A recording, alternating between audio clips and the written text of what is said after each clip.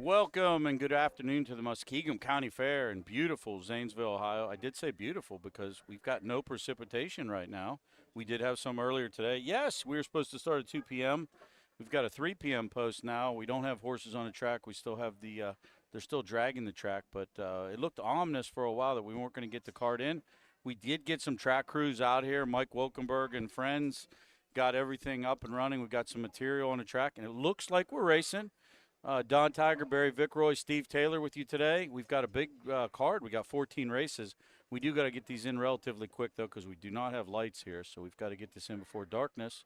So since we have to move it along, is that going to cut out any of like Steve's part? Like he's not going to have all the speaking parts like he had yesterday? Yeah, we're gonna slow down his involvement today, which I'm sure he's okay with. Yeah, he said he's okay with it. So we're gonna tell a few more baseball stories today too. Like learn some more. Always pick up a few more.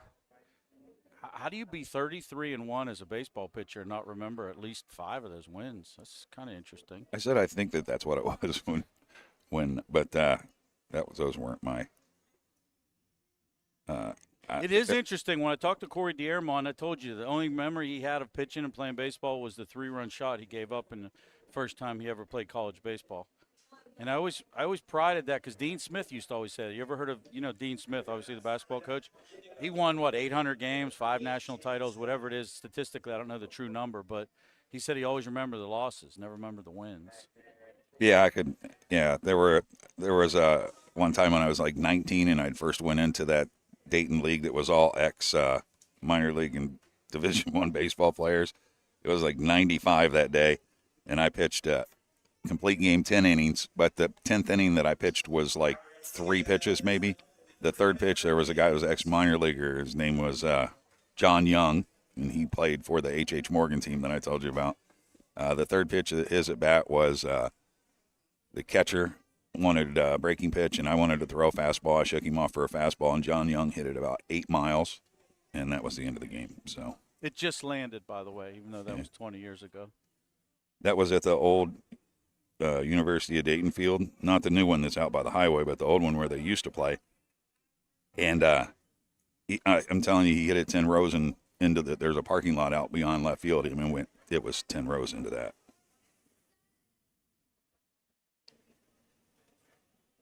We'll bring you the changes today as we have them. And obviously, again, we're working on the weather here today. We got yesterday's card in, and it seems like here's the post parade.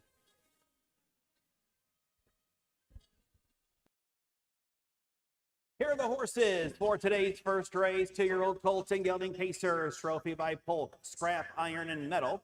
1 was Landman, Carson Conrad driving. 2 is Mock Monty with Dylan Fagan. The 3, My Oh My Dragon, and 5, Mo's a Honk and Derek Wadaker. And the 6, Hot on Your Heels, Chris Hirschberger in the sulky.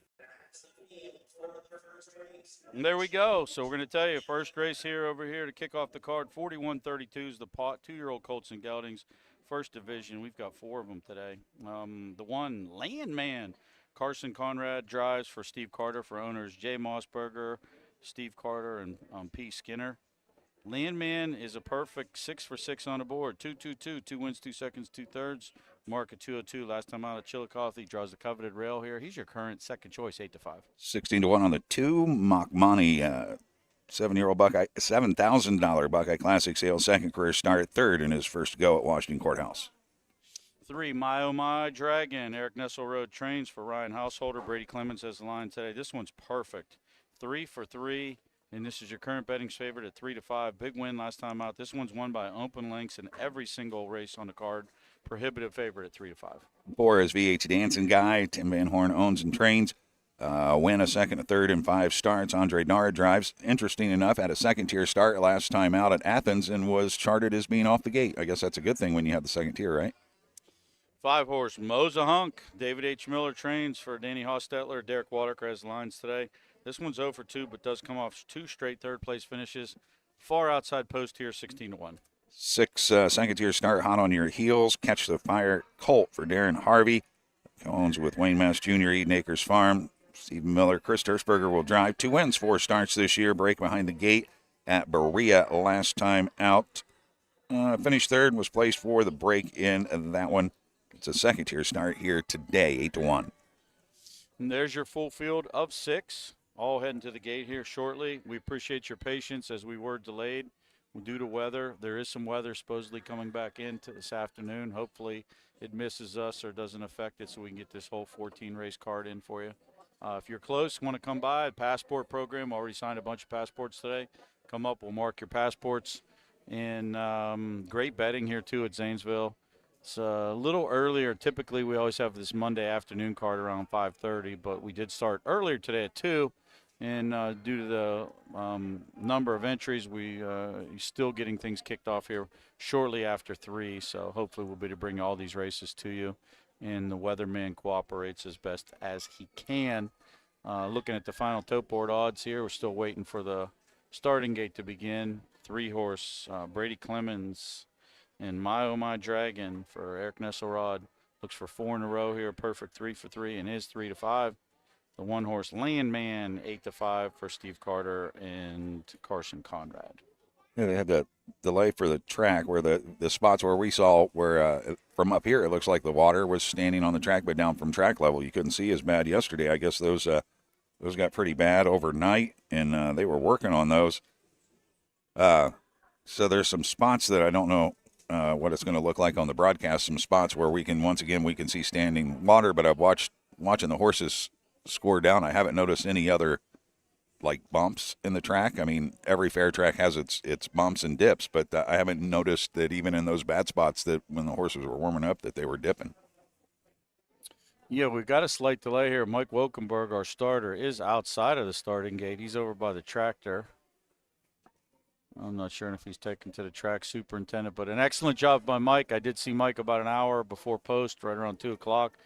Him and his staff did a great job of getting the track in condition and coordinating that with the Muskingum County folks that work here at the fair, along with Mike and his starter in the car. All 3 of them, 4 of them, 5 of them worked on the track condition, got it going in good working order. Does look like he's got the tractor moving.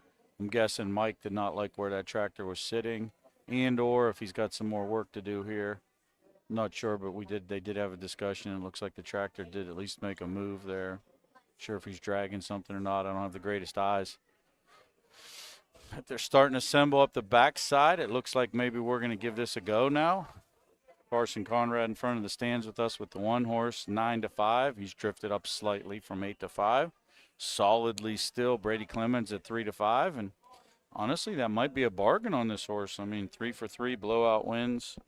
Anytime a horse, the Son of Fear the Dragon, 9 lengths in his debut, 7.5 lengths, 6 lengths, shows from racing on the lead or off the pace. Big win at Athens last time out was 4-5 that day. Only plucked down 6K for this guy. He's already gotten that back. So sky's the limit from here. Yeah, looking at the YouTube chat, you got Rick Williams from Woodsfield's watching. Scott Tarleton said he's watching in his sulky recliner, so don't lean back too far. That's a violation. The judges will be contacting you, and you need to sit up, put your handholds up, have your horses in control. We've also got Dave Myrick. Joe Cooper is watching as well. We're ready to go. Here's Ayers with the call for the first. It's 82 degrees. The track is good. And it's post time here in Zanesville, Ohio. We're at the top of the stretch. Here they come.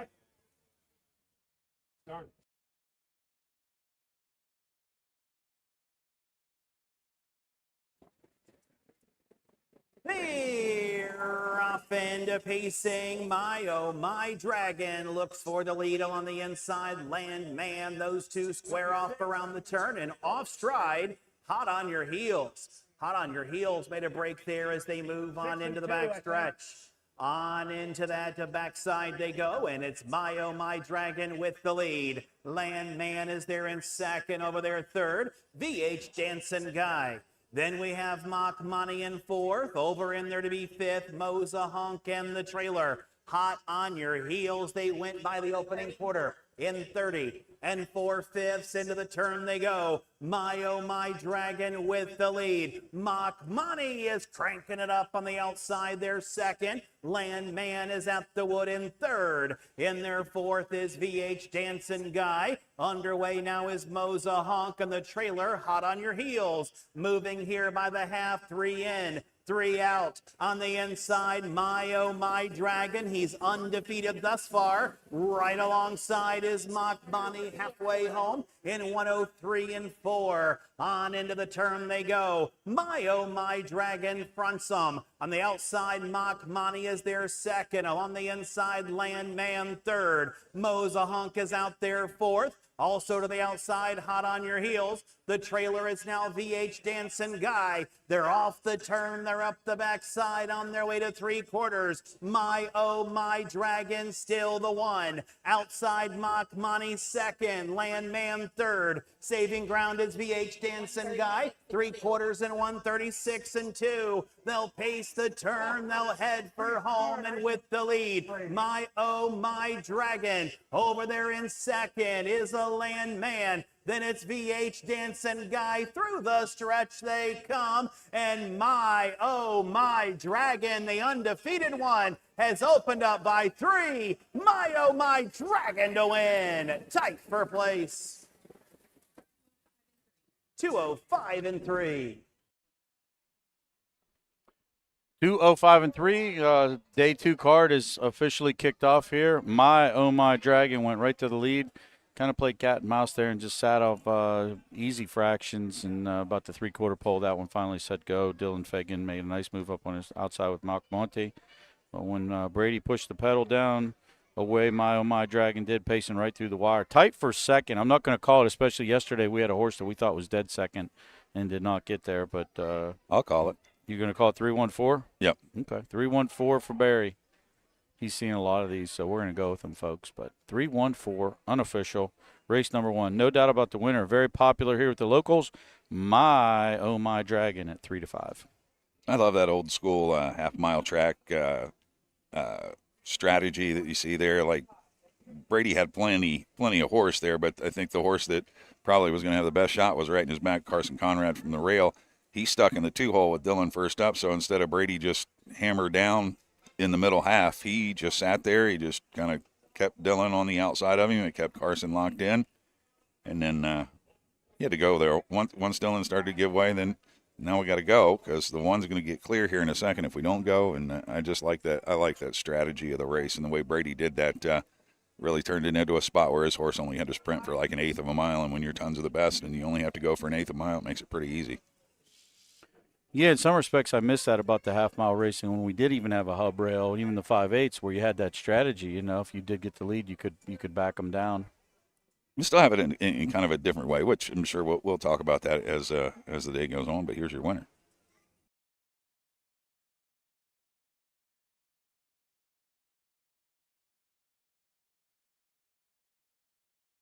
Front of the stands after winning race number 1, it is the 3 My Oh My Dragon. 4 starts, 4 wins for the 2-year-old bay-gutted son of Fear of the Dragon at a Sherry My Sherry by Bankroll Hanover. Omarion Householder, trained by Eric Nesselrode. Brady Clemens, the winning driver, 205 and 3. This one trophy by Polk Scrap Iron and Metal. Landman was second. Mock Money 5th. My Oh My Dragon, the winner.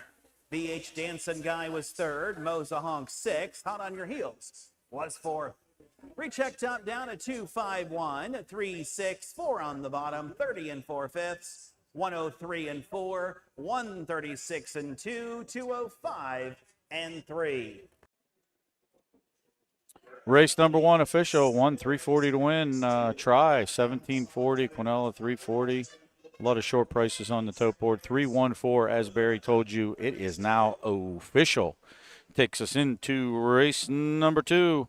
We've got 2-year-old colt trotters, 5 of them signed on, an owner's race. We'll tell you about those 5 contestants after these brief messages.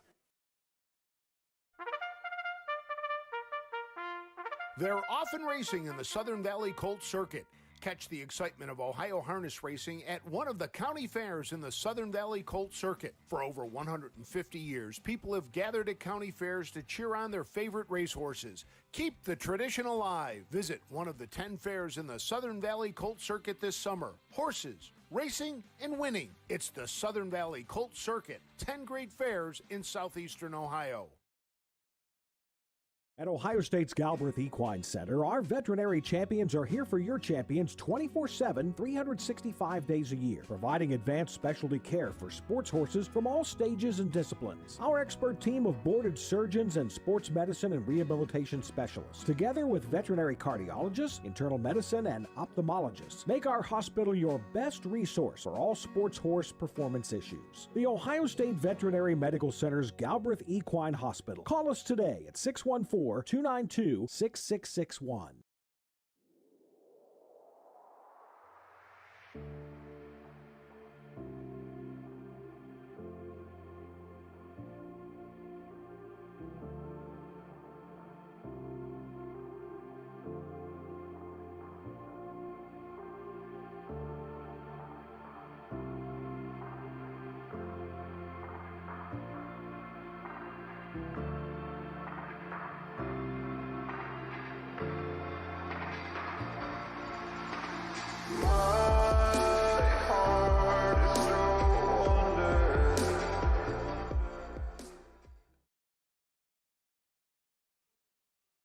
Welcome back to the Muskingum County Fair in Zanesville, Ohio. That is sun you see out there on our racetrack right now, so we'll take it. We've had 2 days over here, and we've had sprinkles back and forth, a little tornado warning and some high winds. But today, got a nice crowd here today. Not as big as yesterday, considering it's a work day, but we'll take it. Do got wagering here today, sun here. They've worked hard on the track, and we still got 13 races to bring you. That's a short day for me. For Sciotos, absolutely. So a couple other things here. My man J.D. Barnell is watching on the YouTube channel. J.D., he sends pics out on Twitter all the time. I missed some this week because I was busy, so usually I like to try and retweet those, but I missed those. He said that, where we see this at, Kiss Me If You Can finished 5th for Todd Luther today when she was in a big race. What was that? It must have been the Kentucky Championship 2-year-old trotting fillies at the Red Mile, 52-4. 52-2 back half, 54-2. And Austin, Todd Luther, Kiss Me If You Can was 5th in there. So got a couple other people here. Mary Jane Travis is watching. Used to work for Virgil Morgan Jr. She helped me out with some of my music at Scioto Down, especially for Hey Hey Mama. She came up with Honky Tonk Man from the artist is Miss Me, but Hey Hey Mama. It's in the chorus he says, Hey Hey Mama, I want to come home. So that's where that song came from. Roy James from Tiffin, Steve Westlake from Marysville. So they're tuning in. All-star cast of patrons watching our show today. Thanks for joining us. Thanks for your patience, too, since we were supposed to start at 2. That horse that won I always miss the breeding on horses until they announce it in the winner's circle. My Oh My Dragon is out of Sherry My Sherry, which that's a pretty good family. I think Brett Schwartz usually races the horses that are out of Sherry My Sherry, but a $6,000 Ohio Select sale purchase.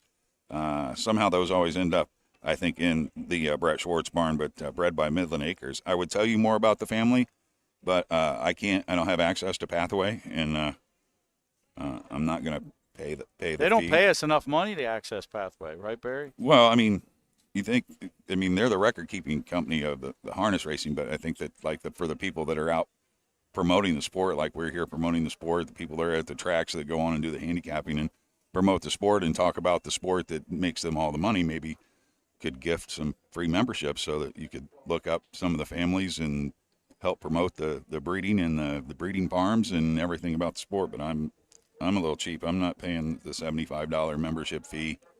And then I don't know what it is, 20, 40 cents every time I want to look up a line or a horse. And yeah, especially we live in a world of transparency with so much data that we can get on our phones now from artificial intelligence, Google, Gemini, Anthropic. It's nice that we have an information highway out there. It's a shame that we haven't crossed over. Hopefully some of the powers that be in the USTA will take that to heart and understand, especially to the broadcasters and the promoters of sport, if we could get more readily access to this data to share with the public.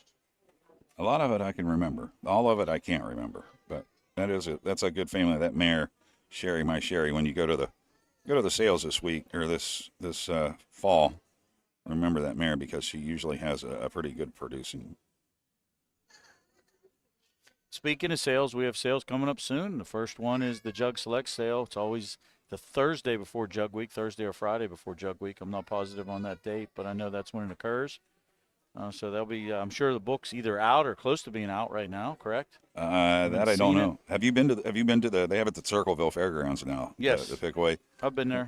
They put a ton of money into that fairgrounds. What a beautiful place that is now. It's awesome. It's a fun, if you've never been to a fair or you're listening in the audience and you're thinking about getting involved in harness racing, get out to one of these sales, get a book and walk around. The nice part about it is you get to look at the equine athletes before purchasing them. Can you take them out of the stall?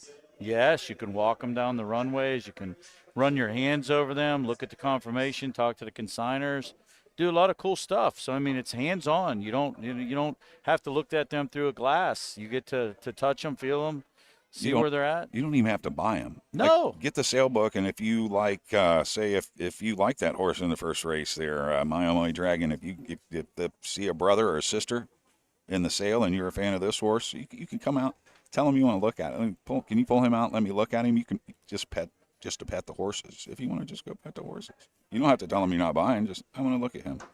You can go pet the horses. Go pet the horses. Get involved. And it's fun. I remember going down to Lexington Select Sale 10, 12 years ago. This is when Mr. Greg Luther was just kind of getting involved and getting rolling.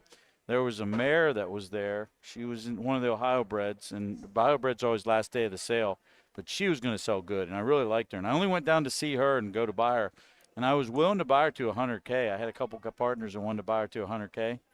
She came out. The first bid was $50, and I wanted to wait to see it settled out. The second business bid was like $125, and I was stood up out of my chair, and I was already walking out of the sale ring because I knew I was done. She sold for like $240, and at the end, when I got back over the barns, Greg had bought her, and I even told him, I said, that was my number one pick in the sale. He goes, well, that's good to know.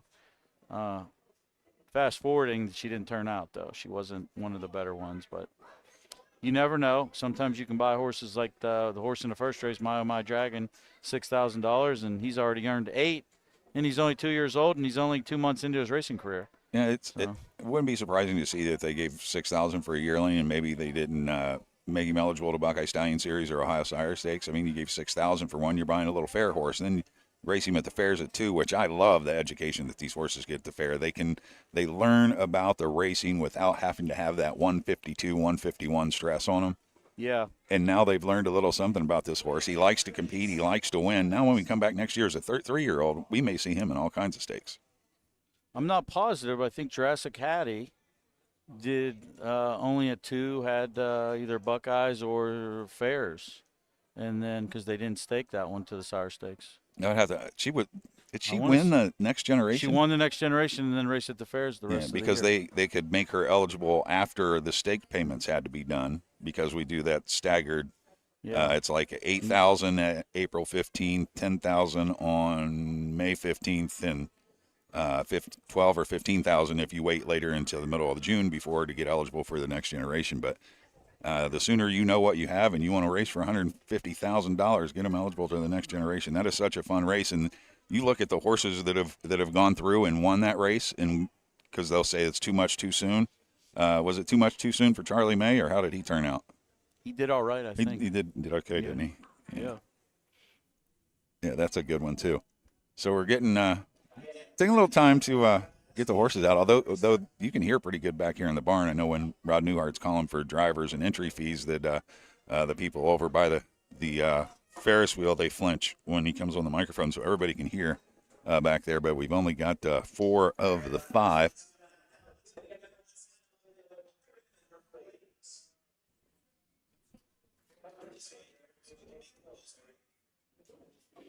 I will say, here's the last entrance. If we don't get any more rain, we should be, in for a good night. Here's a post break.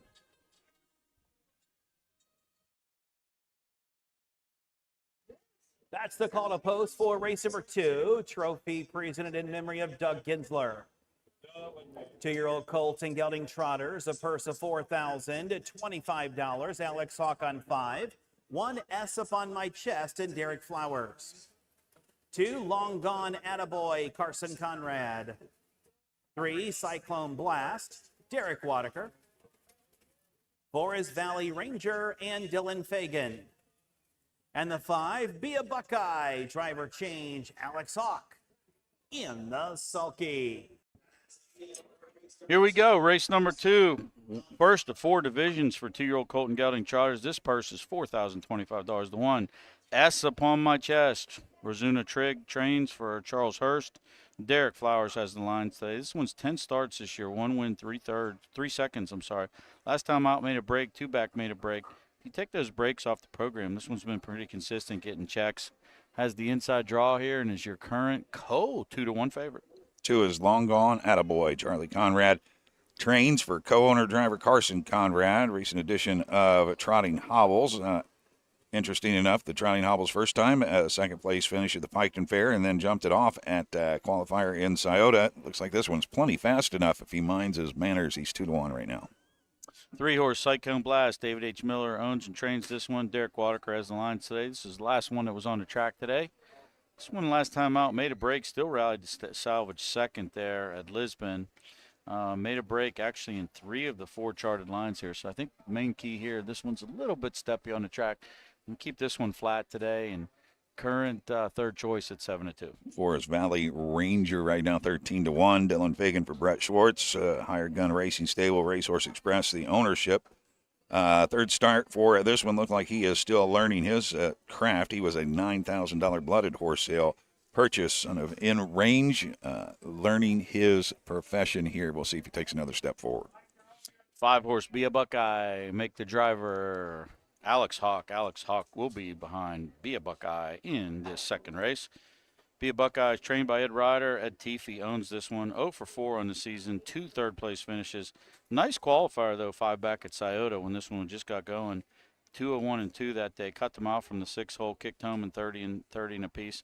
Does have some early foot. Young rider Alex Hawk likes to go to the front. This one could be a factor here, and believe it or not, is your current 9-5 favorite. One other thing, going back to that first race, you saw the 6-horse made a bad break there going in the first turn. And, with the issues that we've had today with the track, I don't think that was track related because that horse got rough on every turn. So I don't think that had to do with the track. I think the track's actually pretty good, considering that I had a guy texting me when I was coming over here, told me they might not even race. We got good track. We've got a good track today. We'll take it. And that brightness out there, that's the sun. It's back again. Yeah. Well, Wilkenberg starting gate is rolling. Great job, Mike, and your crew getting this track ready today. Great job by everybody here getting these races off. And we're going to bring you the second. Here's Ayers Ratliff. Colton Gelding Trotters. In memory of Doug Ginsler, a purse of $4,025 at the top of the stretch. Here they come.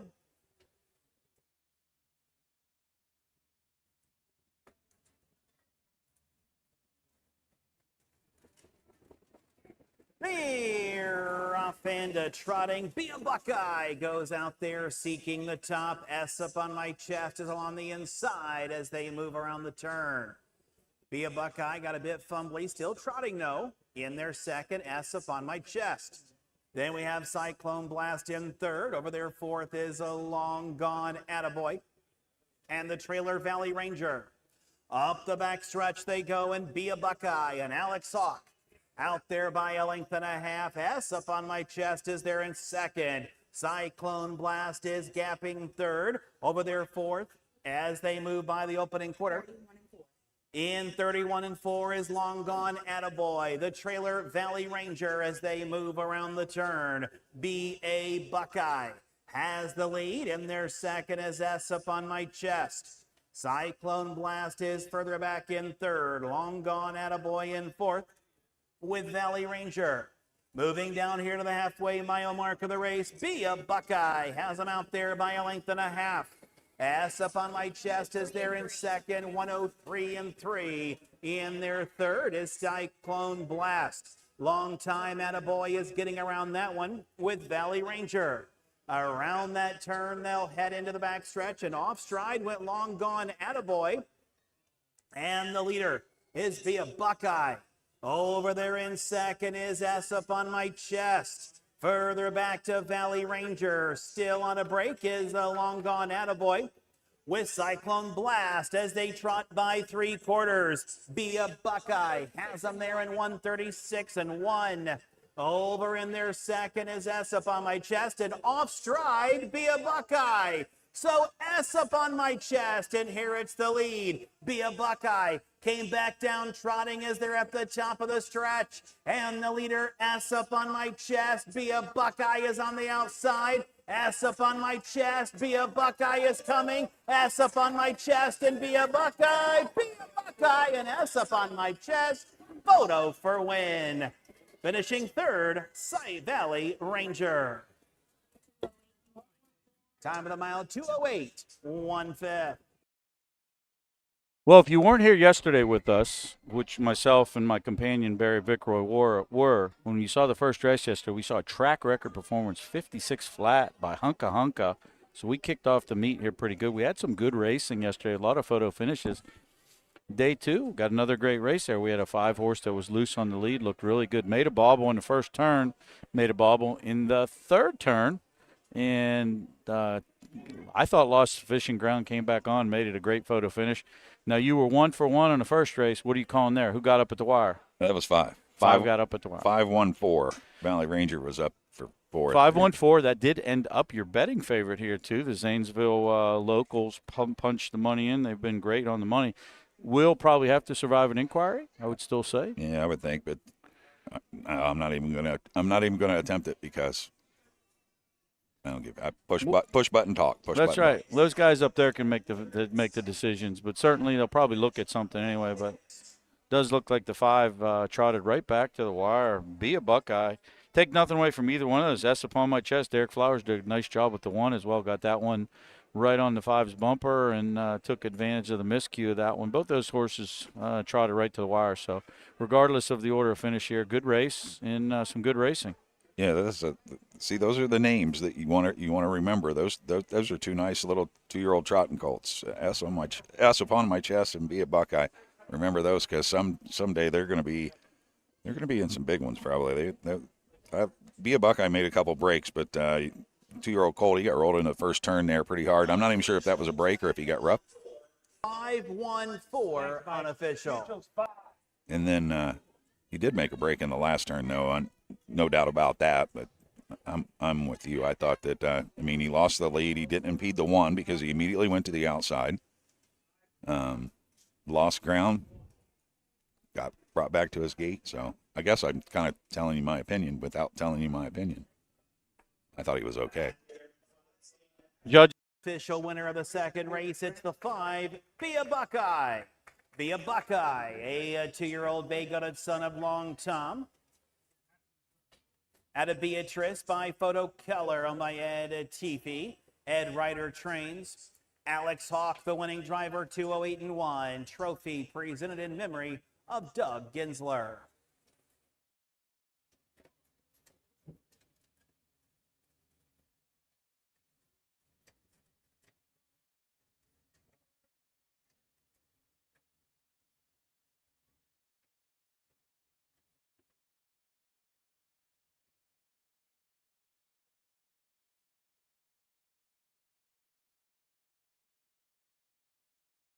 S Up on My Chest was second. Long Gone Attaboy was 4th, placed 5th for violation of the braking rule. Cyclone Blast was 5th, placed 4th.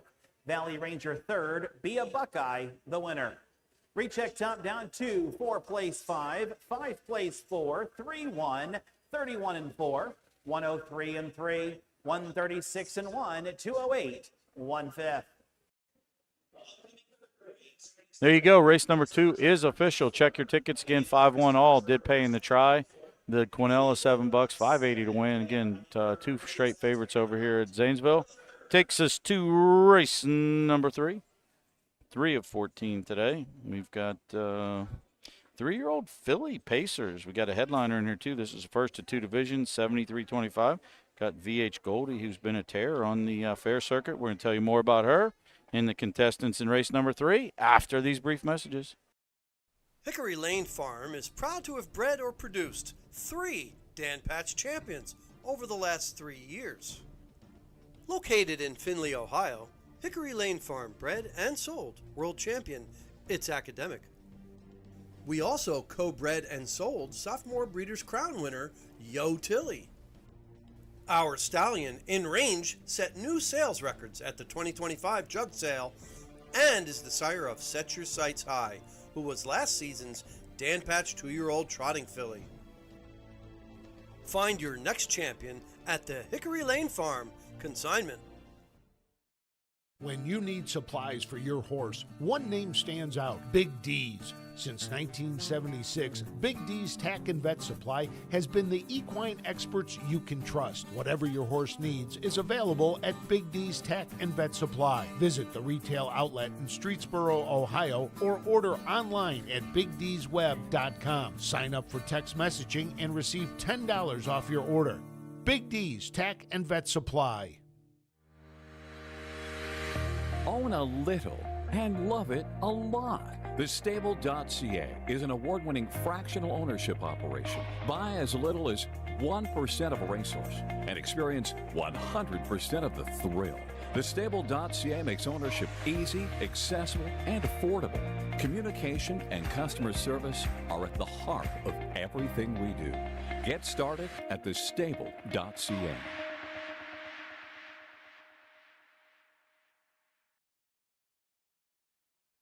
Welcome back to the Muskingum County Fair in Zanesville, Ohio. Don Tiger, Barry Vickroy, the one, the only Barry Vickroy, and Steve Taylor. We got Barry today. He's not calling races, but he's talking all about races. Yeah, I always like when Susan Trotter is always in the chat and talking about where people are coming from. I'm not for sure how far I went back. So Steve Ruckman says he's watching from home. And then I lost my spot here. Steve watching from home. Roy James is watching from Tiffin, Ohio. Sheldon Glass from Fort Lauderdale. We have got, let's see, Lisa Young from Chillicothe. And I'm going to butcher this name. Dow, it's D-O-W. And then Monier, I'm guessing M-O-N-I-E-R, is watching from Dallas, Texas. They come from everywhere. And then I just got a text. You know who else is watching? Who? Bob Schmitz watching us tonight. He said he has information about those sales. Yeah, give it to us, Bob. Blooded Horse sale is on 8/26, and the jug sale is 8/26. That would be, what, next week, 2 weeks from now? Yeah, that's And Wednesday. It's a Wednesday. I know that because I go to school. That's my first day of school.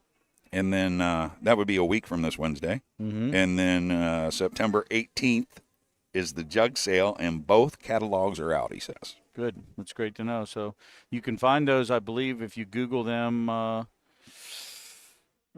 trying to think of the sale. Blooded Horse Sale Company, right? Yeah, that's right. Correct.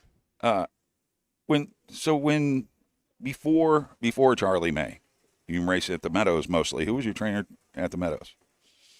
I had a guy named John Sullivan. John Sullivan trained horses for me, and one of the reasons I used John Sullivan is he had a smaller stable. I tend to have always focused on guys with smaller stables because I've done more hands-on type of involvement. And what it means by hands-on is there's all kinds of owners like Odds On Racing, one of Virgil's longtime clients, Dana and all them. They've got so many horses. Dana's not calling and asking how a horse trained today or whether the horse is going on Lasix or this or that. He's basically managing things from just afar of like who I'm going to buy, who I'm going to put in the stable. I always, like yourself as a former driver and trainer, I came from that. So a lot of people don't know. I started as a groom at the Meadows when I was 14 years old. I worked for Pat Thomas, who was at that time second trainer for Dick Stillings. So I was able to get started. I was at the Little Brown Jug when I was 16 years old with Jaguar Spur when he won the jug. And I was like, oh, this is cool. It's just another race, but it really wasn't. So, like, I always tended to use guys that were hands-on. And one of my mentors was Bob Key. I know you'll know that name. I was sitting in Bob's office when I was probably in my early 20s. And he was the one that really taught me. He's like, at that time he had 10 trainers, 8 or 10 trainers. And he said, always good to have a couple trainers because it keeps the other guy honest and keeps the other guy working hard, but there is some people that just go to a trainer and that's their guy and they are with them for 40 years, good, whether the water's high or the creek's dry, they stay there. I've always been somebody that I tend to work with guys that are more hands-on, and I like to be part of the team, which means sometimes I'm telling a trainer, like, hey, I want this horse to go 2 trips this week just to tighten them screws down. And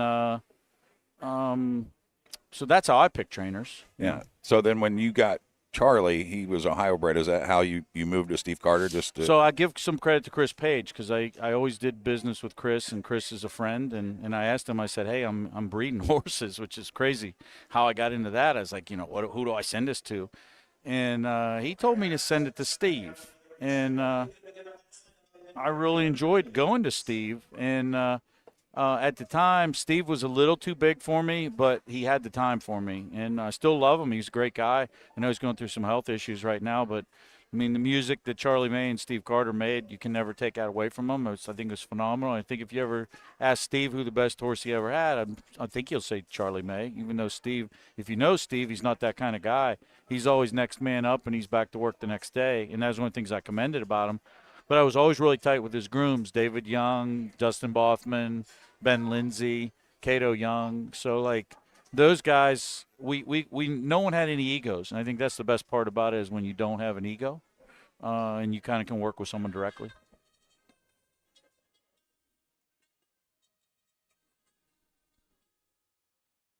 Here are the horses for race number 3. 3-year-old filly pace for $7,325. Trophy by Big D's. Tack and Vet Supply. The 1, Suma Diva, Carson Conrad. 2, VH Goldie, David Young II. 3, Uptown Rose and Brady Clemens. 4 is Skimming the Sand, driver change Chris Hirschberger. 5, Hurricane Headley and Alex Hawk. 6 is Burning Spirit with Dylan Fagan. And the 7, Stone Creek Girl, Andre Narid in the sulky. That's the field. Here we go. We got a full field. Race number 3, $7,325 on the line for 3-year-old filly pacers. The 1, Suma Diva, Steve Carter trains, Carson Conrad drives for Willard Taylor and Steve Carter. This one's 2 for 12 on the season, 8 for 28 lifetime. I don't know if Willard's here today. He usually does come out to see his horses race. He bred this one as well. It's a very nice filly. She was 6 of 16 last year in the winner's circle, 12 of 16 on the board, 5 of 12 this year, 10,000 earnings, 38,000 lifetime. This is the main threat to the big favorite, and this one is coming off a 1-length score in Athens last time out. Current second choice, 8-1. Yeah, I would love that 8-1. The 2, VH Goldie, David Young trains and drives for William Thomas, daughter of Dancing Yankee. 15 wins, 32 career starts, 10 of 17 last year, 5 of 15 this year as a 3-year-old. She is a heavy 1-5 favorite. You know, I like to swing against favorites in these spots. I'd be all over the 1 here, but VH Goldie is the heavy favorite, hometown favorite, 1-5. 3-horse, Uptown Rose, Robert Roche trains for Holly Roche. Brady Clemens has the lines. This one's a maiden, hasn't hit the circle yet, 0 for 4, but a nice second and third place finish. That second came last time out at Piketon, 2 back at Wellston was third. Inside draw here, 25-1, some value. 4, Skimming the Sands for owner-trainer Danny Hostetler, $30,000 Ohio Select Sale purchase out of Stuck Like Glue, race for Doug Hinkland and Parent Racing Stables in her day down by the Seaside Philly. Derek Waterker will drive 2 of 18 on the board, 10 of 18, a 5-time winner, 57 in Northfield. This season, coming off of a third-place finish at the Jefferson Fair, was second prior to that at Lisbon. 5-horse, Hurricane Hadley, Stephen Harris trains, Madison Hostetler owns. Alex Hawk has the lines. This one's currently 30-1 on your board, your longest shot. Maiden 0 for 15 in the career. Made a break, 2 back, looking to get this one continue to be educated. First of 2 trailers, a 6 Burning Spirit, daughter of Catch the Fire, $3,000 Buckeye Classic Sale purchase, 53-3 at Scioto Downs last time out, closing in the stretch for a 4th place finish. She vacates the OCRA circuit and joins us over here on the Southern Valley circuit here. She's 0 for 14, or excuse me, she is 1 for 16, and Burning Spirit right now is 12-1. 7-horse, Stone Creek Girl, like Barry, if you're trying to beat the favorite here, this would be another logical one. Stone Creek Girl, trained and driven by Andre Narid, owned by Jig Greenacre Stables and Billy Rhodes. This one's 0 for 14 on the season, but look at last year. 4 wins, 5 seconds, 3 thirds, 202-1 at Bucyrus last time out. And this one just paced 53-1 individually timed at Scioto at the Buckeye Classic. And there's your field of 7, and here's theirs. And here they come.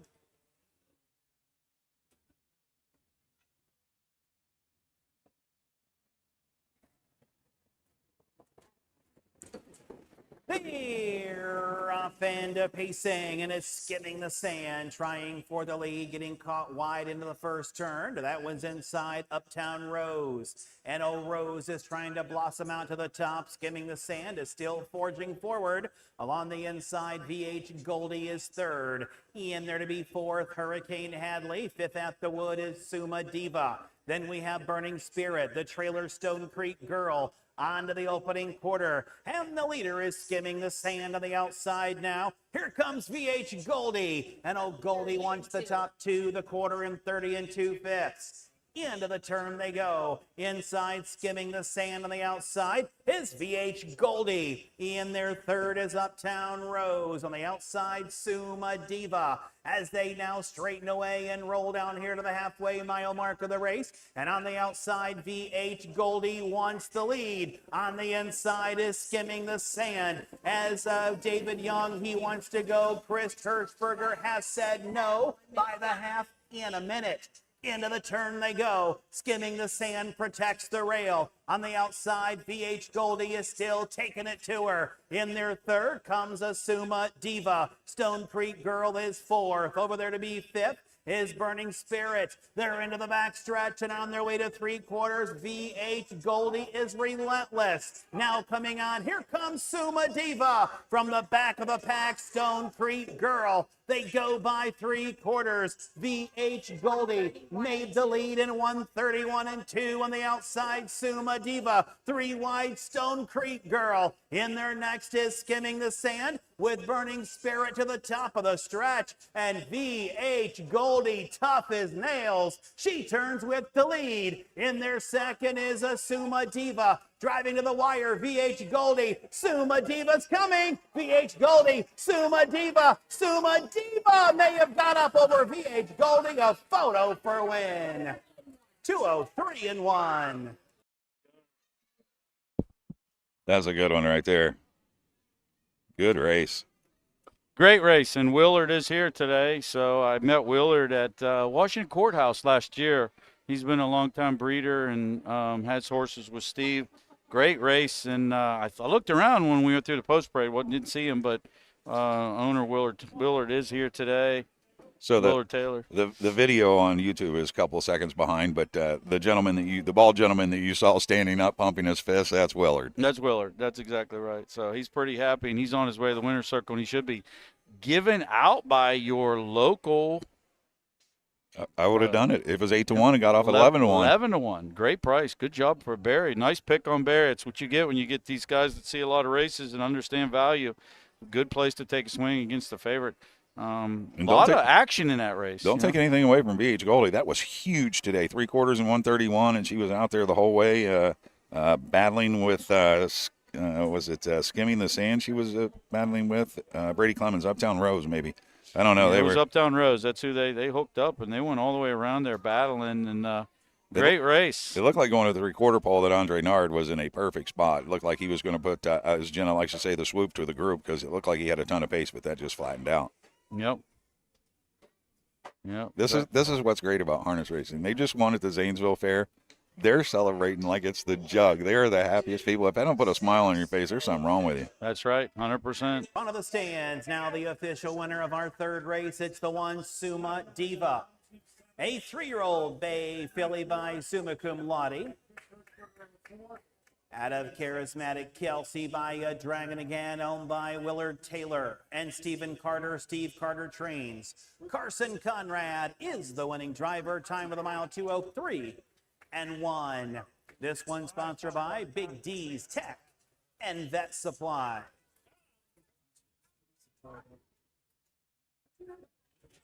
Suma Diva, the race winner. VH Goldie second. Uptown Rose seventh.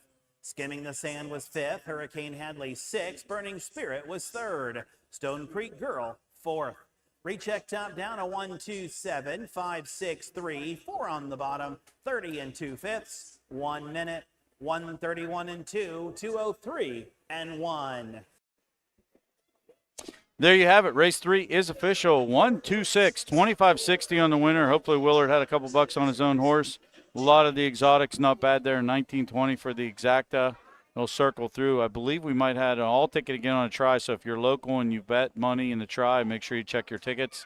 Quinella, $4. So race 3 is in the books. We've seen a couple good dandy races. We've still got a bunch more to go.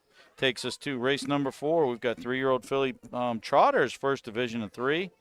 Field of 7. We'll tell you all about those entrants after these brief messages.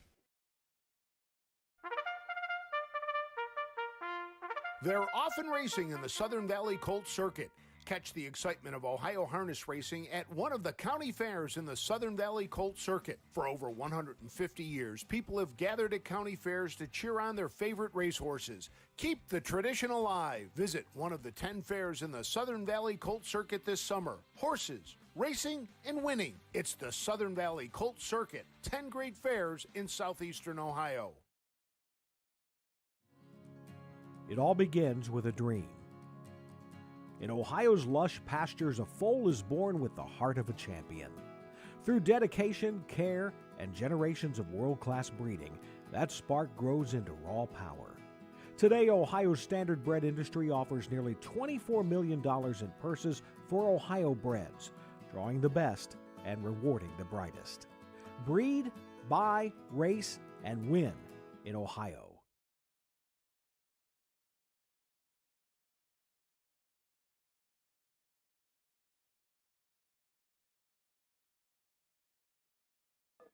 Back here at the Muskingum County Fair, Don catching up with Willard there after that big win. We'll check in with a couple more people on watching on the YouTube. Let's see here. Where did I leave off? See Matt Clark's on his way to Salina. Matt, get off of the YouTube and drive. Be a little safer. Let's see here. We got Total Package says he's in here from Pickering in Ohio. I don't know what your name is though. Total Package, and went to the Zanesville Fair many times. Don and G McKee, man, they had a bunch of good horses, and he does talk about DJ Babe there in the thing. And DJ Babe, I think Dallas Miller was a driver of hers. She won the Ohio Triple Crown a couple of times, but what a good trotting mare she was back there. Jay Breezy coming in from Mississippi. So we got Dallas, Texas, and Mississippi in here. JD with more news from across the country. Dave Myrick was watching. So shows it ain't over till it's over. Though if that ain't true, got a race to the line. That's the line. They never. Total Packages. Chris Welch. Dave, thanks for turning in, Chris. So that was just a good thing here in Willard's. Willard and Don talking about their connections back with Steve Carter, and then Willard's hoping to get his colt race today because he said the last couple of times this weather has been tearing up schedules, and he hasn't been able to race his colt. He's been canceled the last time. I guess he was in next to the race right before they had to cancel towards the end at Athens last time out. So nice guy there. It's like you were saying, when we were off there, that's what it's all about. This is a horse he bred. He's got a full brother to her, 2-year-old. And I got to spend some time with him in Washington last year, and I got to meet him and learn him and talk shop. And but for me as a fan, I love excitement. Yeah, I mean, like you said, that to me, and his ride home, it'll take 10 minutes. It could be an hour drive. It'll take 10 minutes. I think Dave. David. I know David. He's going to be disappointed that he didn't win, but I don't think that he can really be disappointed in the filly. Boy, did she race good. She raced good. She actually, when she didn't clear in front of the stands and he had the lines loose trying to push her to get around, and she couldn't. She cocked her head a little bit, got caught sideways in a turn, then finally did clear that horse, and then you got someone else coming back at you. And so. You would be really surprised to find out how much that takes out of a horse when you have to steer him on the turn and steady him and get him straight out. I mean, that wipes out your momentum and wipes everything out. They really have to work. See, I mean, that was just congratulations to Willard and his filly, but don't be too disappointed in her, David. She raced fantastic, and you got two good horses and like he was just telling me too, they're going to see each other again. I mean, that's the great part about this circuit. It's much like me and you have athletic careers. We can sit here and tell stories about the same guys we faced for years. You're going to see them again, and you get the juices flowing again when you get back into competition, and that's what makes horse racing grow so great is some of the rivalries you develop between horses. Yeah. that was a good one there. We saw some horses that are on the fair circuit here, that we see at the raceways and some of those stakes. We saw some Buckeye Claiming Series lines in there and some overnight lines from Scioto Downs in that group. And then you come up here, you move over here to the fourth race. I mean, this is a good group. The 1 shows some Buckeye Stallion. The 2 shows some Buckeye Claiming Series and Buckeye Stallion Series. I mean, this is another good group in here, rearranged for Ammon Hirschberger. He knows his way around a trotter. He gets his best, the better of the 2 second-tier starts there. I would rather have post 7 than post 6 because you can pick where you want to move out. If the 7 wants the 6 to be hemmed in behind the 1, it's tough stuff when you draw that first trailer. But this Triumphant Times, like Old Times, was a great trotter. Sire Stakes. Don McCurgan. Yeah, Don McCurgan. It's his last Sire Stakes champion, I believe. Yeah, she was so good. And Kane Kaufman's got the 2-year-old. I can't remember all these names. It would be nice if I hate to just keep going back to the well, but if I had the pathway the data, we could promote just a little bit more. But I know that Kane's got the 2-year-old out of Like Old Times. Man, she's a solid producer. That's another one of those mares that when you get the sale book out, I mean, if you're serious about buying a trotter, this is one of the first names you should look up. Is Like Old Times. $42,000 Triumphant Times brought as a yearling. So this is we're going to switch over to the pace from to the trot from the pace, but this is just like that last race. It's just competitive. There's a couple in here that they should be really knocking their heads. Yeah, great race. I mean, covering the fair circuits for 5-6 years, we don't always see a ton of photo finishes, and we've seen 3 or 4 in around 12, 14 races so far. So, Scott Tarleton said he could listen to you and I talk, that we're doing a great job. I appreciate hearing that because we talked yesterday about how tough this is. This isn't like racing horses or playing sports where if you win or you lose, you know for a fact, or if you performed well. This is a kind of a performance art, and it's tough. It leaves everything up to the fans because some people are going to like what you do and some people aren't. So when you get those good comments, it really, really appreciate those things. Dave Myrick says that's a race right there that should have ended in a dead heat. I'm not going to argue that probably. Yep. Yeah, BH Goldie was so good in there, and they want to know when's Charlie May racing again. We're going to take him to Greenville. We're going to go back over to the Regal Memorial. They're bringing it back this year. Last year, I got to give Jim Bucci props here. Jim, former politician, still very heavily involved in Darr County. We had a meeting this summer. We donated some money over there. Some other big players did, and we got the race back on this year. Yeah, we added into the Ohio State Fair, which we've talked about this for a number of years. We get the 2-year-olds and 3-year-olds and trot and pace in the Ohio State Fair, and I said, the way the program is, there's so many talented older horses that get their way out. Why not? Let's take some of this money and have an older State Fair pace. And one of those was named for Jim. So yeah, that was great. I was glad to see that. Yeah, that they brought that on. We liked that, and we participated in it with Charlie, and I think it's Jurassic Hattie participated in it. It's great to see some of our older athletes still doing it, have an ability to race for some money. That's one of the fun things that, which I like all the tracks that I work at, but that's one of the fun things at Scioto with Jason. Jason's been the same. Jason Ross been the same place we were, groom, train, and Horsemen. So when he produces those things, it's great. Here's the post. Horses for race number 4, trophy by Warren and Shirley Van Wy. 1 is Dream of Charlotte, driver change Brady Clemens. 2, Triumphant Times, driver change Chris Hirschberger. 3 is Ruby's Creme Brulee and Alex Hawk. 4, Go Get the Money, Sam Widger drives. 5, Broomsticks and David Young II. 6, Heaven's Prize with Derek Wadaker. And the 7, Rearrange, Ammon Hirschberger in the sulky. 3-year-old filly trotters, first of 3 divisions here, going for $5,167. Here's your field. The 1, Dream of Charlotte. Eli Miller trains for All Trot Stables. Derek Wadaker has the lines today. This one's been nothing but seller. Loves to get off the wings, forwardly placed. He's gotten the first call in every start in the program, the last 5 anyway. This one's 8 of 11 in the exact. Has been picked up a couple times by a nose and a half length, 3 back and last time out. But this one forwardly goes, shows trotting individually 55-4 in a Buckeye Stallion. Tough horse from the rail, 5-2. Nice price.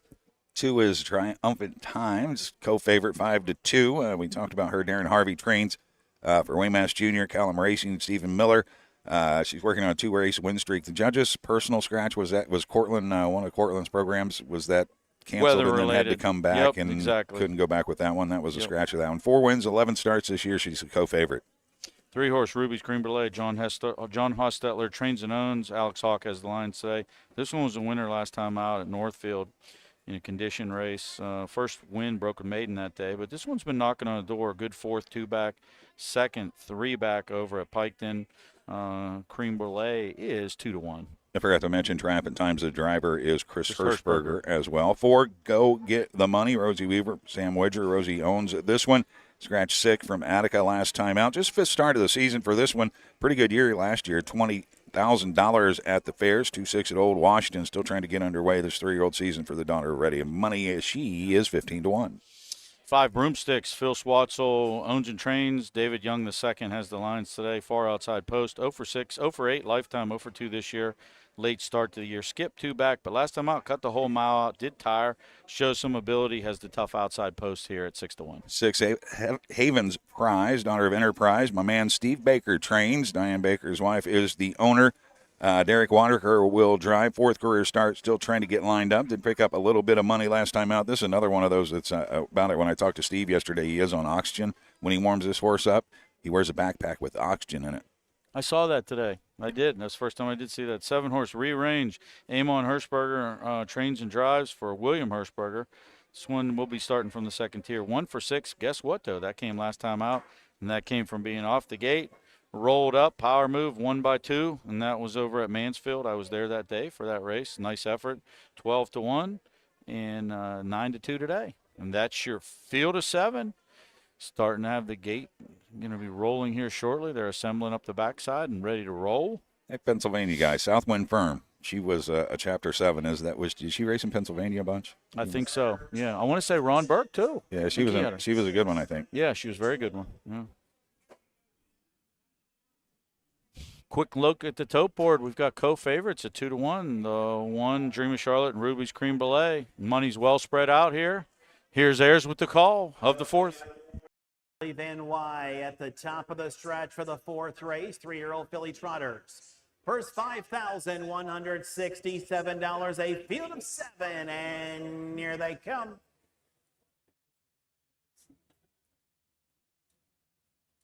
It's a big bug.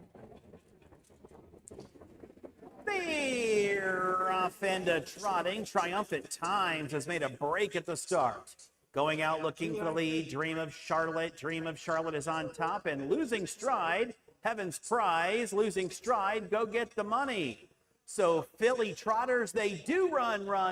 They do run as they move on into the backstretch. Dream of Charlotte with the lead. In their 2nd, Ruby's Creme Brulee rearranges further back in 3rd. Over their 4th is Broomsticks. Then we have Triumphant Times, followed by Heaven's Prize. And the trailer is Go Get the Money as they go to the opening quarter. Dream of Charlotte is there, 30 1/5.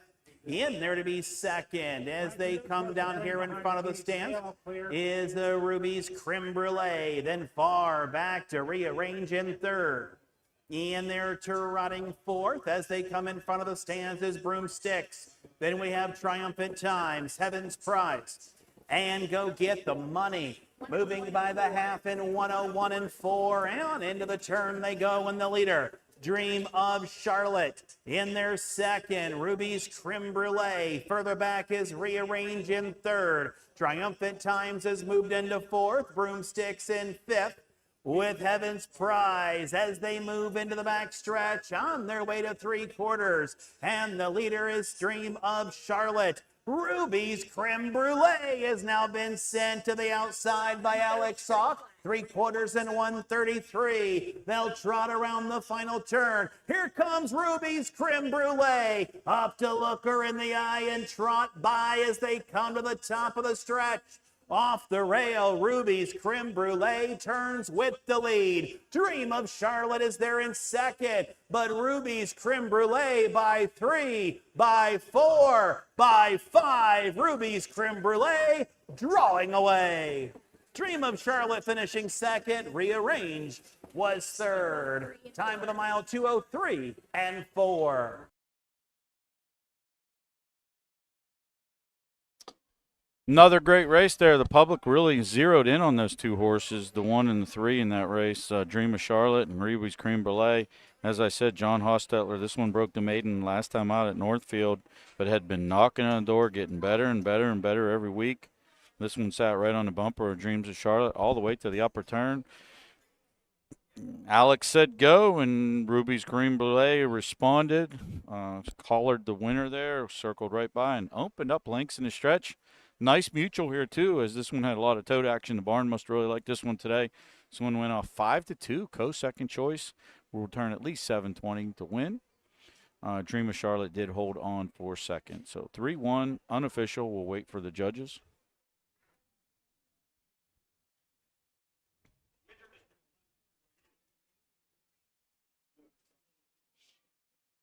If you're just joining us, too, and you're realizing we're only in race 4, we did have an hour delay today, so we are buzzing right along, actually. I mean, we haven't had any weather. We did get some weather earlier today around 1:30. Track dried out. Mike Wilkenberg and his team in the local fair worked very hard on the racetrack, got it in good working order, and it's been a good surface, and we've seen some great racing.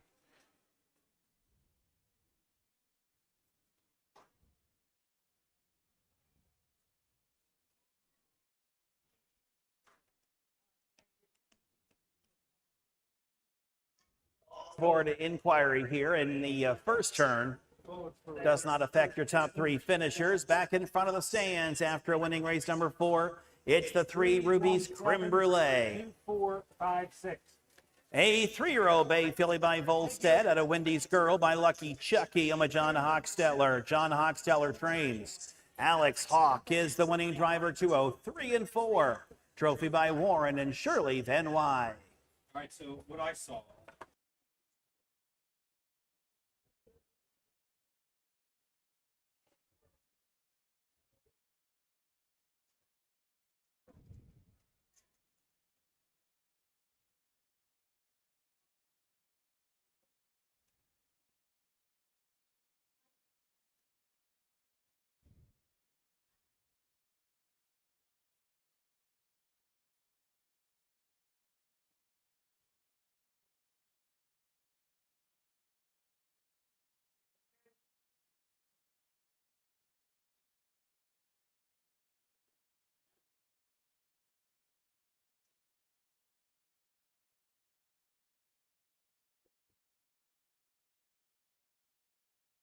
Still waiting for it to go official. They did say it didn't affect the top 3 orders of finish. We did have some breakers in the first turn. I think the judges are still trying to figure that out. Should have some good mutuals here. We got a 5-2 winner, 2-1 second.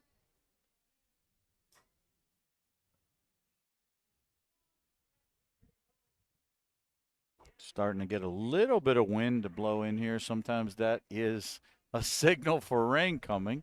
Let's hope that's not the case. I know my meteorologist helper, Barry Vickroy, did show some showers all around us. We're not sure if it's going to hit us directly or not. I think we've got enough rain last couple of days. Don't you think so, Steve? Yeah, that's good. Let's keep moving along here. There's horses warming up for race 5 or future races, I should say, on the track. So we're still buzzing around here. I think we should probably be able to get our broadcast finished up next couple hours. Ooh, okay, so we've got rain potentially coming in the next 33 minutes. Let's hope that's not the case, and maybe it crosses around us, over us, in between us, something. Still waiting for the official order finish for race number 4. Oh, here we go. Now we're looking at this thing.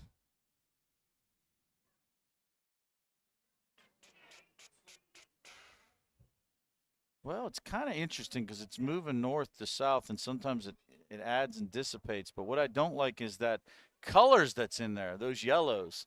Yesterday, folks, oh, here we are. We are official. 317 official. $7 to win. Another all ticket in the trifecta. Check your trifecta tickets if you're local. 3563-1 all. Exacta paid an all ticket as well, so check that as well. Race 4 is official. 317. Takes us to race number 5. We've got an owner's race here. 5 horses signed on. Second division, 2-year-old Colt Pacers. We'll tell you about those 5 horses after these brief messages. Charlotte was second. Triumphant Times fourth. Ruby's Creme Brulee the winner. Go Get the Money was fifth, placed seventh for interference on a break. Broomsticks, sixth, placed fifth. Heaven's Prize, 7th, placed sixth, and Rearrange was third. 2, 4, 1, 5, placed 7, 6, placed 5, 7, placed 6, 3 on the bottom, 30 and 1/5, 101 and 4, 133, 203 and 4.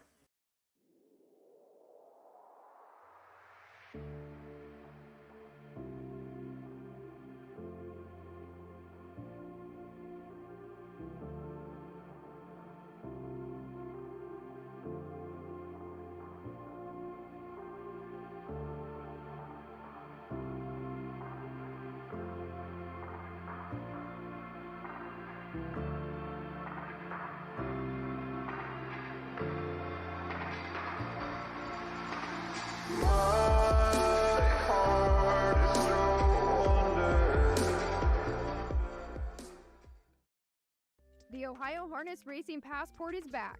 Sponsored by Webkenberg Starting Gates, the Passport takes you across Ohio's County Fair circuit and now includes marquee events like Ohio Super Night. It's free and open to fans of all ages. Get your passport from the OHHA broadcast team and collect your stamps. Earn prizes all season long with more ways to win. Compete for the grand prize. Experience Ohio through harness racing.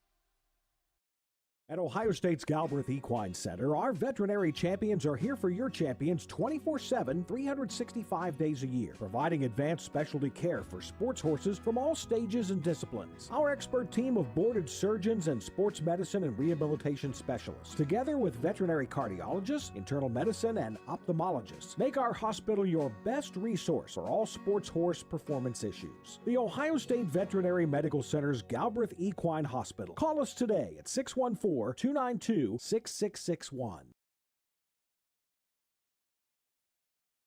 Welcome back to the Muskingum County Fair in Zanesville, Ohio. Don Tiger, Barry Vickroy, Steve Taylor.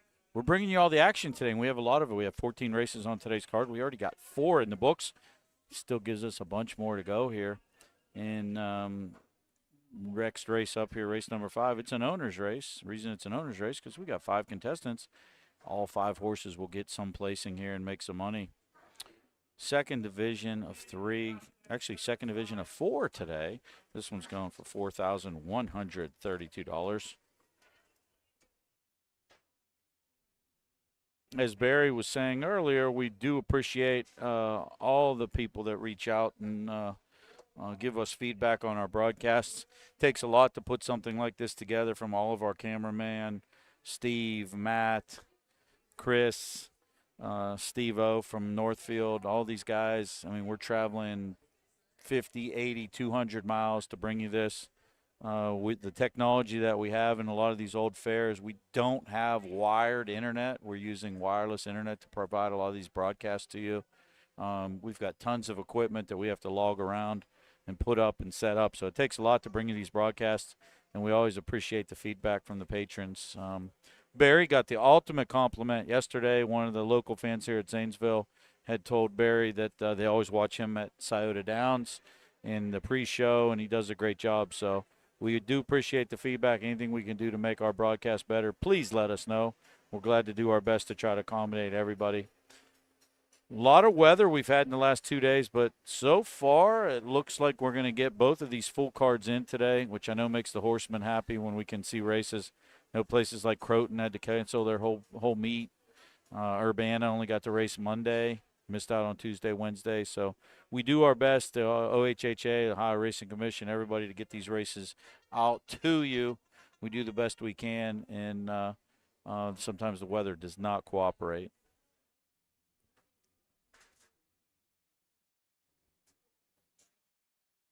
Sun is still shining here today right now, so we're going to take that as a positive. We did hear that there's showers coming maybe in about 30 minutes. We'll evaluate that as we go. Hopefully it's just a brief sprinkle in and out so we can keep our card rolling, as we do have 14 action-packed races today. We still got a good 10 to bring you. We've got 4 in the books, so we'll see what happens. Sidekick Barry will be back shortly, too. He's just taking a little bit of a break. Got himself refiltered with some agua into his body, and We will play the Laurel and Hardy show here as we go, giving you any insight that we see on the track.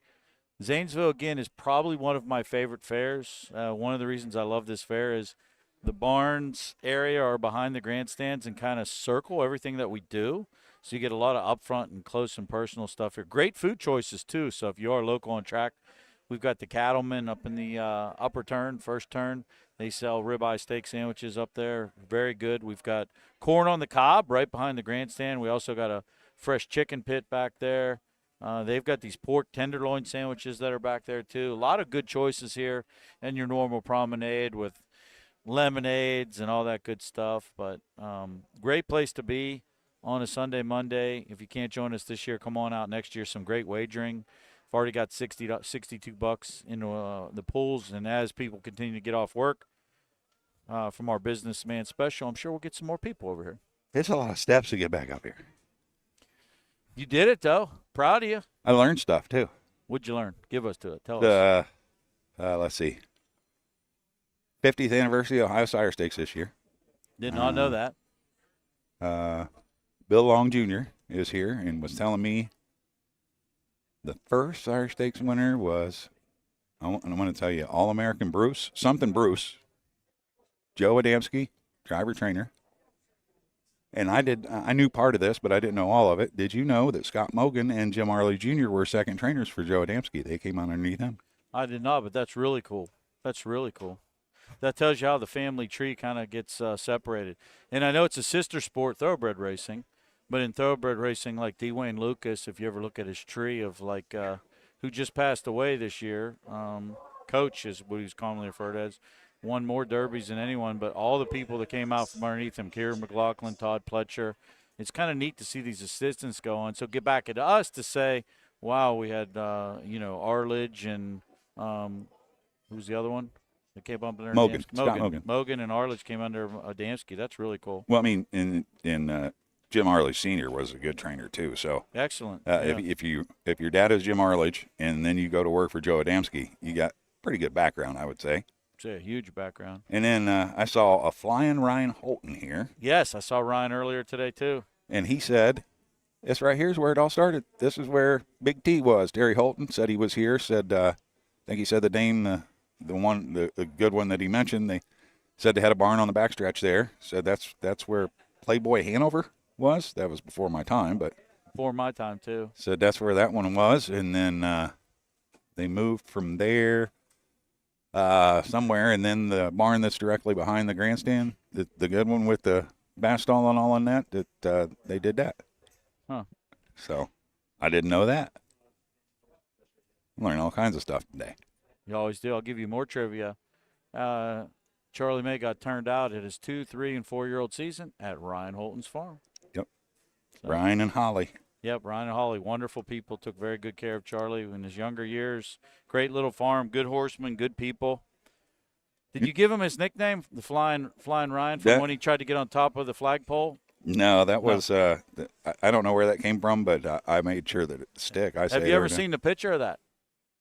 I saw the picture of the last race, the last wreck he was in when he was flying through the air. Yeah. He actually this is a true story.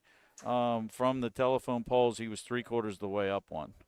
I have the picture of that with him. That's pretty scary because he had collapsed lungs and everything. Happened, I think, a couple days after the Meadowlands Pace in 2021. Someone called and asked me, well, if I was sad about the Meadowlands Pace. I said, no, I was sad about Ryan Holton. Got banged up pretty bad, Trying to catch up with our posters. Yeah. We got any more check-ins? We used to get people to check in from Ireland, which I give a lot of credit to Roger with all his involvement over there. But we get down under viewers, too, at times from New Zealand, Australia. Check in, too, occasionally. Getting compliments, not just for us, but just overall the job that everybody does on these feeds, which believe me, I watch them, and, I love learning and listening stuff. When I first started coming around, I started coming around late because my family wasn't in it, but I met some people that had horses that were my age at Lebanon and started coming to the backstretch. And, I would go and started with water buckets and wheelbarrows, and then you know, when we would get done, sometimes I would go, there were so many good horsemen at Lebanon. You just go through and I've got a million questions and everybody would answer my questions. Why, you know, what is that? Why is that? Why that instead of something else? And everybody always had good stories. So that's just horsemen. You know, everybody's, you know, they get mad at each other and fit and fight, but still it's just a big family. Big family. So. Yep, I agree with that statement. Yeah. So yeah, have to have some of these like longer in between race situations because like Alex Hawk is on the one here, but he had to warm one up after the last race. So then they have to wait for Alex to get warmed up. We have that occasionally, but then that just leaves us more time to talk, which it's not a problem to get us to talk. But luckily we can get it all in between Steve interrupting us all the time. Guy talks a lot. He does. He does. We keep him on a leash, though, every now and then. There was one check-in that I saw from – not seeing it now. But I'm seeing a lot of comments from Mark Reinhardt chiming in. And, man, I don't know how – J.D. Vardell, he just does not miss a race anywhere. Odds on dividend at the Red Mile. Dexter Dunn for Virgil Morgan Jr., 153 today. Winner, chicken dinner.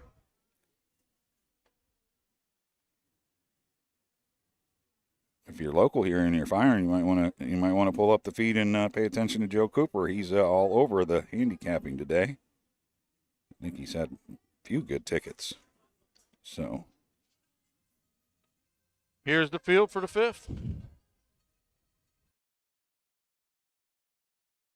Here are the horses on the track for the 5th race. Trophy by Muskingum County Fair. A purse $4,132. 2-year-old Colton gelding pacers. 1 is Stone Creek Beach and Alex Hawk. 2 is Mini Monty, Carson Conrad. 3 is VH Legendary Trick, Andre Narid drives. 4, Maple Bay, and Daniel Ireton.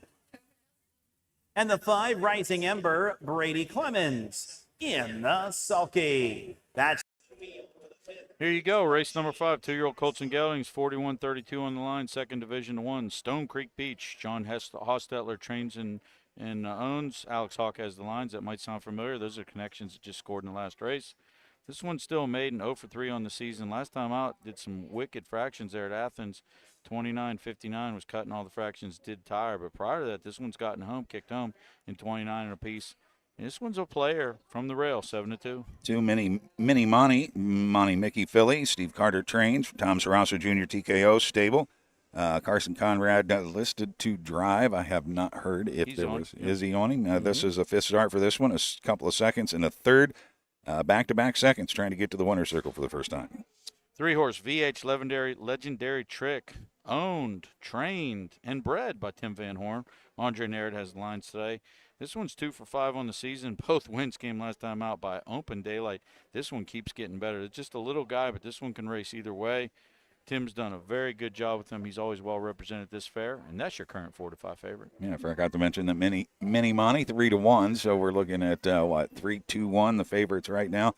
4 is Maple Bay. Marlon Smith trains. Lori Farnes-Smith, the owner. Daniel Ireton is the driver. 4th career win yet to hit the board. Has had issues with his gate. Son of Memphis Flash, homebred for the connections. He's still trying to figure it out. We'll see if he keeps him moving forward and getting better.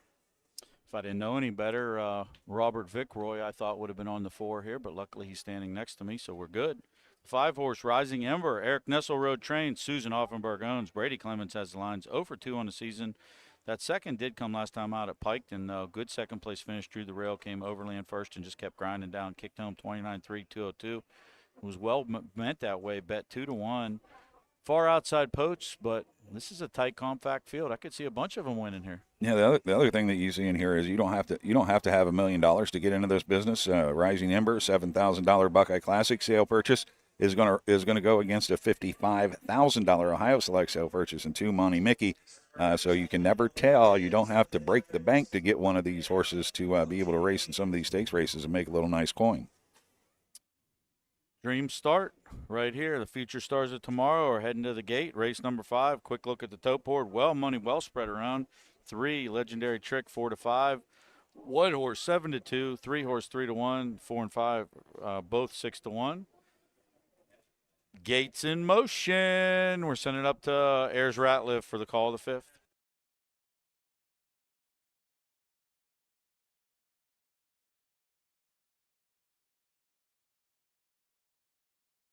1,132 field of 5, 2-year-old Colton Gelding Pacers. Trophy by Muskingum County Fair at the top of the stretch. And here they come.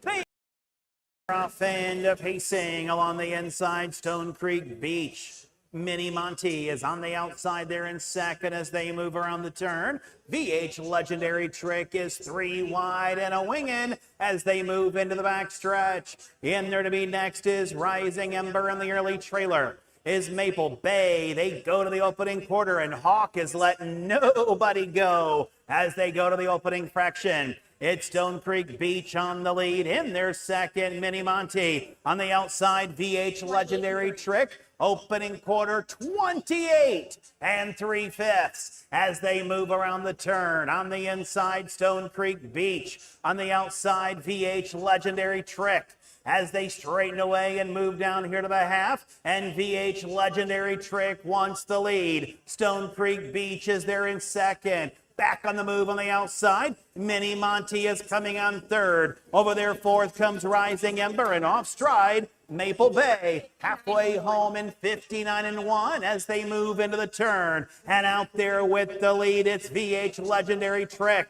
On the outside, Mini Monty moving out there looking 3 wide is a Rising Ember, and Rising Ember is 3 wide and a wingin'. Next is Stone Creek Beach. Way back, Maple Bay. He stopped off for a lemonade as they go to 3/4. There are 3 across the racetrack. It's a ding-dong battle for the lead. Out there 3 wide, Rising Ember. Between them is Mini Monty. 3/4, 132 3.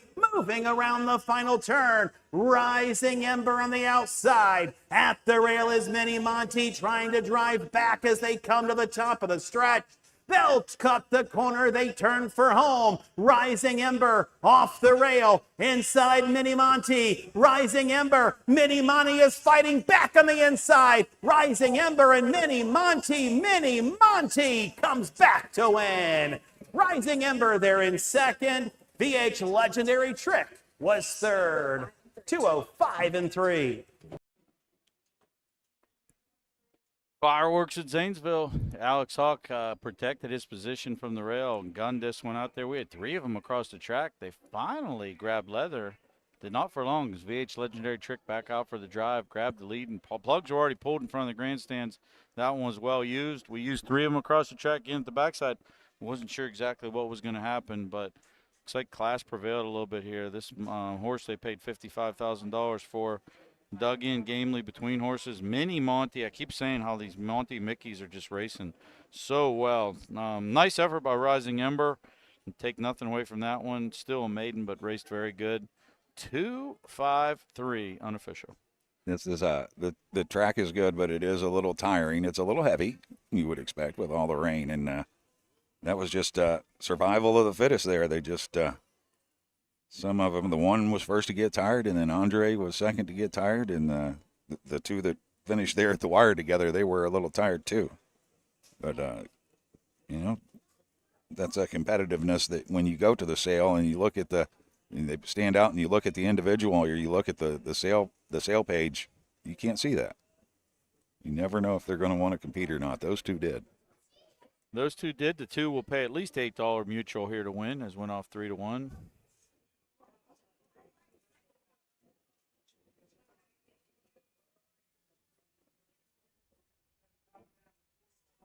Got William Spearling from Sanibel tuning in. Earning this one today, the 2, Mini Monty. A 2-year-old black-coated son of Monty Mickey.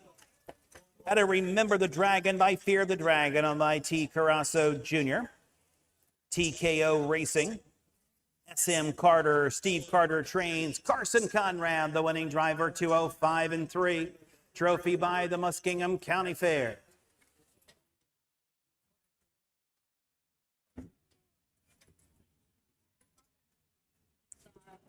Stone Creek Beach was fourth. Mini Monty, the winner. VH Legendary Trick was third. Maple Bay fifth. Rising Ember second. 4-1-3-5-2, 28-3, 59-1, 132-3, 205-3. There you have race 5 official, 253, 820 to win, 740 to place on the 5. Try $20, Quinella $760. I believe we had the exacta uncovered as well. So if you are local on track, make sure you do run your tickets and check to see here. Takes us into race number 6. We've got 2-year-old Colton Gelding Trotters. This is the second division of 4. We've got 5 horses signed on, another owner's race. We'll tell you all about those contestants after these brief messages. When you need supplies for your horse, one name stands out, Big D's. Since 1976, Big D's Tack and Vet Supply has been the equine experts you can trust. Whatever your horse needs is available at Big D's Tack and Vet Supply. Visit the retail outlet in Streetsboro, Ohio, or order online at BigD'sWeb.com. Sign up for text messaging and receive $10 off your order. Big D's Tack and Vet Supply. Hickory Lane Farm is proud to have bred or produced 3 Dan Patch champions over the last 3 years. Located in Findlay, Ohio, Hickory Lane Farm bred and sold world champion It's Academic. We also co-bred and sold sophomore Breeders' Crown winner Yo Tilly. Our stallion, In Range, set new sales records at the 2025 Jug Sale and is the sire of Set Your Sights High, who was last season's Dan Patch 2-year-old trotting filly. Find your next champion at the Hickory Lane Farm. Consignment.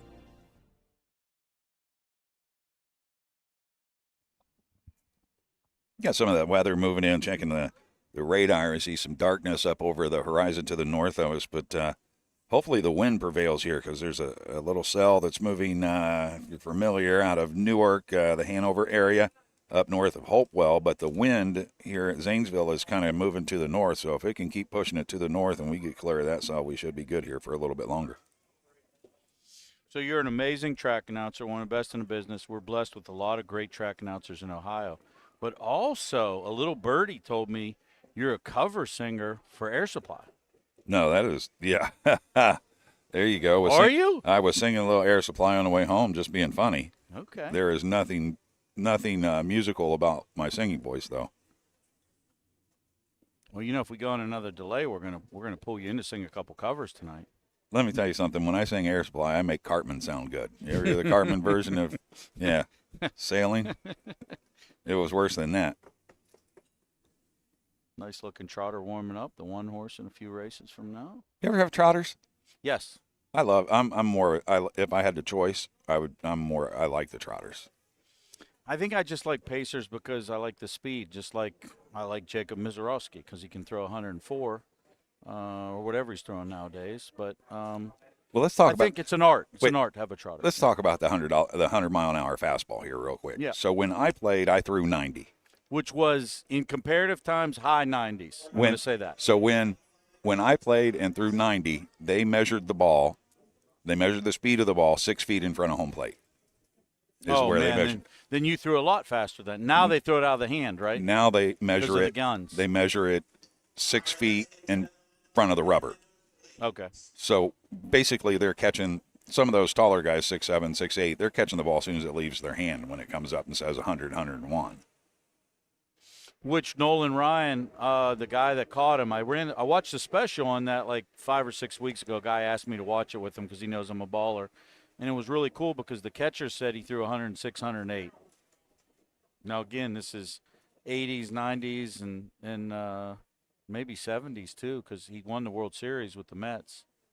Yeah, did you know that Nolan Ryan won the World Series his rookie year? Yep. And the never Miracle got, Mets. yeah, Yeah. Tom Seaver was on that team, right? Yes, he was.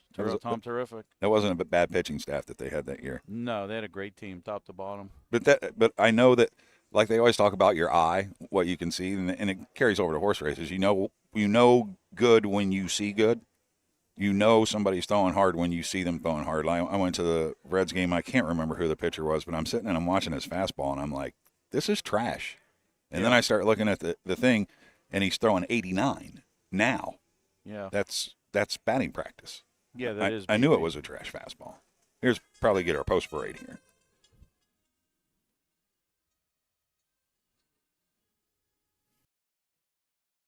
Called a post for race number 6. 1 is Royal Dublin, Jimmy Smith. 2, Wallstead, Aaron Lehman drives. 3, along comes Caleb, driver change to Brady Clemens.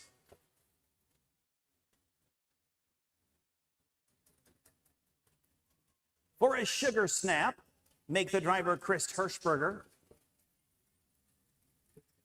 And the 5, Liam's Prize, Sam Widger in the sulky. That's the field. Here we go, race number 6, $4,025 on the line. The 1-horse, Royal Dublin, Jimmy Smith, owns, trains, and reigns this one. 1 for 4 on the season, 4 for 4 on the board, $5,900 in earnings. This one did everything but win last time out at Mansfield. Was in, was out. Still closing on the winner right at the wire. 4-5 that day. 8-5 today. No bigger fan than me of Jim Smith. Good big shot here. Man, he does a good job, Jimmy Smith. 2 is Wallstead. It's 8-1 right now. Scalded son of Olstead. This was a $4,000 Buckeye Classic sale purchase. He's already covered that. $6,000 in earnings. Win in 10 starts this year. Jerry Miller, Aaron Lehman tried to team up. He missed at Jefferson by a neck last time out. 3-horse, along comes Caleb. Mary Dawson owns and trains. We do got a driver change here to Brady Clemens. Brady Clemens will drive. Along comes Caleb. This one has made a break in every single charted line on the program. 0 for 4. Looking to just stay flat and get a nice check here. Does look good on the track here today, 8-1. 4, Sugar Snap, son of Rich Image, a homebred for Marty Troyer out of a Cash Hall mare. David H. Miller trains. The David Miller, by the way, is David S. Miller. So if you ever see David S. Miller, that is the Purple Jesus David Miller. David Miller trains this one. The driver, Chris Hirschberger, a second-place finish in 5 starts, breaks in every line on the program except for at Lisbon. Stayed flat, picked up a second-place finish. So stayed a business, can make a little money more than that 5th-place check for Sugar Snap here right now, 9-2. 5-horse, Liam's Prize. Rosie Weaver conditions for Heartland Acres, and Rosie Weaver co-owns. Sam Widger has the line say, this is your headliner of the field. 4 of 8 into the winner's circle, 6 of 6 on the board. Last time out, went right down the highway at Berlin. Never looked back. 2 back at Athens. Just got picked up at the wire. Did make a skip, 3 back, but when this one stays trotting, awfully tough to beat. And this is your current favorite at 6-5. Looks well meant on the track. This is not the first horse that I've seen that came out of the blooded horse sale as a yearling that has made a little bit of money. I know it was an $18,000 purchase, and he's made $15,300 so far. But if you know what you're looking at, you pull that blooded horse sale catalog up and you see some yearlings in there, don't think that they're just toss-aways. There are some good ones in there. You just have to read the book, though. You do. Speaking of trotters and speaking of David S. Miller, I was told the best trot driver in that family is Dell S. Miller. Yeah, he drove. We were talking about that one earlier because they were talking about Gene McKee having DJ Babe in the Sire Stakes. Dell, he used to be second trainer for Jim Arledge Jr. back when Jimmy had a ton of good trotters, and Dell did a lot of driving on them. Dell's got good hands. He's a better driver than Brett. Don't tell Brett that I said that. But, yeah, Dell could drive one. Here's a good Del Mello story. He drives one for me at Lebanon one night. He was my regular guy there that year. And there was an accident. A horse got hooked and dumped over at the quarter. Nobody got hurt in there. We got a photo finish, and we pull up, and I said, Del, did you get there? We were one of the favorites. Del, did we get there? Yeah, I think we got there. My sister jumps into the golf cart, and I'm like, don't get in the golf cart till he put her number up. Oh, we'll be all right. We'll put it in there. The guy that drives the golf cart, get in the golf cart. I said, no, I don't want to do that till we put it up. Get in the golf cart. He drives us all the way over to the wind circle. Put the other horse up. We were third. I said. So Dell had good hands and bad eyes? I said, Dell, I thought you said we won. We were third. He goes, I'm blind as a bat. And here's Ayers for the call of the 6th. At the top of the stretch. Race number 6, and here they come. How far you live on the road today? Much better. Did you talk to him? They're off into trotting, and they're dropping like flies already. Wallstead was on a break. Along comes Caleb on a break. Sugar Snap was on a break as they move around the turn. Royal Dublin on the inside. Up on the outside, Liam's Prize. Those two try to settle the score early as they move into the backstretch, and Jimmy Smith tells Sam Widger to get behind him as they go to the opening quarter, and Royal Dublin leads the way. Liam's Prize is there in second. Further back is Sugar Snap in third. Along comes Caleb is there in fourth, and the trailer is Wallstead. They go by the opening quarter in 31-1. Around the turn they go, and with the lead, it's a Royal Dublin. Liam's Prize is there in second. Further on back to Sugar Snap third. Further back yet, along comes Caleb and Wallstead. Moving down here to the half, and Widger wants to go round 2 with Jimmy Smith as they come onto the line for the first time. On the outside, Liam's Prize is getting the lead. Royal Dublin is there in second. Halfway home in 102-2. Further back in third is Sugar Snap. Next we have, along comes Caleb, and the trailer is Wallstead. Into the backstretch they go, and the leader, Liam's Prize. Right there second is Royal Dublin. It's a Sugar Snap in third. On the outside, Wallstead. With along comes Caleb, who's off stride again as they continue on to three quarters. And the leader, Liam's Prize. They're in second. Royal Dublin, 135, moving around this final turn. And the leader is Liam's Prize. Royal Dublin is still in second. Further back trying to hold third is Sugar Snap. Trying to roll in on him is Wallstead at the top of the stretch. And it's Liam's Prize with the lead. The lead is now 3. In their second is Royal Dublin, but Liam's Prize gets the top prize today. Royal Dublin is there for second, and Wallstead comes on for third. Time of the mile, 2:08.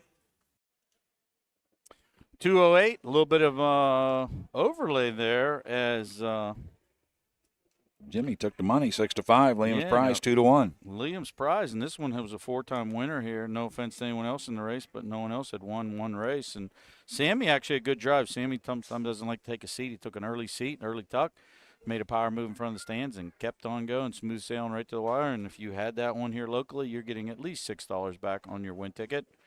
This is how I can tell that I'm a degenerate trotting guy. They were, as Ayers would say, they were gapped out from here to Hopewell with a couple breakers in that one.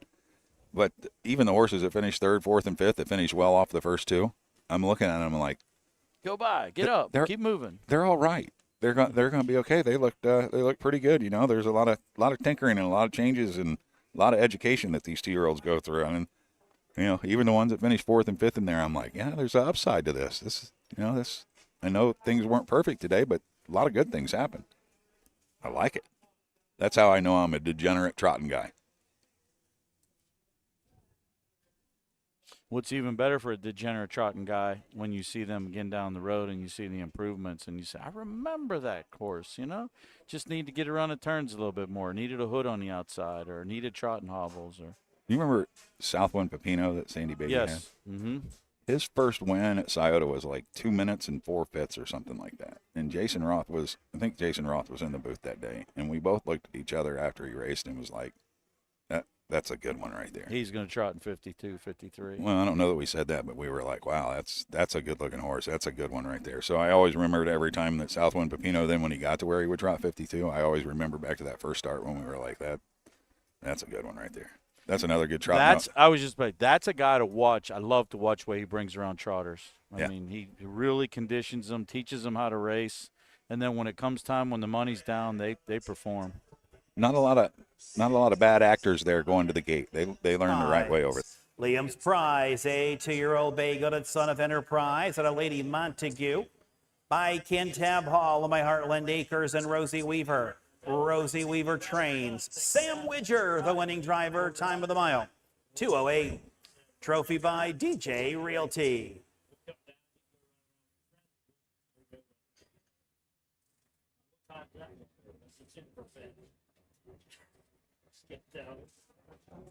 Royal Dublin was second, Wallstead third. Along comes Caleb fifth. Sugar Snap fourth, and Liam's Prize the winner. 2, 3, 5, 4, 1, 31 and 1, 102 and 2, 135. The mile time, 2:08. That race is official. Race number 6, 512, $6 to win, 520 try, 440 Quinella. Very popular for the locals here, although they did get a nice win price on that horse. Moves on to race number 7. Race number 7, we got 3-year-old fillies. This is the second division. The first one was a really good race between Suma Diva and VH Goldie. Let's see if we can equal that, as we got 7 signed on here. We'll tell you more about that race after these brief messages. The Ohio equine industry needs your help. I'm Scott Mogan, president of the Ohio Harness Horsemen's Association. With over 300,000 horses in Ohio, the economic impact of the equine industry in the state is over $2.8 billion. That means jobs that pump millions of dollars into the local economy and support thousands of families. For Ohio's equine industry to remain strong, we need to send a clear message to our legislators about the important role that the agricultural small businesses play in Ohio's economy. To do that, we need your help. PACER, the Political Action Committee for Equine Racing, helps support and inform on issues that could positively affect Ohio harness racing. Please consider a donation to PACER. To donate, visit our website at ohha.com or call 614-221-3650. Your donation will help keep harness racing strong in Ohio. Thank you for your support. Hey kids, we invite you to join the Backstretch Buddies Club, a fun and free club for kids 12 and under who love horses and wants to be a part of harness racing in Ohio. Once you've signed up, you will be able to join Willie Winnett and exciting adventures and receive awesome surprises. Sign up today using the QR code.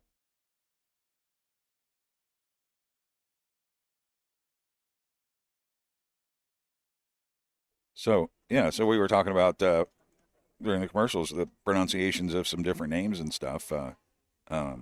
Upcoming race here, the horse has 7-hole is for team, the way that it was explained to me, Team Pfeiffer, because the F would be silent, which typically that name, the P is silent and it's Pfeiffer, but I'm told that I was told a few years ago that they pronounce it Pfeiffer.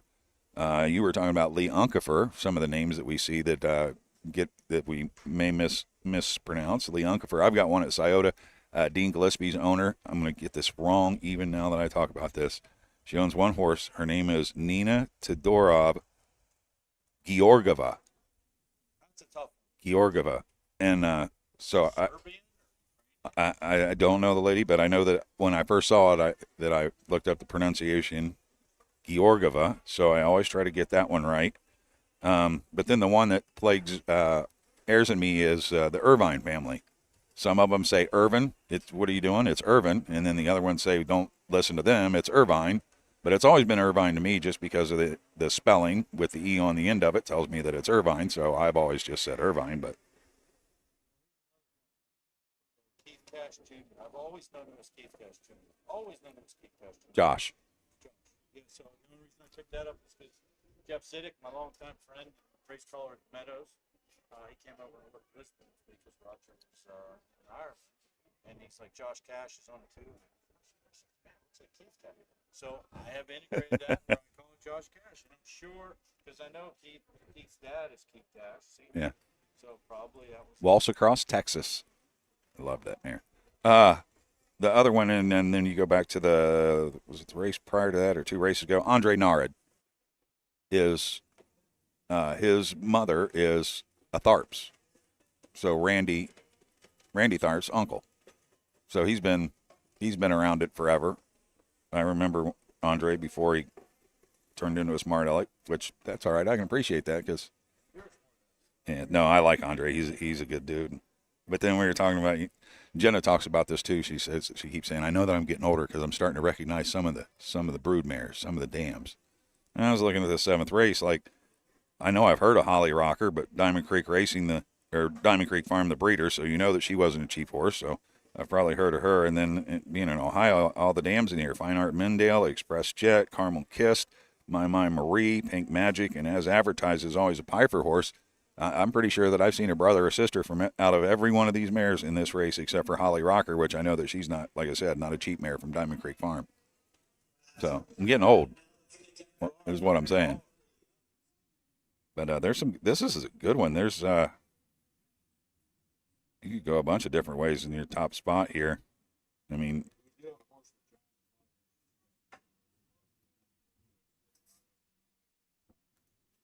get two, and then so we still keep the two trailers though.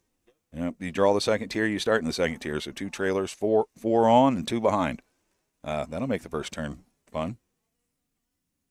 So yeah, it's a good group right now. The favorite from the rail, Camden, that is Austin Hanners for Alicia Hanners listed. I did not see if there was a driver change. I see Andre did pick up a drive down there. That might be the one. Camden here, 3 of 12, 8-5 favorite now. The 6 is 5-2 Pink Bubbles. Brady Clemens for Eric Nesselrode, and 3-1 on the 7. Clayton Pfeiffer, he does a good job. Not afraid to send one. Here in this one, couple wins, 13 starts. This is a good group here. This is one of those races that you could really fire at, because you got if you could come up with the right connection here, you might be able to get paid. Here, if you watch all these things, and you can follow them from fair to fair, you might be able to sneak a nice price in every once in a while. Do your research.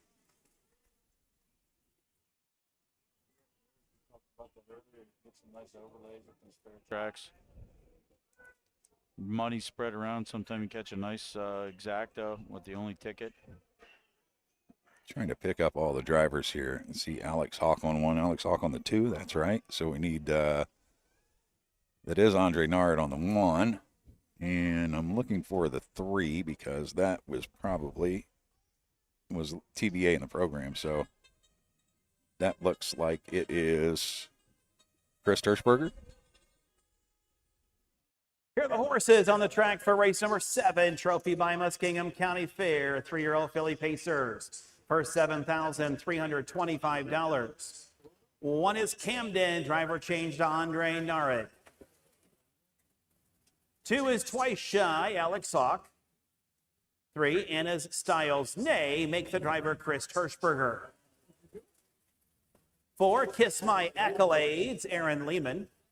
The 5 is scratched. 6, Pink Bubbles, and Brady Clemens. 7, She's As Well, Clayton Pfeiffer in the sulky. Here we go, race number 7, second division, 3-year-old fillies going for $73.25 to 1. Camden, Alicia Hanners trains for Hanners Racing. Make the driver Andre Naird. Andre Naird will drive Camden. This one's 3 of 12 on the season, was 2 of 11 last year.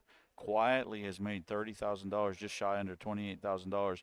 Nice individually paced mile last time out at Scioto in the Buckeye Claiming Series. This one left the gate in 26-3. Loves to be forwardly placed, 2 back at the fair circuit, and Eaton went all the way down the road, 204. One of the main contenders here, 9-5. 2 is Twice Shy. Done her Fool Me Once, $4,000 Buckeye Classic sale purchase. Jesse Bolin, the owner. Mark Winters, the trainer. Alex Hawk drives. No wins, no seconds, 8 starts. Third last out at Piketon. Watching this one scored down for Alex Hawk into the first turn looked pretty good. Power packed. That back end is what makes the speed and the power, and she's got plenty of that. Keep an eye on Twice Shy here, 14 to 1. 3 horse, Anna Styles Nay. Chris Hirschberger is the driver. It was TBA in your program. Danny Hostetler trains and owns this one. 1 for 9 on the season. That win came 4 back at Northfield in an all-winner 1. That worked a couple races ago for another contestant. This one was 3rd last time out, and 3 of 9 on the board, 6,500 in earnings. Currently 11 to 1. Hear the wind picking up, and it's still working for us a little bit, trying to keep that cell, one little cell, trying to keep that away. 4 Kiss My Accolades, daughter of Sumika Milani, $15,000 Buckeye Classic sale. Purchase, no wins, no seconds, 17. She's done a lot of good things, but doesn't put it together at the right time. Post 4 today. 5 to 1 for this one. Second tier start at Jefferson last time out, turned it into a 4th place finish. 5 has been withdrawn. The 6 horse Pink Bubbles, Eric Nesselrode trains for Susan Offenberger. Brady Clemens has the lines. 0 for 2 on the season, got a late start this year, but last year her stellar season 9 of 11, first, second, or third, $20,000 in earnings, 59 mark as a 2-year-old at Piketon. Started out the season at Wellston, third place finish, was fourth last time. I'm sorry, Piketon was fourth last time out. Two-back was third at Wellston. This one will start from the second tier, getting a lot of tote action at 5-2. Another second-tier starter for Team Pfeiffer. She's as well a homebred, daughter of a well-said. Last 4 at the fairs, Wilmington, Wellston, Piketon, and Athens. Made a break at Piketon, got placed. Otherwise, second-place finishes. We've seen her at the raceways. She's got a ton of speed. She's going to have some work to do from the second tier, 5-2. There is your field of 6 heading to the Wilkenberg starting gate. 6 and 7 trail here, 4 on the gate. We'll send it up to Ayers Ratliff for the call of race number 7. And $325 scratch down to a field of 6. Here they come.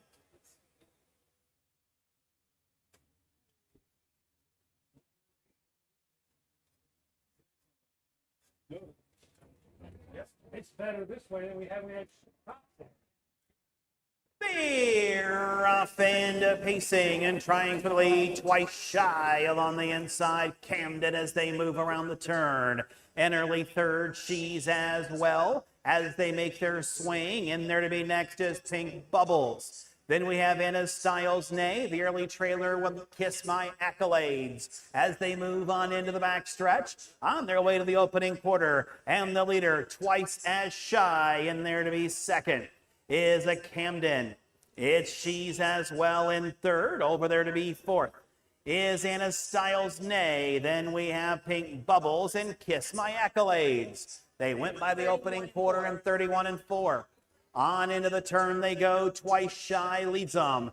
Camden is there in second. She's as well third. Kiss My Accolades moves up on the outside. In there to be next is Anna Styles Nay and Pink Bubbles as they come down here to the half. And the leader, twice shy, in their second, Camden. Kiss My Accolades is now up to third. On the outside, fourth, Anna Styles Nay. Halfway home, 104 and 4. At the rail, She's as well. And the trailer has become Pink Bubbles. Moving around the turn to straighten up into the backstretch. And the leader, twice shy. There in second, Camden. On the outside, Kiss My Accolades in third. Over there to be fourth is Anna Styles Nay with She's as well as they go on to 3/4. And the leader, twice shy. She's as well is out there 3 wide. In between them, Camden, 3/4, 135 and 3. Moving around the turn to the top of the stretch. They're 3 across the racetrack. We got a horse race in Zanesville as they turn for home. On the grandstand side, She's as well moving to the lead. She's as well strikes the front. She's as well drawing away. Finishing second was a twice shy. Camden was third, 205 and 3. 205 and 3. I told my co-host here, Barry, at the quarter pole, I was betting the 7. This horse was going to swoop him, and that's what she did. You told me at the 8th pole. Yeah, 8th. Give yourself a little more credit. Okay. When I see a horse 60 cents, 50 cents, 90 cents in the last 3 starts, it's finished 6th, or I'm sorry, 2nd, 5th, 2nd, and a couple breaks in there. All this gal has to do is stay flat. She got enough pace, and great drive today by Clayton. Very patient and nice popular winner. She's co-favorite now at 2-1. Will return at least $6 for the Win Mutual. Yeah, Clayton, he's driven her a few times at the raceways and stuff like that. But the tough part for Clayton is that that colony that I work with, if you're not one of the guys, you don't get any breaks. So she's got gate speed when she draws on the gate. But he had the second tier today, so he had to kind of sneak away and race her off the end of it, which he did a good job of. He just gets a little aggressive with her at the raceways, and he didn't have a lot of friends out there. If he could be a little more patient with her, the way that she closed right there, if she could do that at the raceways, which she does have that ability, and I think he's going to start doing that she would be a good one at the raceways. She's only got a mark of like 55, right, at Scioto? Yeah, 55. But, 55 is a 2-year-old, 55 and 4 this year in Miami Valley. So she's faster. She's faster than that. She's one that deserves a mark like 52 or whatever. She's got that kind of speed. Get another tune in here I just saw, and I lost the name.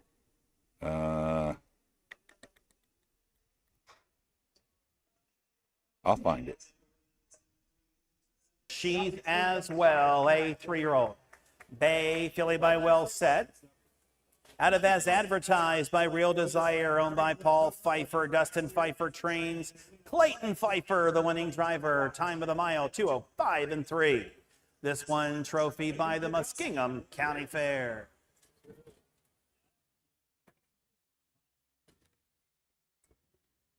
Camden was third, Twice Shy second, Anna Stiles, nay, fifth. Kiss My Accolades fourth, My Western Home was scratched, Pink Bubble sixth, She's as well, the winner.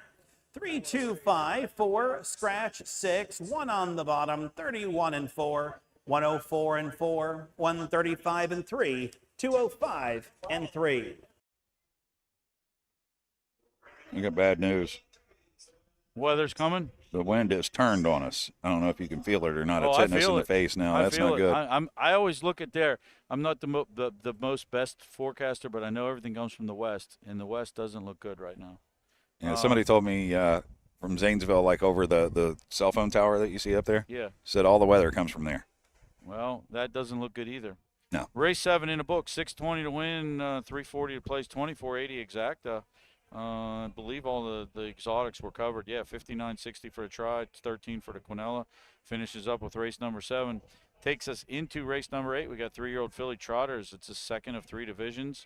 Got 7 horses signed on. We'll tell you all about that and the impending weather coming after these brief messages. Once a year, the greatest converge. 12 championship races, over $7 million on the line. History will be made. Legends will rise. In October 2026, Scioto Downs becomes the venue where speed meets destiny.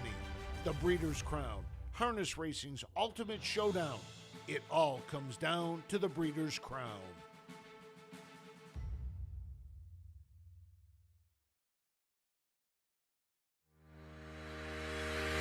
Own a little and love it a lot. TheStable.ca is an award-winning fractional ownership operation. Buy as little as 1% of a racehorse and experience 100% of the thrill. TheStable.ca makes ownership easy, accessible, and affordable. Communication and customer service are at the heart of everything we do. Get started at TheStable.ca.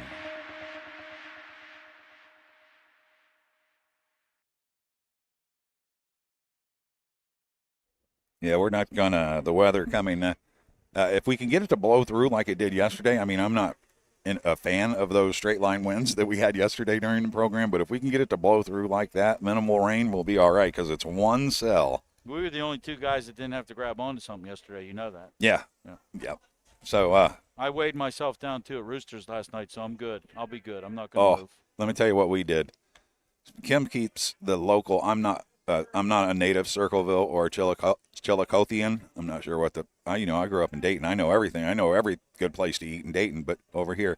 So the first one she hid from me is during the pumpkin show in Circleville. They have a place, a donut shop in Circleville that makes these pumpkin donuts that are outstanding.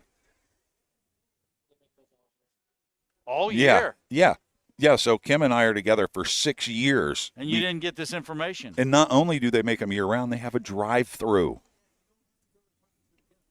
But if you try to get them at the pumpkin show, you'll have to stand in line for an hour and a half. No so you're lie. Better off getting them in the spring or something. Then. Yeah. Year round, they have these. And they're in. I want to tell you, it's Circleville. I want to tell you, it's Lindsay's Donuts. They're right on Main Street. Lindsay's Donuts. They're great.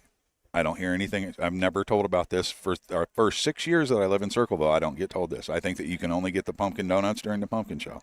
No, you can get them year round. She didn't tell me.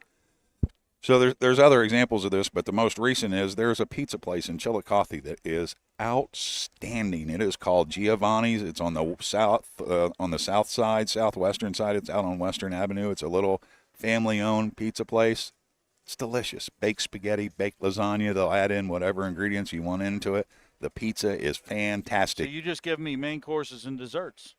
Yeah, so this place is called Giovanni's on Western Avenue in Chillicothe. We've been together 14 years. I went to Giovanni's for the first time 4 months ago.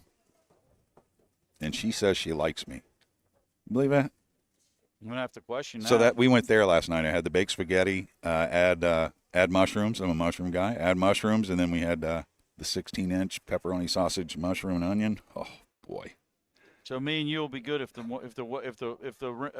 weather comes and the wind. Me and you will still be sitting here. Yeah. Okay, good. Yep. Steve, I don't know. Did you make it to what was the donut place again? Lindsay's Donuts. Okay, but occasionally you make the trip. Okay, so you know that. Okay. Yeah. And what's the name of this place? I got to put in my hand. Lindsay's. Lindsay's Donuts. That's Lindsay's right on. Donuts. What is that? What's the main street there? Is that Main Street? And you have to have the pumpkin donut, right? Yeah. Pumpkin donut. Is it a cake donut? Yeah. Oh, yeah. Yeah, it's good. Really good. Why are the things that are not good for you taste so good? Main Street Circleville. Okay. But yeah, that's the. Yeah. So here's the good news. If you're listening in the audience, we were just told we have the sale on September 18th. When you got a place to go. So if you are from out of town or you're coming from Circleville or from Scioto Downs, so you come down 23 to Circleville, you get off there the main exit that says Fairgrounds. You get off that exit, it'll bring you back underneath the overpass to head into town. You'll go over train tracks. I think it is. There's a light there, a light at Scioto Street. Go through that light, and then Lindsay's is on your right. And when you see Lindsay's, there's an alley. When you see the sign Lindsay's, there's an alley right there. It's by That's the drive-thru. by the DMV is before that alley. So when you see the DMV, the next alley, turn in there, and then look at the building on the left, and you'll see the drive-through window for Lindsay's Donuts, pumpkin donuts. Oh man! And guess what's right on 23? Yeah, if you Roosters. skip the exit and go right on down 23, there's a Roosters. Down Yes. So you got everything covered. there. Yeah, me and DoorDash were good friends until I've changed my. I wouldn't say it a diet. I've just changed my eating strategy. So I like that strategy. there are a lot of good down there. I know this isn't a Circleville show, but man, there's Roosters. There's a mariachi Mexican place there on the right that's I've good. heard that's pretty good, right? Oh, there's a Pizza Cottage. There is a Charlie's Cheesesteaks now. McDonald's, KFC, Long John Silver's, Looks like I better Wendy's, be going to the fair. Chipotle, Jimmy John's, City Barbecue. I like City Barbecue. There's a Rax.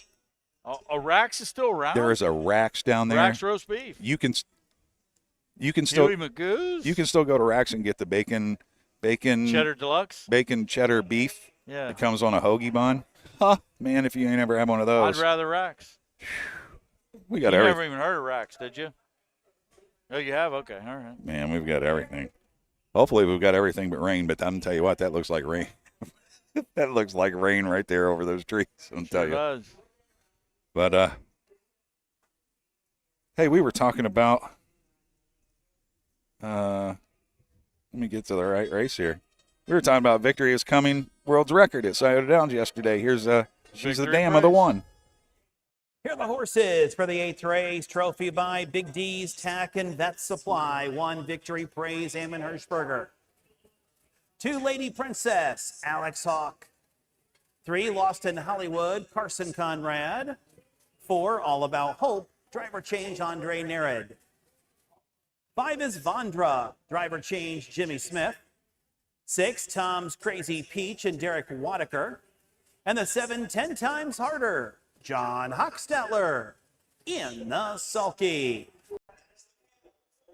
Race number 8, 51.67 on the line. The one horse Victory Praise, as Barry just said, this is out of the dam. Victory is Coming. This daughter of Victory is Coming is 1 for 6 on the season. Good second last time out at Mansfield. I was there that day. This one drew the fence and raced extremely well. This daughter of Enterprise, 2 for 13 lifetime, 57-2 mark at Scioto, pumps out of the page. She's got the coveted rail. Nice price, 6-1. Mama at the time, world record, 151 at Scioto Downs. Lindy Princess, the 2. Virgil Morgan Jr. trains out of Dubai Princess, ready for money. A winner at Xenia. She just romped last out, 13 1/4 to the good. 3 of 13 this year. She is your 4 to 5 favorite. 3 horse Lost in Hollywood. Charlie Conrad trains. Carson Conrad drives. Mattingly, Christian, Conrad, and both Conrad stables own this one. 0 for 6 on the season. Still looking for that maiden voyage win. shows a bunch of X's here, but last time out did stay flat. I'm sure that's the game here as well. Get this one around the track, 25-1. 25-1 on All About Hope for Brian Haynes. Robert Beachy owns the daughter of What the Hill Vadana. I remember her when she was racing there. Trouble staying at her work when she stays at work. She was second at Piketon, a good 2.5 and 3 mile there. 25-1. We'll see if she can get it done. I love the trainer of the 5, Charles Vigneron. Always seems to come up with a good one. Yeah, and he brings over Vondra. He owns and trains that one. Jimmy Smith gets the lines on that one today. 0 for 3. This one made a break last time out, but 2 back did stay flat and tried a nice third. That one far outside post, 25-1. 6 Tom's Crazy Pete, second tier start, 4-14. One of those wins I saw, Buckeye Claiming Series, was a winner 55-2 at Scioto. Coming off of a third at Jefferson, did the work on the front end, but couldn't hold off a couple in there. Tom's Crazy Peach, Eli Miller, West Farmington, owns and trains. Right now, 2-1 second choice. 10 times harder. Owned, trained, and reigned today by John Sostetler, 79 years young. This one's 0 for 20 in the career, still looking for the maiden voyage. Did add Lasix and did add trotting hobbles last time out and is getting some tote action at 9-1. And that is your field of 7. You know, when you can get 4 horses that are getting bet in a race at a fair, that's pretty good. You get 5-2 on the 1, even money on the 2, 2-1 on the 6. The 7 just clicked up to 10-1, but you could probably turn a profit in here with almost $100 in the win pool. I'd say the 2 here going to the gate at even money is very well meant here. Larry and Mr. McClellan, this is their local hometown fair. Virgil brings this one over. Alex has the lines, goes to the gate as the favorite. We're going to send it up to Ayers for the call over race number 8. $1,167. Trophy by Big D's. Tack and Vet Supply, field of 7. 3-year-old filly trotters, and here they come.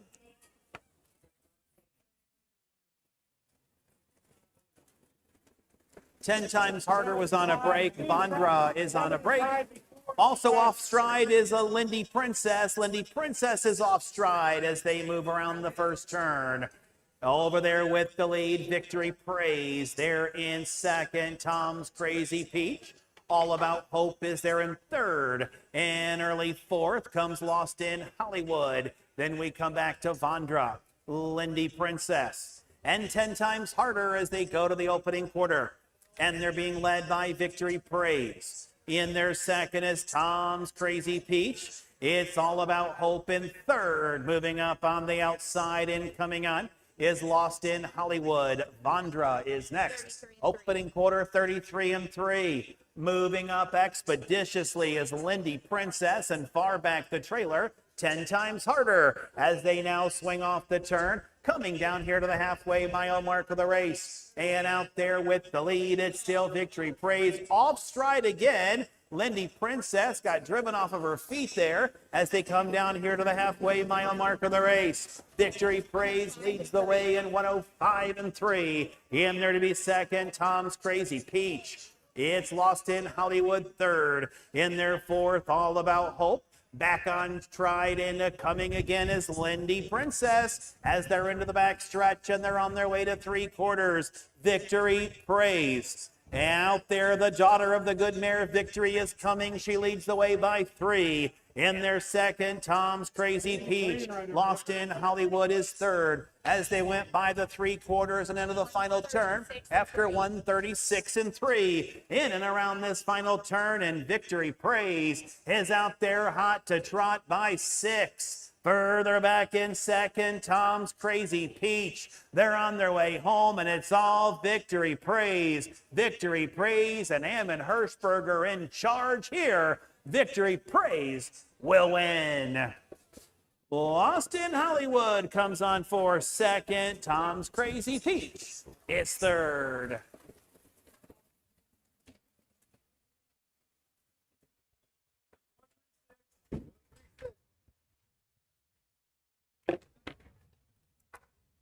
Mitchell's 1, 3, 6. Yeah, 1, 3, 6. You heard the judges call out upstairs, but Victory Praise, she handled everything. The 2 Lindy Princess, man, she wants to get that gate cleaned up a little bit. She wants to go. Yeah, well, I talk about this a lot. These horses that come over to these fair circuits that aren't much used to these lawn ornaments, people, different circumferences, tighter turns. It makes it a little difficult. That one definitely has some speed, just didn't get over the surface great today, but no doubt about the winner, Victory Praise. That one drew off from this Tom's Crazy Peach. I've watched this horse race all spring and summer since horse is a pretty nice horse, and drew right away from that one. It's taken a while for Victory Praise to come around, but much on the course like her mom, looked very good. Nice stout looking filly too.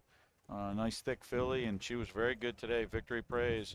Amon Hirschberger right down the wire, right down the road. Nice 5-2. We'll at least pay $720, $740 to win for the locals. Yeah, she should be able to go for something, some value there at the Delaware County Fair once she gets to that, because she's going to have all these fair wins, and I know they got the fair championship coming up at the end of the year. She looked like she was going to be like a Buckeye Stallion Series filly early. Don't know what she was staked to, but you see the bottom two lines in the program. She says 56 at Scioto. Yeah, kicking home 28-3 too. So I mean, definitely has some go to her. Victory is coming. The Red and Betty Shaw, Mount Vernon, Ohio. Ammon trained for them for a number of years, and I think the way the people are scattering might be getting a little sprinkle right now. I don't know the whole story, but I believe they gave her Victory's Coming, gave Amon Victory's Coming after breeding her a couple times. That's what I think I was told at Mansfield. Well, I don't know the whole story, but I know that they just got to a point where I think Red passed away, and then I don't know how much Betty wanted to stay in. And Coming by Victory Sam, owned, trained, and driven by Ammon Hirschberger, 207-2. Trophy by Big D's Tack and Vet Supply. Victory Praise, the race winner. Lindy's Princess, 4th. Lost in Hollywood, 2nd. All About Hope was 6th. Vondra, 5th. Tom's Crazy Peach was 3rd. 10 Times Harder, 7th. 1, 4, 2, 6, 5, 3, 7, 33 and 3, 105 and 3, 136 and 3, 207 and 2. Not much love on the top board there for Amon. The Exacta, Trifecta, Quinella, everything paid, all tickets there. So check your tickets. You could end up having something underneath there if you're local on track. $7 win, $9.60 a place. Little anomaly there for the wagering, but definitely a nice winner. 136 official. Takes us to race number 9. We've got 2-year-old Colton Gelding Pacers. This is the 3rd of 4 divisions. We'll tell you all about race number 9 after these brief messages.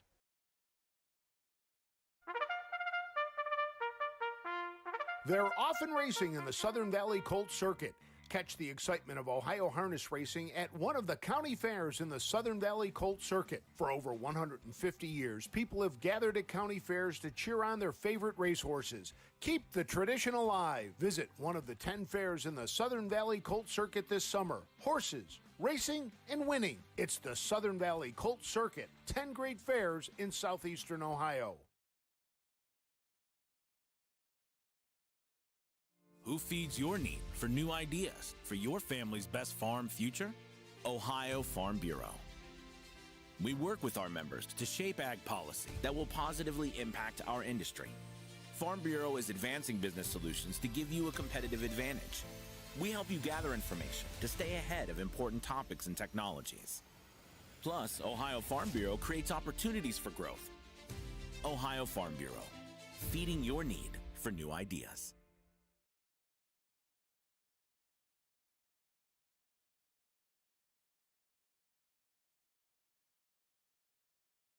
Welcome back to the Muskingum County Fair. Don Tiger, Barry Vickroy, Steve Taylor, bringing you 14 action-packed today. We got 8 in the books. We still got 5 to go, I guess, 6 to go. So they must have given Ammon that horse. Victory's coming because he's listed as a breeder. And I was telling you, tip to everybody out there, if you have broodmares, make sure, if you buy a broodmare, make sure that you change the ownership with the USTA prior to the foaling date. Once the foaling date comes, whoever's listed as the owner of the mare is going to be listed as the breeder. So, and that's very big because you do get breeders' rewards for racing in stakes races and races in Ohio, so especially if the horse foals out in Ohio. That's another one I learned from Kim. She taught me that. You have to change before the foaling date. After the foaling date, there's nothing. She needed something positive today after withholding all those food options for years, 6 years and 13 years. That's excessive, so she made up some ground today. I get even. Every once in a while, I roll over with an elbow. The right one, not the left one. It's no good. And then when she says, "What was that for?" I go, Sometimes she doesn't even wake up when I do that. I see the rain over where my car's parked. or truck, I should say, and it'll be into the stands here in another minute or two. It is over here. You can start to see it. So we are getting light rain, which I think we would take at this point in time. We don't want heavy rain. And when my trusty meteorologist tells me what's happening next, we'll keep us updated to see. Well, it was breaking if this up. is coming or not. Or is it breaking up? It looked like it was serious when it was heading this way, but it's broken up into two yellow cells that are splitting us, one to the north, one to the south. It'll be great to get just to like whoosh, and be done, right? Yeah. But then at least there was nothing behind that afterwards. See, it's just that front. Yeah, and that's done. So regardless if we can get through this, we should be able to finish the next 6 that we have on the card.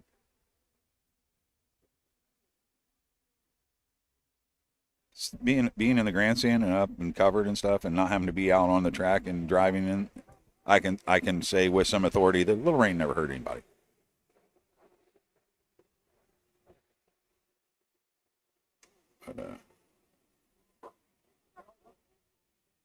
But, read through the chat. There's some pretty these people that tune in here and then chime in on the chat. They know they're horse racing. This next race, how special would this be? Light Ding, the full brother to the earlier winner today, Summa Cum Diva. Willard Taylor's here today, and this is his 2- and 3-year-old full brother and sister racing on the card. And this one should be well meant here, 5-2 morning line, but really cool to have 2 horses win on the same card.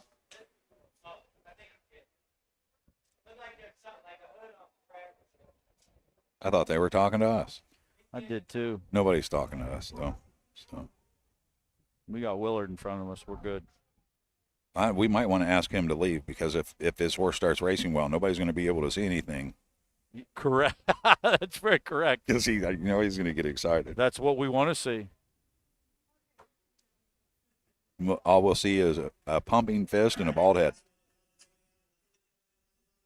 There's nothing better that I can tell you, though, when you breed your own horse and you remember the day it was bred, and you're like, oh, okay, I hope that horse is going to make the races or train down. And then it's like watching a child, like go and then grow up and play in the minor leagues.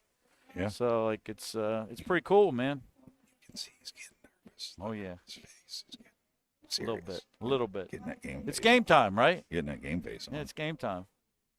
No, as a former player, it's always good to tell these athlete stories. Because I also played high school and college basketball. So I played baseball, and I was a 2-sport athlete. But right before that ball goes in the air, you always have those butterflies. But as soon as that first pitch, it's all business, man. And here's the post parade for race 9.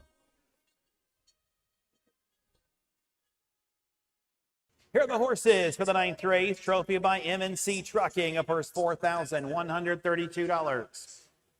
2-year-old Colton Gelding Pacers. 1 is Light Ding with Carson Conrad.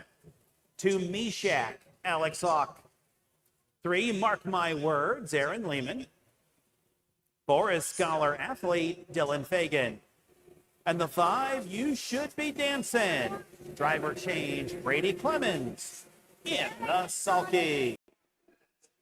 There we go. Here we go. Race number 9, $4,132. The 1, Light Ding. Steve Carter trains for the 1, the only Willard Taylor. Carson Conrad had the lines today. This one's getting better every single start. Last time out was a great second after making a bobble at the beginning at Eaton. Prior to that at Piketon, this one made a bobble too. Finished second in both efforts. From the second tier, 3 back at Wellston was a winner by a length and a quarter. 60 cents that day. This horse has been well bet at the windows, and we don't have current action, but I'm sure one of the favorites here. Good luck to Willard. 2 is Meshach. Travis Redden trains for Reagan Redden, son of Western fame. 4th career start. Breaks in his last 2. Still looking for his first on the board finish. Alex Hawk drive Meshach here into this one. 3 horse, Mark My Words. Jerry Miller trains and owns. Aaron Lehman has the lines today. This one cut the mile and took early lead last time out at Jefferson in a single dash for the cash, 13,000. Ended up fading to 4th that day. But this horse has been a solid check getter, 4th, 3rd, 3rd, 4th, and currently is 99 to 1 on the tote board. Tell Willard to run down there with $2, 99 to 1 right now on Lightning. 4 Scholar athlete Dylan Fagan. This is going to be your 1-5 favorite here. Brent Schwartz, the trainer, $15,000 Ohio Select Sale purchase. Just missed at Scioto last time out, pacing 53-4, a couple of seconds. 4 starts this year in search of his first win. Your heavy now 1-2 favorite. Who should be dancing? You should be dancing, Barry. That's the 5-horse. Jason Beatty has the lines. Tyler Tinch, trainer, Back to the Basics Racing. Actually, I think we do have a driver change. Brady Clemens is on. You should be dancing. Yes. 1 for 4 in a brief career. 2 second place finish, so 3 of 4. Another horse loves to be forwardly placed and has been kicking home good. Not a bad price as well. 2-1. Money's well spread out here. We've got the 4-horse 3-5, 5-horse 2-1. And the 1 at 5-1, the 2-horse at 4-1. 3 is the only one long on the board at 99-1. The rain continues to fall here in Zanesville, but we are going to the starting gate. The light rain's not going to hurt anything. We just want to avoid the heavy stuff. Light stuff we can take. Hopefully we'll get the rest of this card in. Here's the 9th, and here's Ayers Ratliff.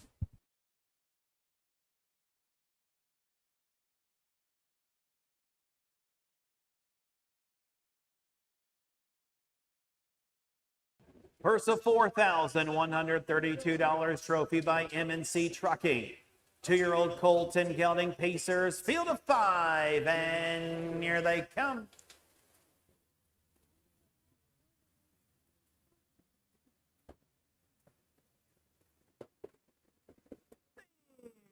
Off and pacing in a Scholar athlete looking for the lead. Along the inside, mark my words as they move around the turn.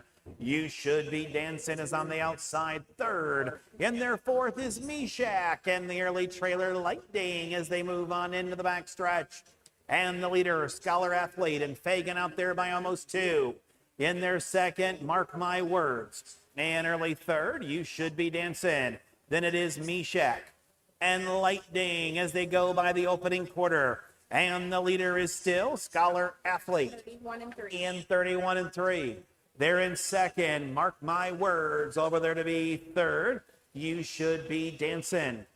Then we have Meshach and Lightning as they straighten away and drive down here to the half. And out there with the lead, with them on top, is Scholar athlete. They're in 2nd is a Mark my words. Still in 3rd. You should be dancing, and you should be dancing. Starts to waltz up on the outside. Halfway home in 103-1. On into the turn they go. On the outside next is Meshach and the trailer Lightning as they move around the turn to the backstretch. And you should be dancing. Did the 2-step out there and he has lost stride. Coming on now is Meshach. On the inside, reclaiming the lead is Scholar athlete. Over there 2nd is a Mark my words. Then it's Lightning, and you should be dancing as they continue by 3/4 in 134-1. In and around this final turn, and the leader is Scholar athlete. Scholar athletes out there by a little better than 3. In their 2nd, Meshach. On the outside, Lightning. With mark my words, they cut the corner, they turn for home, and it's Scholar athlete. Scholar athlete has the lead here, and Scholar athlete will score. Lightning look to hold 2nd over You Should Be Dancing 3rd. Time of the mile 2:04-2. 4-1-5 unofficial. A lot of fireworks there again. A lot of movement. Scholar athlete coming off that big, impressive front-running race and all-winner one over at Scioto Downs. This one did everything at Scioto, but get to the winner's circle today, does make it there. Kicked around, took the lead. You did some big pressure by the 5. That's another one.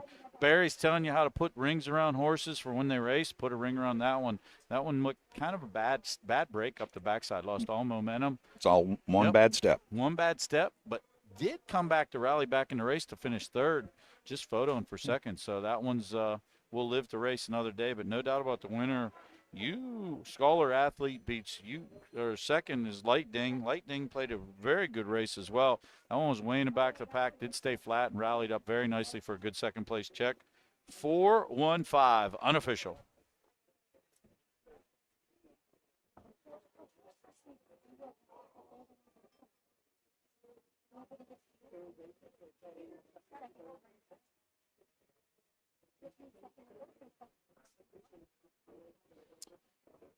Got just a light rain over here. I mean, if that stays that way, we should be able to keep going. And I do see some sunshine. So my meteorologist says we've got dissipating rain coming from the west. So I have to trust that meteorologist. We're almost clear. Almost. This clear. is the latest picture that it gives you is 5 minutes old. So Okay. So we we should be past that then. We should be about right in Blue skies and rainbows after. this area now. Okay. You just want to avoid any hard rain. I don't think we could do. Front of the stands after winning the 9th race, number 4 Scholar Athlete, a 2-year-old brown-gutted son of summa cum laude. At a cold mist by McCardolum, Brett Schwartz and Steve Harrington. Brett Schwartz is the trainer. Dylan Fagan, the winning driver. Time of the mile 2:04.2. Trophy by M&C Trucking. Again, when you come out for the 10th race, make sure your mud gear's on. Make sure your mud gear's on from race 10 on. Lightning was 2nd, Meshach 4th, Mark My Words 5th. Scholar Athlete, the winner, You Should Be Dancing, was 3rd. Recheck top down a 2, 4, 5, 1, 3, 31 and 3, 103 and 1, 134 and 1, 204 and 2. There you have it. Race 9 is official. 415, 380 to win, 220. We do got some all tickets. Again, the exact that was covered, 920. I believe our try. So if you're local on track, again, check your tickets. You might be getting back into a ticket. Takes us to race number 10. We still got 5 here to go in Zanesville. Light rain, and it looks like it's clearing up, so we'll probably be able to get these in. We've got a field of 5, an owner's race going for $4,000, 3rd division, 2-year-old colt and gelding trotters. We'll tell you all about all 5 of those entrants after these brief messages.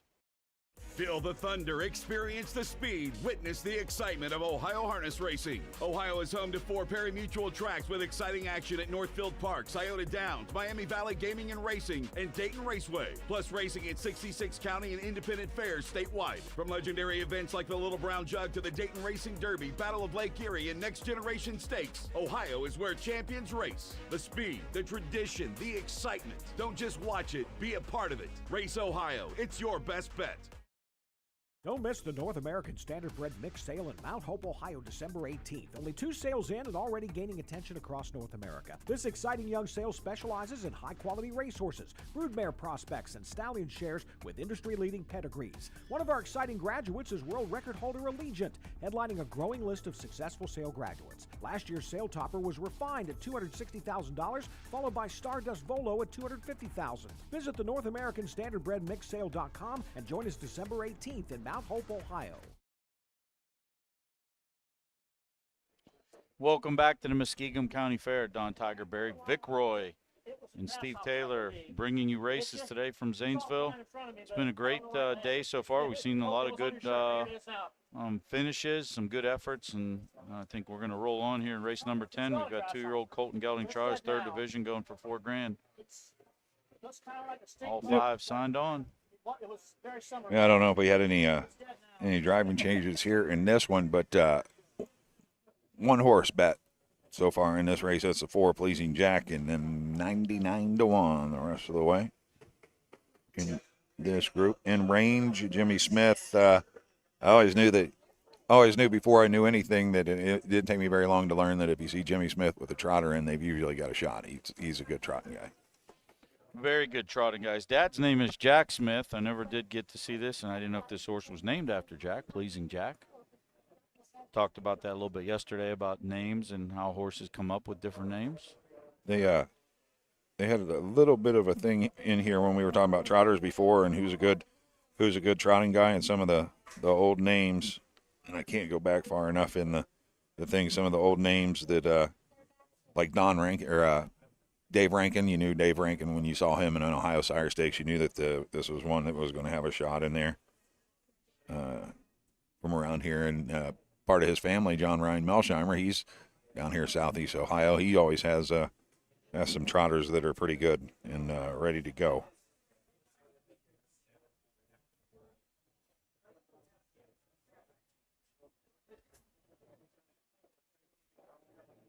The other hard part about the fairs is when you're trying to see if everybody's out ready to post parade, is that it's hard to pick up which horses are warming up and which horses just came out for that race. Correct, yeah. I usually do it by feel or, looking at driver or warm up, see if it's a, like obviously this is probably a Rosie Weaver horse with, is that Sam Widger's son? I see a younger guy with a Widger outfit on. Not sure if that's a relative or something. It might be wear my colors and warm these things up because it's a little muddy kind of thing. Could be. You know what? I haven't even looked to see how many races there are. You 14. said 14. Mm-hmm. Oh, we got the free-for-all trot in the 14th. My favorite race. Like that one. More 2-year-old colt trotters in the 13th. 2-year-old colt pace in the 12th. 3-year-old filly trotters in the 11th. So, a couple nice little fillies there in that group. Still time for someone to cash in a getaway ticket and make some money before the fair ends. 2-day meet here concludes today for harness racing. I think what they did call for mud gear, so that might take a second to find that if you didn't have it handy. You gotta make it through the parking lot, back to the trailer, and dig. I know I was in about 6-8 inches of water where they parked my truck, so I'm going to need a canoe to get back there. I found a dry spot. I parked right behind the Waterker trailer, horse trailer, but I do know that there were some pretty deep spots just getting through the parking lot. It was one of those times when I'm like, man, Rubicon will get through it. Buying the old Jeep was a good idea for today. Our Rubicon will get us where we need to be tonight for sure.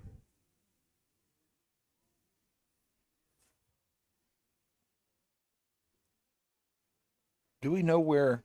Man, now his name's just left me. Charlie's brother, quarterback. Shane Falco. Shane Falco. He's an open pacer now in Northeast. Oh yeah. Yeah, he's at Monticello, but he's actually worked his way back. He got claimed off me for 15, and I know he went through a couple different stables. He went through a couple stables in Ohio, and they couldn't get him going. And I think he got strangles, I was told, which anyone doesn't know what strangles is. Strangles is a disease that affects horses where they just kind of just gush from their nose. It's like getting a really bad cold where you have to let it run its course. And actually they quarantine the horses when they get to it. Very contagious. But he got that, and then he ran that through, and then probably like 6-9 months later he showed up in Bruce Aldrich's barn. And someone called me and said he's going to do pretty good in that barn because he's a hands-on kind of guy. And that's a horse that needs hands-on kind of care. The difference between him and Charlie, I've always said that he was probably mentally faster. I lost a bet, too, that I said he would pace faster than Charlie mark-wise, and he did. I think he rattled off a 49-mile at Scioto pretty good, and he did that under wraps. But his problem is he didn't have the same conformation. From day one, he was a horse that just, he is bow-legged, I guess, to put it in layman's terms to someone who doesn't understand horse racing. He just didn't have the right, knee structure, toe structure, a lot of heart and a lot of desire. He wasn't as raw-boned as Charlie's. Charlie's a strong-looking horse. He's a little tank. And I guess the way we look at it is like Charlie looked like a modern-day running back, and Shane looked like an outside receiver. Yeah. Or what they call a tweener. Like he wasn't a great tight end, but he wasn't a great receiver. Slot guy. Yeah. X receiver. Yeah, he was useful though. Very nice, useful horse. I love to see him win. I love to see him do good. It's fun. It was fun to breed him. I always loved that horse. I spent more time working on him than Charlie. So. Charlie's song is obviously "Eye of the Tiger." Shane Falco, because it's being named after. At first I was afraid. I was petrified. See, that's why. Kept thinking that how right you could live without you by my side. That's exactly right there why I don't sing. I miss singing it, man. I miss hearing it being sung. That's the crazy part. Here's the post parade. Oh, well, I guess we're going to have to get. They make them do the post parades in numerical order now, huh? You know who instituted that? Who knew? The one, the only, Roger Houston. Who knew? Loves to get on. Well, I mean, you're supposed to, right? It's the easiest thing to do. was an awful driver, and I was always in the right spot. It's so easy. So let me explain this to you. If you're in a race and you're driving the 2-horse, who do you follow in the post parade? The one. What? The one. How did you do that so quick? I don't know. If you have the 5-hole, who do you follow? I'm going to say 4. See, right there, that right there is why you can't be a driver. Yeah, I'm sure. But yeah, I do my complaining about those parades sometimes, and just be in order. It's pretty simple. 1, 2, 3, 4, 5. Just pretend like you're counting, and then put yourself in that right spot, and then We're that's where you talking parade. about entertainment business again too. Like, this is the other thing that should happen. Not only should they be in order, but occasionally when we get to bigger races like the Open, or we get to a big race, you should, well, I don't say you particularly, but we should do where they do like at the Cup and Saucer and stuff. Here's number 1 in range, the defending Ohio Harness Horse of the Year. This 3-year-old son of In Range is 7 for 14. Like, that's what we should do. You know, if I could look that stuff up on Pathway, I could probably get some of that information and make some of my post parades a little more interesting. Well, let's hear this one.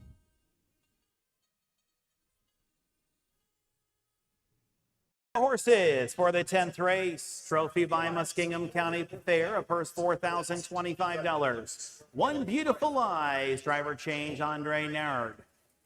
2 is a Candyland ATM. Derek Flowers. 3 is Bank on It. Gets Trotting Hopples. David Myers. 4 is Pleasing Jack and Jimmy Smith. And the 5, Johnny Reb. Lori Farnes Smith in the sulky. Here we go, race number 10, $4,000 on the line for 2-year-old Colton Gelding Trousers. The 1, Beautiful Lies. Make the driver Andre Nard. Andre Nard will drive Beautiful Lies. Brian Haynes conditions this horse for Kerry Hess. Brief career, only 3 starts so far. 1 second, 1 third. That third did come last time out from the second tier. 2 back made a break. When this one stays flat, seems to do pretty well. Andre picks up a live drive today. This one's 7-2. Candyland ATM 99-1. Derek Flowers for Roshan Trigg. Ed Thomas of Brandon, Mississippi, the owner. Gate mistakes. Get off the gate in good order. We'll see what this one can do. Just a 3rd career start. Did come away with a 2nd place finish the last time out at Piketon. Was able to recover from that early braking stride. We'll see if we can get off the gate in good order here today for Candyland ATM. 3-horse Bank on it. Trained and driven by David Myers. Talking about trot drivers, this guy's always been one of my favorite trot drivers. He used to have a horse called End of the Game that he did a great job with. Edward Richards and Blake Maddox own this horse. 0 for 2 on the season, makes 2 straight breaks. But prior to that, in a qualifier back on June 29th, this one stayed flat and trotted 202 individually at Scioto. Again, Dave Myers is the kind of guy that brings one along. This one's 2-1, getting a lot of tote action. 4 is Pleasing Jack. Jimmy Smith trains and drives for D. Chichera, son of In Range. 2 wins, 6 starts. 2nd and a 3rd. 3rd last out at Mansfield. Won the 2 previous starts at Piketon and Lisbon, right down the road in those 2. Looks like a good start. Key to this one is going to be your even money favorite here, number 4, Pleasing Jack. 5-horse Johnny Reb. Marlon Smith trains. Lori Fairness Smith drives and owns this one. Another one, only 3 starts still in the career, made 2 breaks in the first 2 efforts. But if you go back to the very first start at Wellston, this one stayed flat and got a 4th place check. Has to deal with the far outside post. Another one getting a little tote action at 3-1. Field of 5 here, $4,000 on the line. That's pretty good. Get a couple more people to stake, get eligible, and come to Zanesville. It's good racing. You know, some of these fair tracks, and the way you get off the gate, that's the way you go. It's tough to pass. One of those, like a short track NASCAR race, you just can't pass. It's not like that down here. They've been able to race them pretty good, and first up, second over, 3 wide flow. Good track to race at. Very good track to race. Like I said, it's one of my favorite fairs completely. Like I said, Dark County's always holds a nice spot in my heart. But I love coming over here with the food options, the way you can interact with the fans. We always get a good crowd. The betting's decent. It's a pretty nice place to be. We've battled the weather the last 2 days. We made the best of it. I've had a good time. I always joke and say fair time is fun time, and act like I don't like a lot of things, but I have enjoyed this. I like coming down here. This is different than actually calling the race. When I'm announcing the race, I'm so You're involved. in a different mode. Yeah, it's more about getting the horse right and getting the information out. I try to do the best that I can to call the race so that if somebody can't see it, they know what the hell's going on. So I'm really, really focused during the race on what I'm saying and the way that I describe things. So it's hard for me to actually take the time to enjoy the race. But then like this part, or sometimes I'll take a night off at Scioto and then still go to the races, and they'll be like, why would you come here on your night off? And I have to explain it's different. I'm enjoying myself. Yeah. Whereas when you're calling your races, you got to make sure you have your thing in front of you. You're locating everyone. You got your drivers. You want to make sure they're in order. It's a different type of job because I've called races too. It's a lot of fun. I will give you some credit though, man. And I know this when we had a fan here yesterday tell Barry what a great job he does and how he watches the show. And I know that made Barry feel very happy. But we as fans love your post or pre-race where you give out some horses. You talk a little bit about the trip. And you're always trying to beat a favorite and stuff like that. I know a lot of the feedback I get, people love the pre-show. Your picks, notice I said your picks, but you do a great job, and that's fun. I wish you guys compound more on your show. I know you do a little bit of talking between hand, but I think you got to go back to, I'm not sure if this was your era or not yet, but I'm a Roger Houston guy. He used to do a show with Jerry. Couple different guys there. Yeah. I mean, even Trish Out Shepherd did it, but I mean, when him and Jerry Ernstein used to do the show, it was nonstop discussions about races. And I can't tell you how many fans would stop me and tell me how they picked up. And it might not even be that you're picking a winner, but you're pointing out, like, I was at the Zanesville Fair 3 weeks ago, and I saw this Clayton Pfeiffer horse race, and he raced 3 wide. He only placed 205 and 2, but put a ring around this one. You might not have him in your selections, but you say that, and someone bets him. I did that the other day because I went to Xenia, and I called, and R.J. Murphy had a young horse making like first, second starts. The horse's name is MSG, so remember that if you're betting. MSG, and he was in the second race, I don't know, one of the programs here this past week at Scioto, and Jen and I were talking, and the line looks like a fair line. But man, the horse was, when you were there and you saw it, was really good. And I had him on my picks, and I talked about him. You don't miss out. And I think he ended up getting off like 35, 40 to 1 and finished second in the race. And so, I think that's what we as broadcasters need to bring that to. It's easy to look in the program and see by the missile down in class 1 to 5 and tell you he's going to win. But it's neat to pick the horse out that might be coming from Indiana that had a troubled trip in the last start. So we appreciate that as fans. And with that, we're going to kick it up to Ayers to see what he thinks about the call of race number 10. $5 at the top of the stretch. Here they come.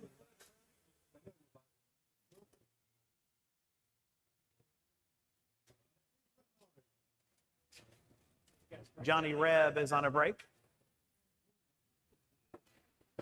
They're off into trotting and going out looking for the lead. Pleasing Jack. Pleasing Jack is out there and on top now by 2.5. Make it 3. Over there second is Candyland ATM.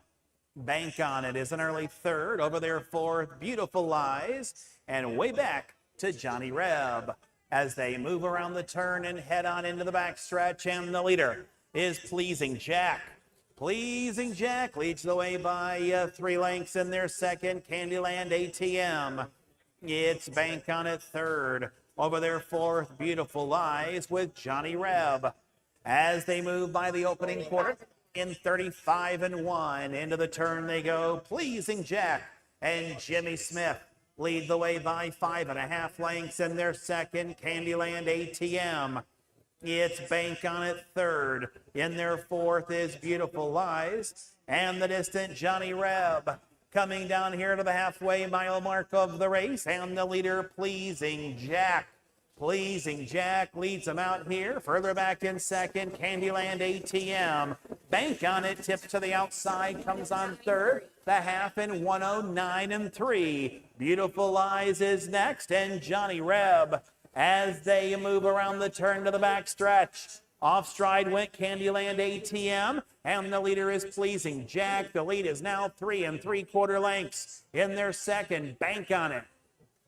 Over their third is Beautiful Lies. Then we have Candyland ATM and Johnny Reb as they go to 3/4. And it's Pleasing Jack.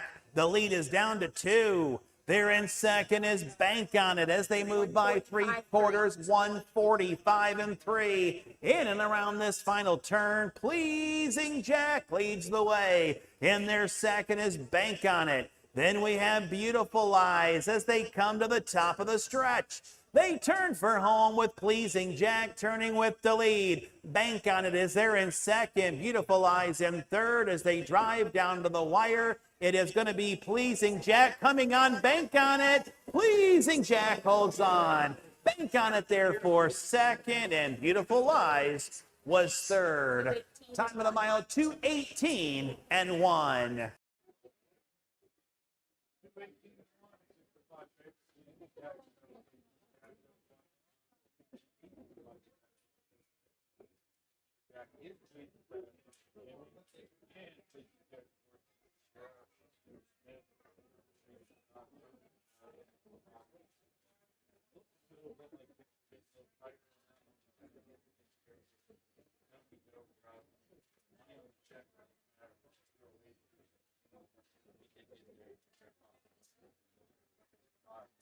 Back on it, David Myers.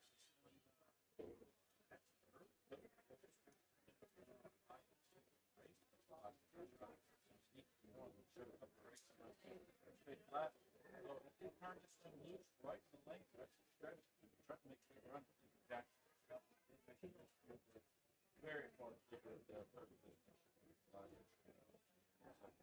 4-3-1 unofficial. Great racing here at Zanesville.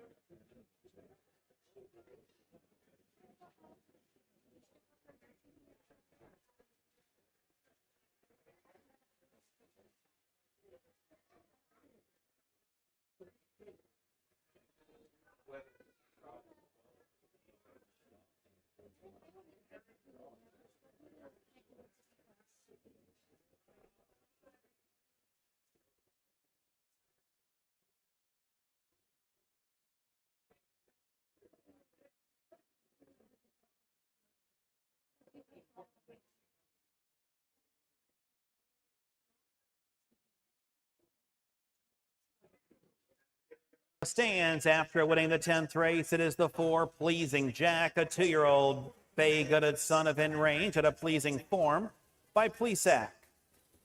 All My D. Taz 0 with Jimmy Smith training and the winning driver. Time of the mile 2:18 and 1. Trophy by Muskingum County Fair.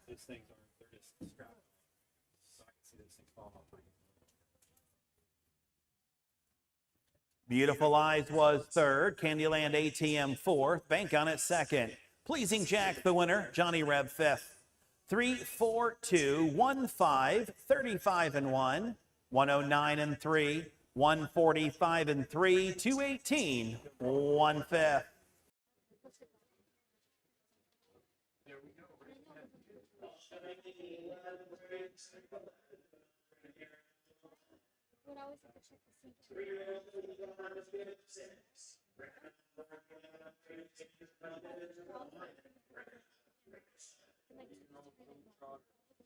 Division we've had of 3, and we've got currently 6 horses signed on. We're going to tell you all about that field after these brief messages. At Ohio State's Galbraith Equine Center, our veterinary champions are here for your champions 24/7, 365 days a year, providing advanced specialty care for sports horses from all stages and disciplines. Our expert team of boarded surgeons and sports medicine and rehabilitation specialists, together with veterinary cardiologists, internal medicine, and ophthalmologists, make our hospital your best resource for all sports horse performance issues. The Ohio State Veterinary Medical Center's Galbraith Equine Hospital. Call us today at 614-292-6661.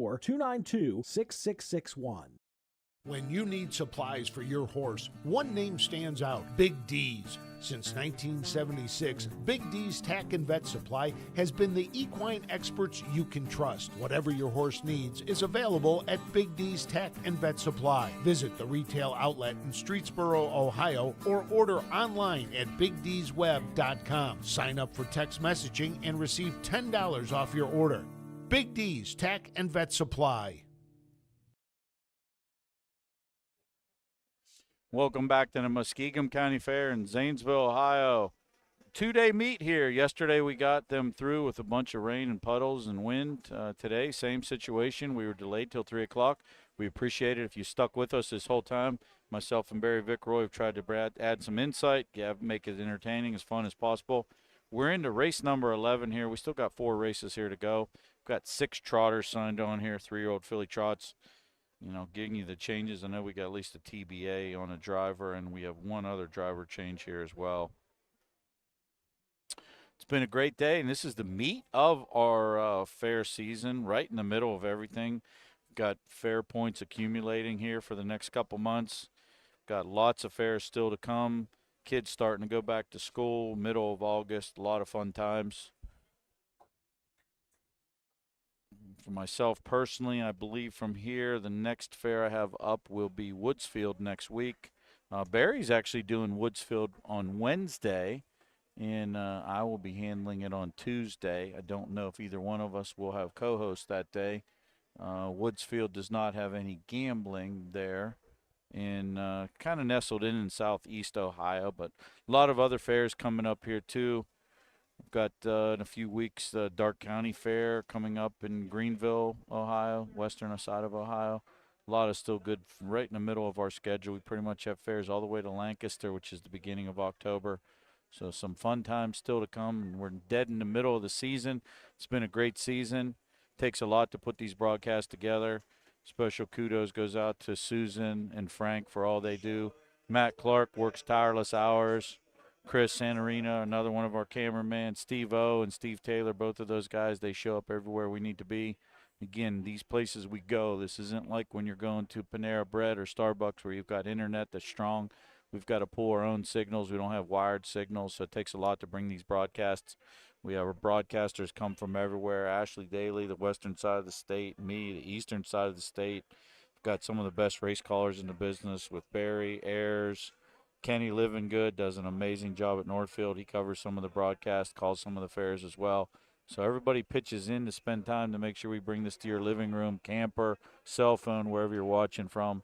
So we appreciate you tagging along, making this broadcast worthwhile. I know anytime we get feedback from people how nice it is to be able to see fair racing, makes the broadcast worth that much more to be able to bring all this stuff. Because up until 6 years ago, if you were racing at the fairs, you'd have to wait to get a phone call.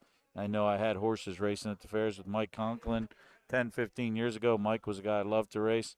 I wouldn't know what happened until he called me an hour after the race. So much, much more fun when you can watch it online. And I know the family members, the trainers, and the owners that can't be here, they love to pick up and watch the racing. So we're happy to bring it to you, and we thank for your patience. A lot of times, sometimes we have AV problems. Sometimes we have other things that go on. But we do our best to make sure we can bring it to your living room.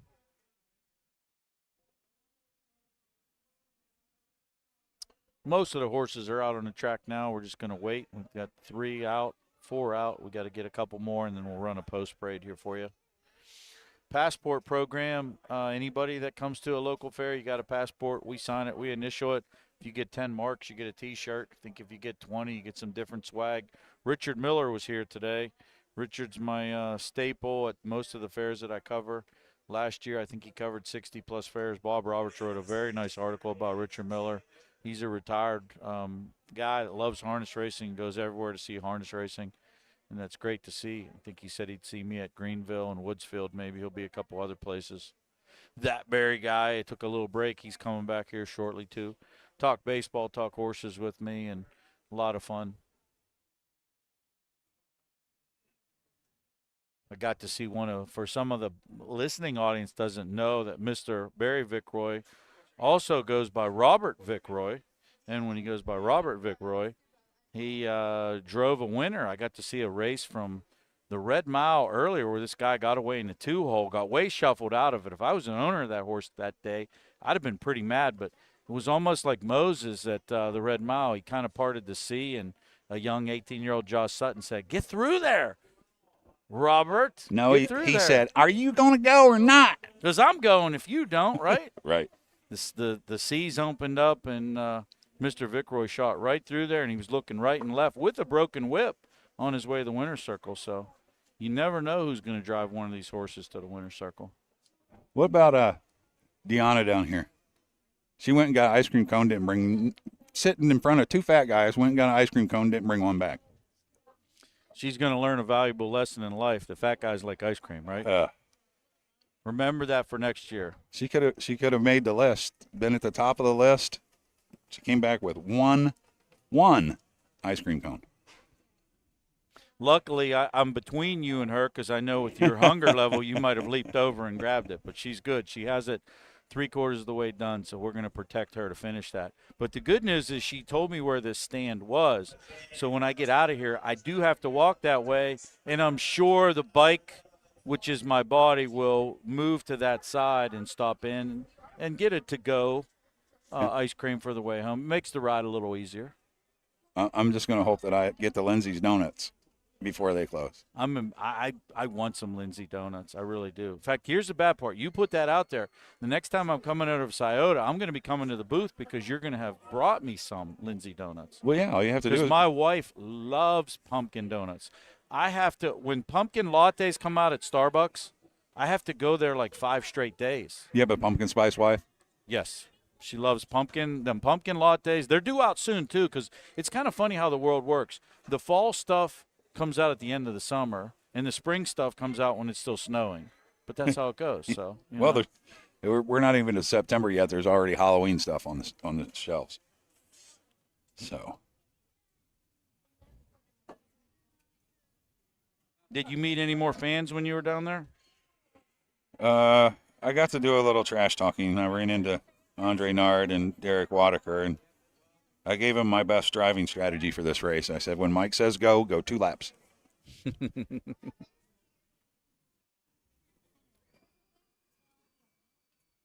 So, and it was interesting to me because I never used trotting hobbles, and I wasn't around when they didn't really have them in that era, per se. I used to be against them. I was like, oh gosh, if you need trotting hobbles, then you should just go get a pacer. But the more that I've learned about them, the more I like them. They tend to like Andre's coming in front of the stands. I don't know if you can. One. Yeah. So the trotting hobbles that Andre has comes back to the bike, and they like. I was talking to Chris Page about this. That a lot of the guys like the ones that come back to the bike because you can kind of measure them a little better to the tightness of the horse, because you can't just put the trotting hobbles on like pacing hobbles, like measure them out to 58.5 inches and then put them on. You put them on and then you hook to the bike, and some bikes longer than that. So what they do is they grab, well, we'll get the post parade, then I'll tell you.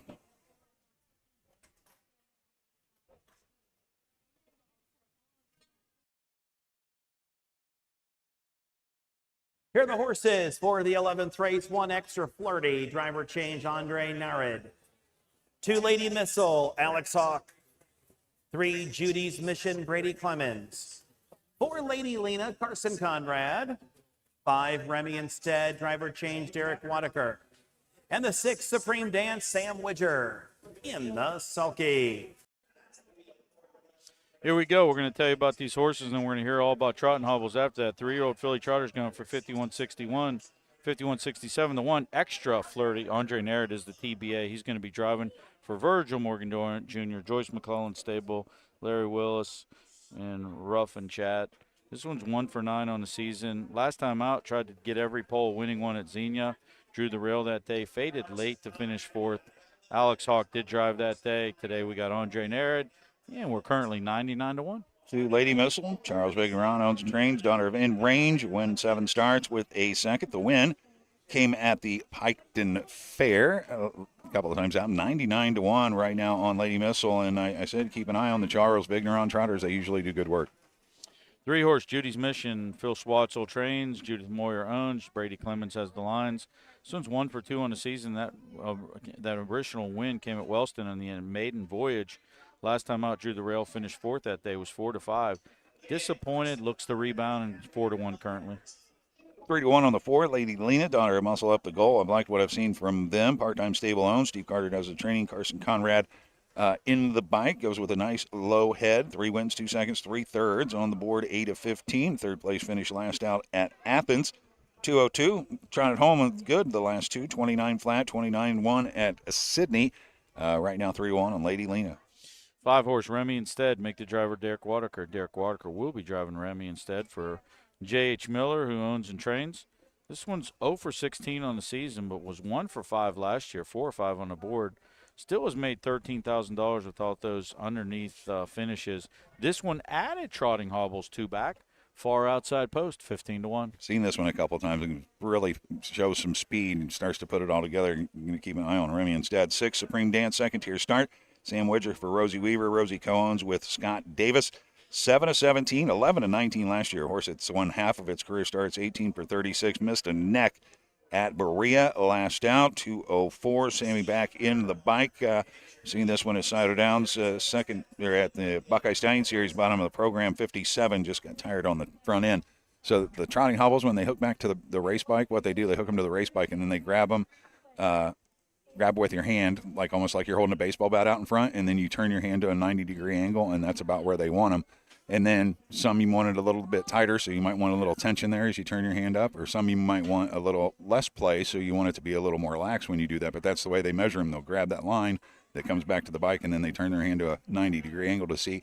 So it's easier for them to tell if it's the same every week, every different bike that you hook to. If you use the gold or silvers that just hook to the belly band, you've seen those too, that then don't go back to the bike. Sometimes they get a little more play, and you may not know it, but with the ones that go back to the bike, you can check them every time you hook them to a bike. So that's why they like them a little better.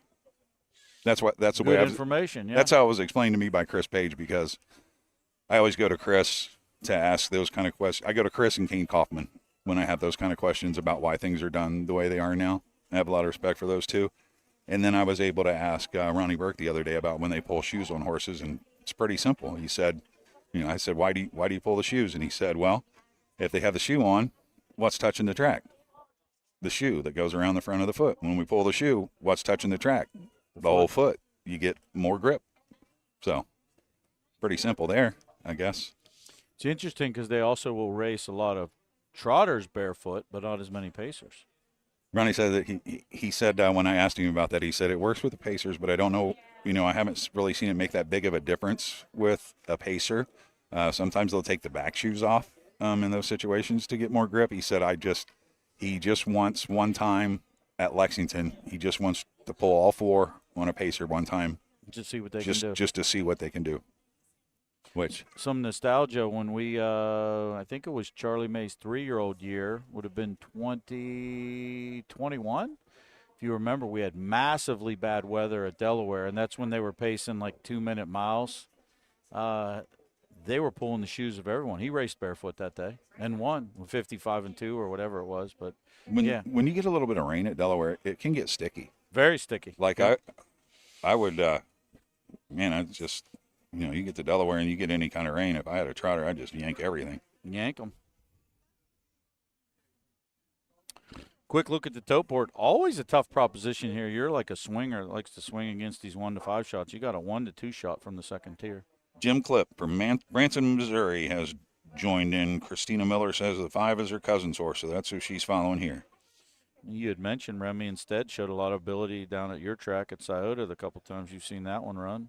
Yeah, it's just putting it all together, a couple 58 miles, but you can just, for one of those things that fits my eye when I see this horse go, it just looks like should be a lot faster than it's been doing. So we'll see. They got the trotting hobbles on that sometimes that'll take care of some of those problems, especially late in the mile or behind the gate for the horses. Supreme Dance will have to do it from the second tier. She's done it 18 of 36 in her life, $122,000 already earned. Plenty fast enough, 56. But this is still a tough proposition when you have to follow the 1 horse in a 6-horse field behind the gate. You never know what can happen. I've seen Sammy do this before. He had the second tier with a horse that was just, we talked about the town Buckeye. That is just a hot horse. He followed the 6 out one night. The trip didn't work out because he ended up that people left to the inside and he couldn't get through. He was like 4 wide in the first turn. It didn't work out, but I just follow the 4. He'll go where he wants, right? Yeah, just follow the 4 out, let everybody get out of the way and march. Well, one of them's breaking on the way to the gate, so he's already knocked one off. Here's the call from Ayers for the 11th. Trophy by Jack's Manufacturing.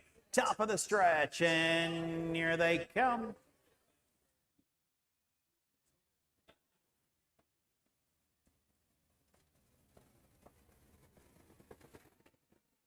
They're off into trotting, and it's Lady Lena going out looking for the lead. Judy's Mission is there in second as they move around the turn. Remy Instead is there in third. Extra Flirty is fourth. Losing Stride, Lady Missile, and Supreme Dance as they head on into the backstretch. Out there with the lead, with them on top, Lady Lena. They're in second, Judy's Mission. In early third for Remy Instead. Extra Flirty is there in fourth. Supreme Dance in fifth with Lady Missile. The quarter 31-2. Into the turn they go, and the leader is Lady Lena. Has them out there by a length and a half. Over there in second is Judy's Mission. Off stride went Extra Flirty as they come down here to the halfway mile mark of the race. Over there to be third is Remy Instead. Fourth comes Supreme Dance. Then we come back to the two breakers, Lady Missile and Extra Flirty. By the half we go, and the leader is Lady Lena, 103-4. There in second is Judy's Mission.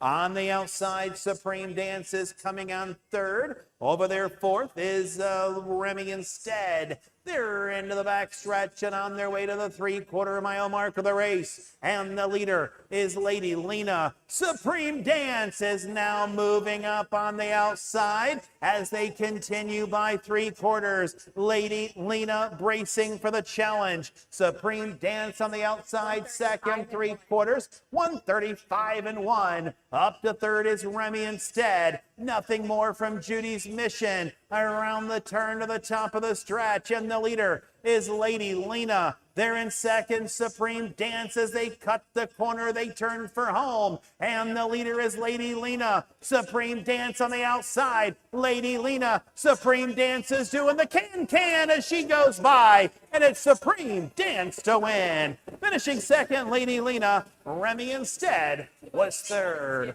206-2. I love horse racing. Isn't it great? So Sammy came at Carson hard at the 3/4 pole, and Carson racing down the backstretch, and Sammy's like, okay, well, and what did I tell you there? They don't write checks at the 3/4 pole. And so Sammy comes back, gets by him, and right here by the line, he give it the big wheel disc. And even Carson had to laugh. It was kind of funny. Like Sammy was like, why didn't you just let me go? Give it the wheel disc, and even Carson had to smile about that one. I love it. Well, I said at the quarter pole that this horse had to be 10 lengths better to win, and big effort. This one got away dead last, picked a couple off that miscued, and made a move like Barry said, and kind of tucked back in, back out for the drive. But this filly's definitely the legit, and when she gets in this classification of horses, she's awfully tough to beat, and that makes it now 19 for 37 lifetime. Pumps the earnings up here for this season. Seasonal earnings to just a little shy of 58,000. Yeah, what was he going for? 50, 51, 20? Yeah, 57.5. Yeah, that's not bad. I'd take that. I would too. And she's $8,000 blooded horse sale purchase. And she's actually going to be well on her way to the fair final with all these points she's accumulating as well. And this one might even be Buckeye Stallion Series eligible. I don't know what other races this one's raced in, but $8,000 blooded. This is another one of those yearlings that came through the blooded horse sale. $8,000 has now made over $125,000 in her career already. So, like I said, you got to look at the blooded horse sale thing comes out. Check the yearlings out because you might be able to find one. Stands after winning race number 11. It's the 6th Supreme Dance. 3-year-old bay filly by full count at a Supreme Day by Like a Prayer. Owned by Rosie Weaver and Scott Davis. Rosie Weaver trains Sam Widger, the winning driver. Time of the mile, 206-2. Trophy by Jack's Manufacturing.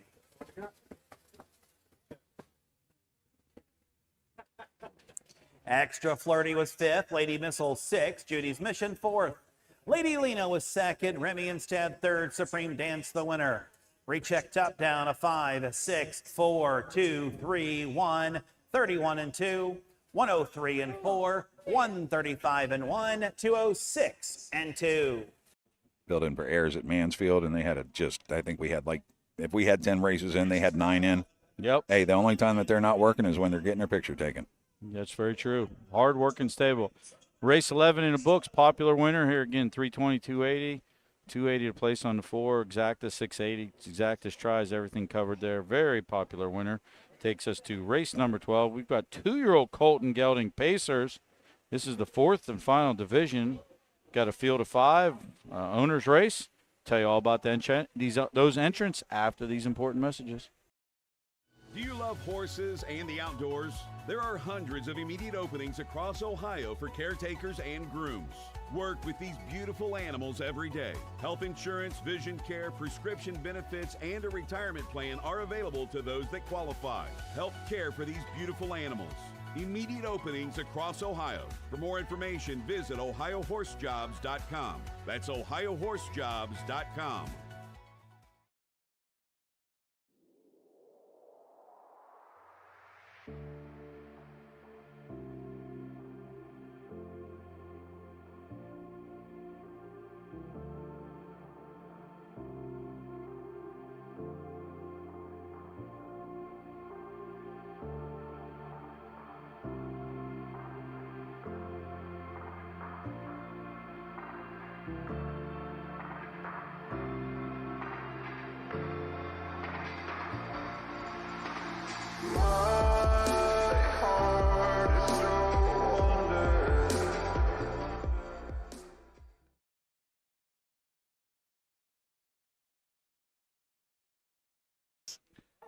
Welcome back, Muskingum County Fair.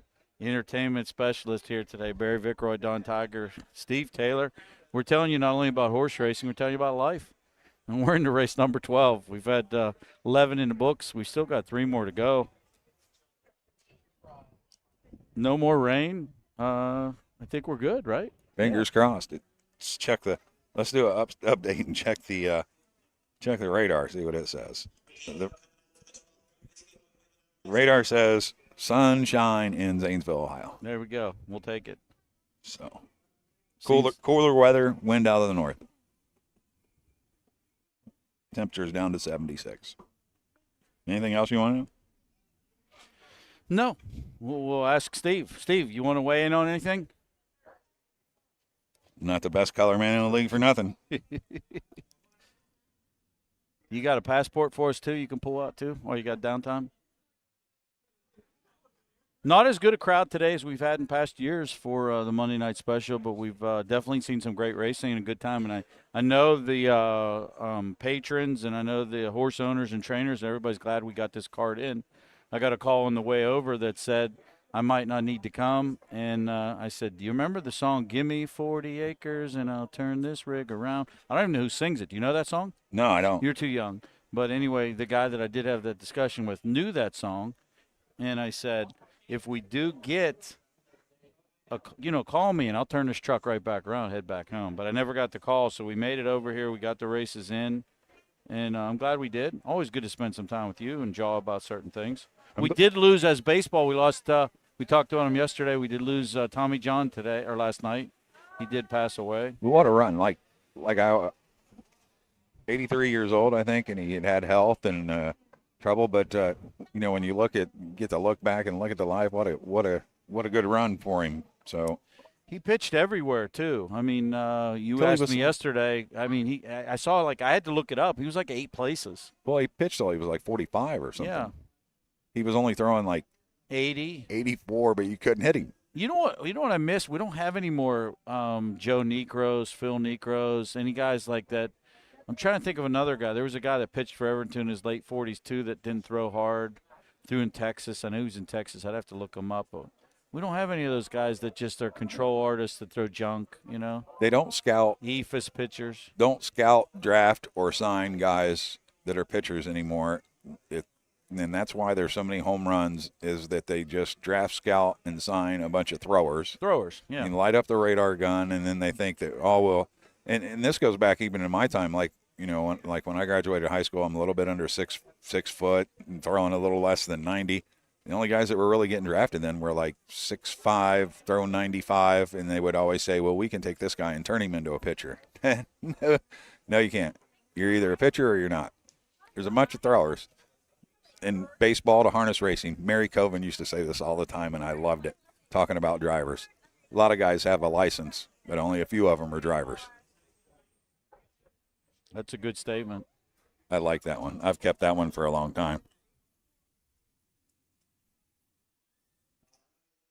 That was one of when I was coming up underneath the Covens, they had a bunch of the VCR, VHS tapes from when the They used to have a bunch of horses from Blue Chip and stuff like that. There was one that I watched over and over and over. And right now the announcer's name is I'll get it. He's a Hall of Fame announcer. I should know it anyhow. There was a 5-horse 3-year-old filly open at the Red Mile, and it was Lady Longlegs, Sand the Floor, Pacific, Leah Alma Hurst, and Pointer Hanover was the one that. Pretty good field. And Pointer Hanover won. Mike LaChance was driving for the Covens there. But, man, why can't I think of that?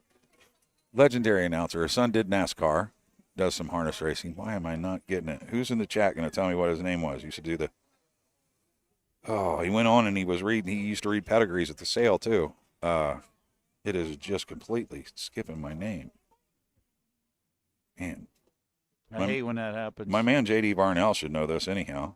But I listened to that. I listened to that race so many times that eventually the video that inside, it just came off the front. Like it came unwound. But I watched it so many times. They're into the stretch on the outside. Mike LaChance, Pointer Hanover, flying. Jeez. That's going to bother me. Charlie Huff. Charlie Huff, yes. Thanks to Mike US for that one. Here's your field. That's the call to post for the upcoming 12th race. Trophy by Buds Incorporated. 2-year-old colt and gelding pacers, a purse of $4,132. Carson Conrad on the 1. 1 is Sir Tomo. Driver change, Carson Conrad. 2 is Horse 1. Andre Narrett aboard. 3 is Sweet Lather Up and Brady Clemens.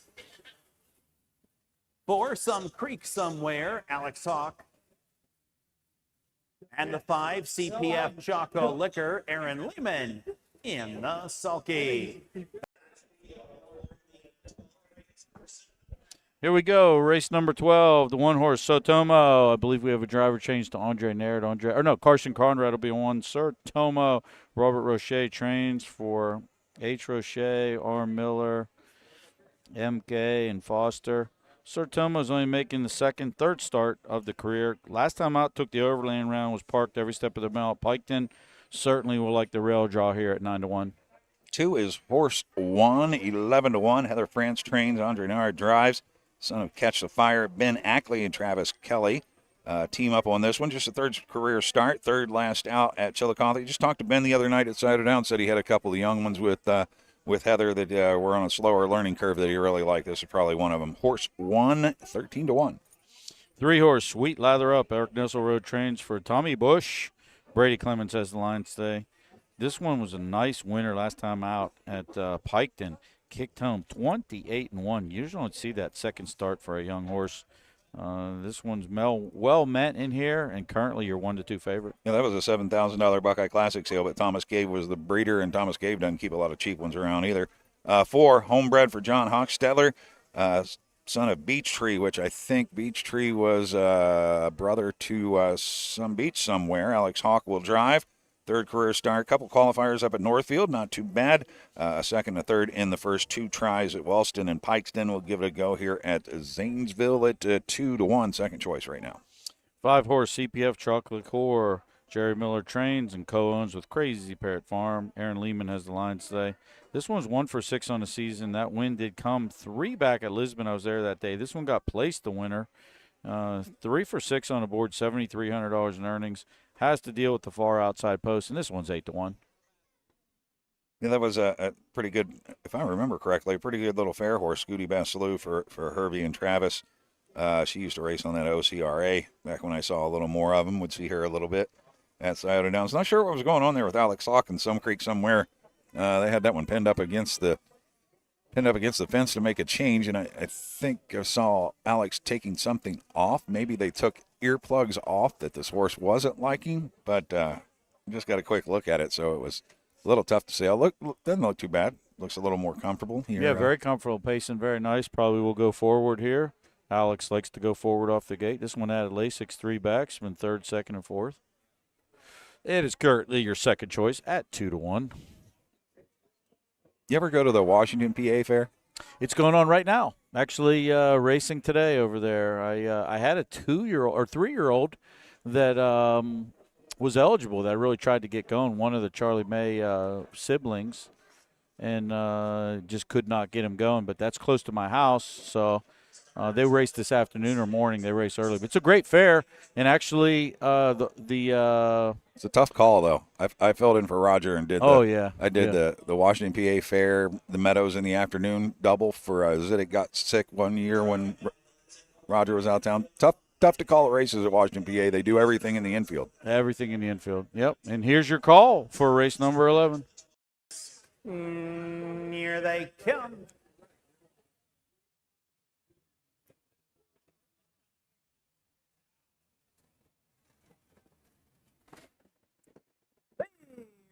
Off into pacing, and it's Sweet Leather Up looking hard for the lead. Some Creek Somewhere is in second as they move around the turn. Off stride in third was Horse One.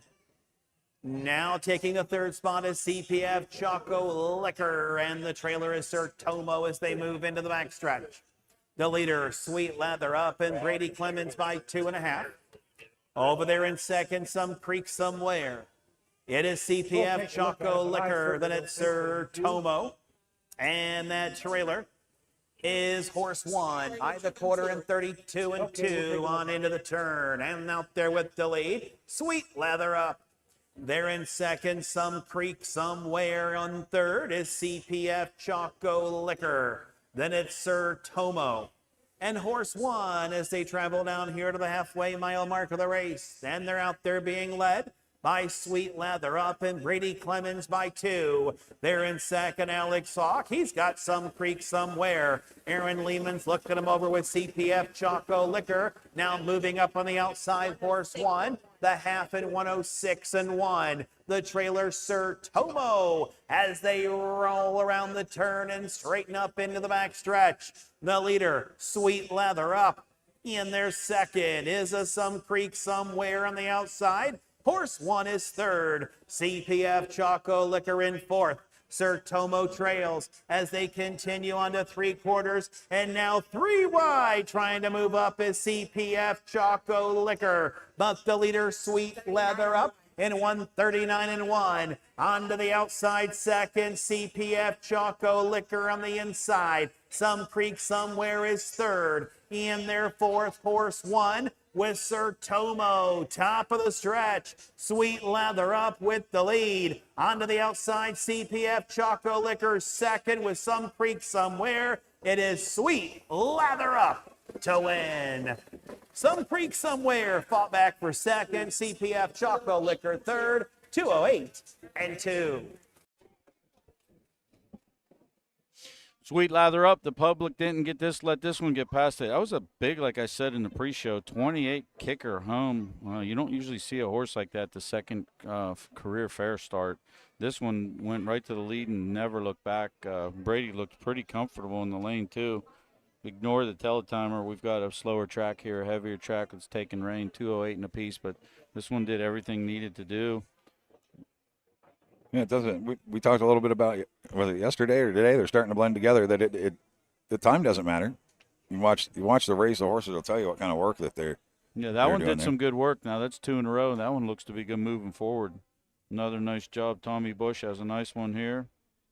You know, I spend a lot of time watching the horses that don't win, and Horse One made a mistake in the first turn, but that one. Just watching the way they responded to their driver, did what it was asked. Might have got a little tired on the end over a heavy track, but did what it was asked. And Sir Tomo did some good work there in the opening half, and clearly got a little tired. But they got some upside to them. So the winner was good, but everybody else in there, they had. If you want to look at it in the right way, they had good days. So it may not look like a good day, but sometime you might look back to the day and be like, oh, that's great education, Mo. That's where we got it from. Driver of the 2 has filed an objection against the 5 for possible interference. 2 against the 5 for possible interference. And there may be a reason that he ran in the first turn. Luckily, I have the YouTube pulled up so I can rewind. There you go. Hands after winning the 12th race, unofficial winners. 3, Sweet Lather Up. 2-year-old bay-gooded son of Lather Up at a Sweet June by All-American Native on by Tom Bush. Trained by Eric Nesselrode. Brady Clemens, the winning driver, 208-2. Trophy by Buds Incorporated.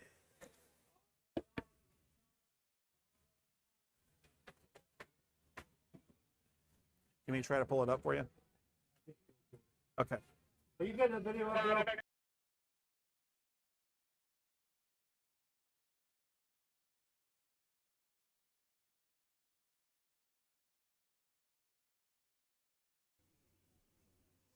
We're back. We're still trying to wait for the official order finish. We do have an objection. You don't see that often in harness racing.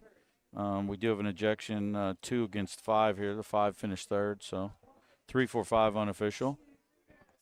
I'm looking right now.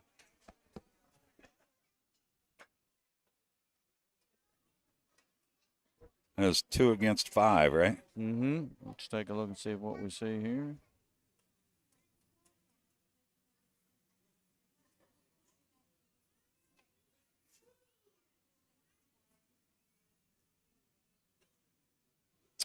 I think he has the wrong horse. I don't know. The 5's there. How can it be 2 against the 5? Well, Alex looked like he might have been guilty, but it wasn't the 5; it was the 4. So 4, yeah, 4. You want to take that up there and watch him to look at it, Todd, to look at it? He seems to be pretty interested in looking at it, or at least getting our opinion. yeah, I'll take it up there. Yeah. He's coming up, Todd.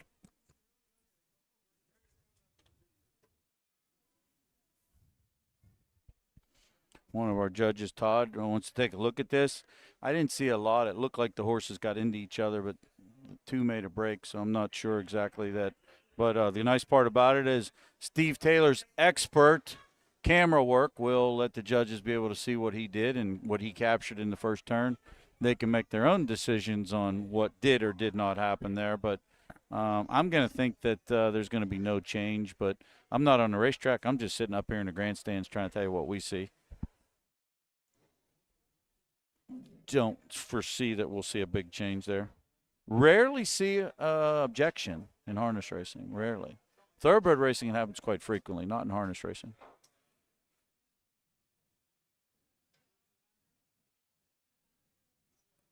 That does delay us because we can't get the official order finish until we get past this.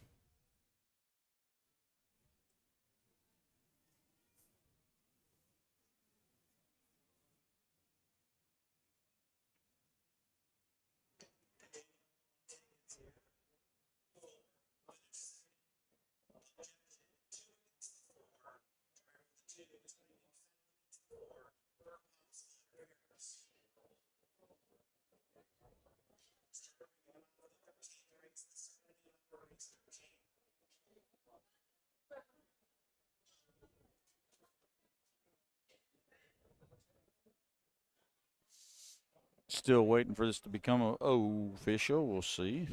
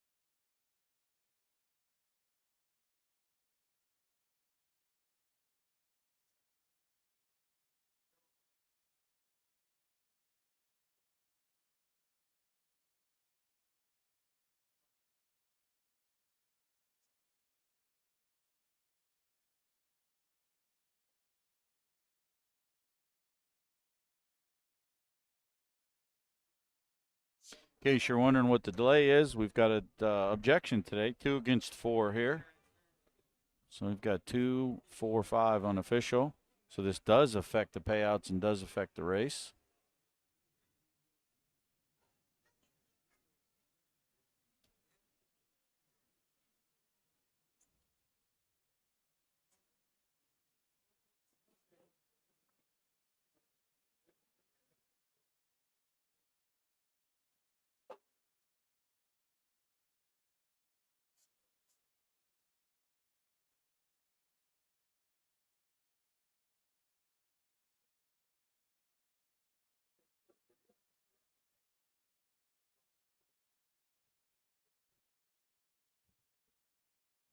Still got 2 races to bring you after this.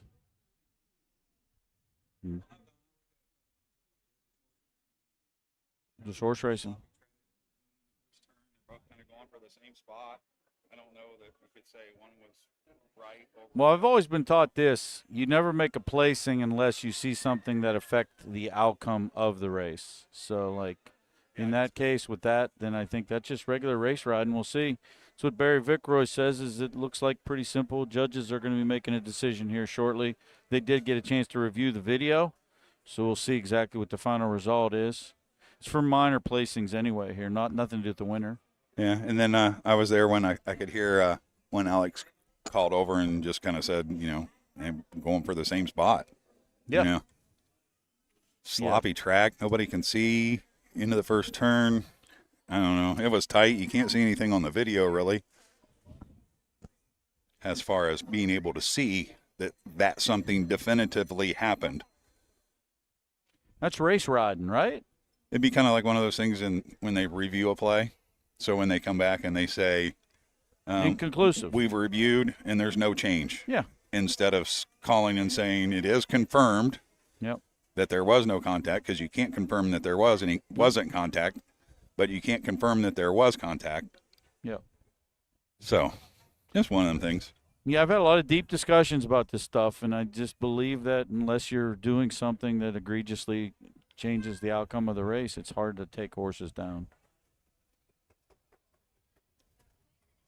Another Weaver trotter's warming up here. Looks like Sammy's going to try to do it again in 13th.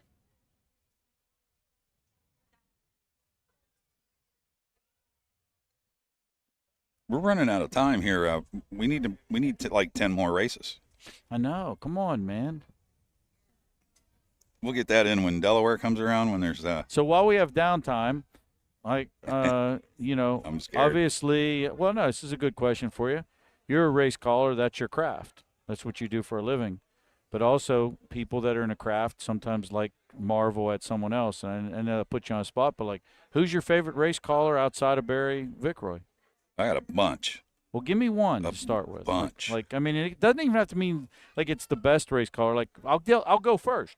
So, like, I always liked Greg Young when I was younger because I loved his euphemisms and I loved his deep voice, and that's one of the reasons why I've always loved you. Not around the turn. There's a precious money up on the Right, yeah, I loved Greg Young. Yeah. So let's just go through the progression.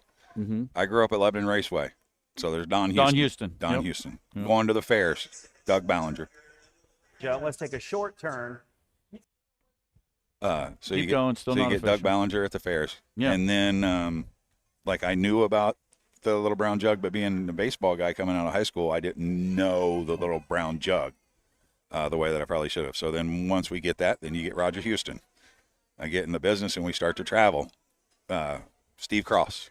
Yeah, I like Steve Cross's calls. Yeah. Then we go to Raceway Park. Gosh, why is his name? And it's a crime that his name is. Let's do the post parade, and I'll remember his name too. They never did anything. We're still waiting for the.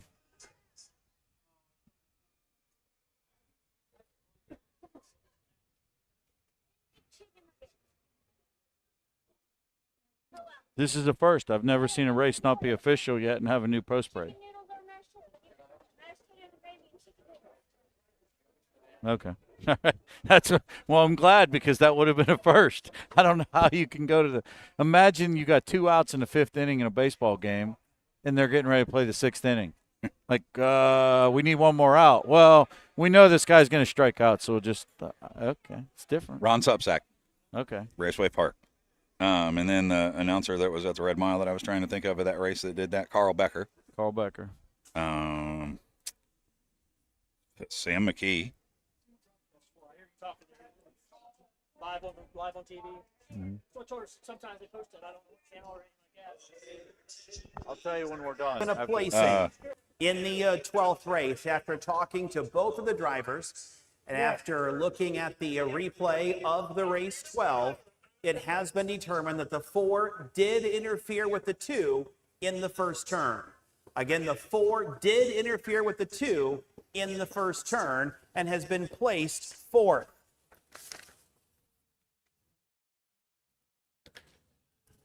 when Alex called, when I heard them talking to Alex said there's something about the path that they were in going to the thing, and he said that he hit my wheel. So Alex told them there was contact. Okay, so that takes that question out of it. He said when he hit my wheel.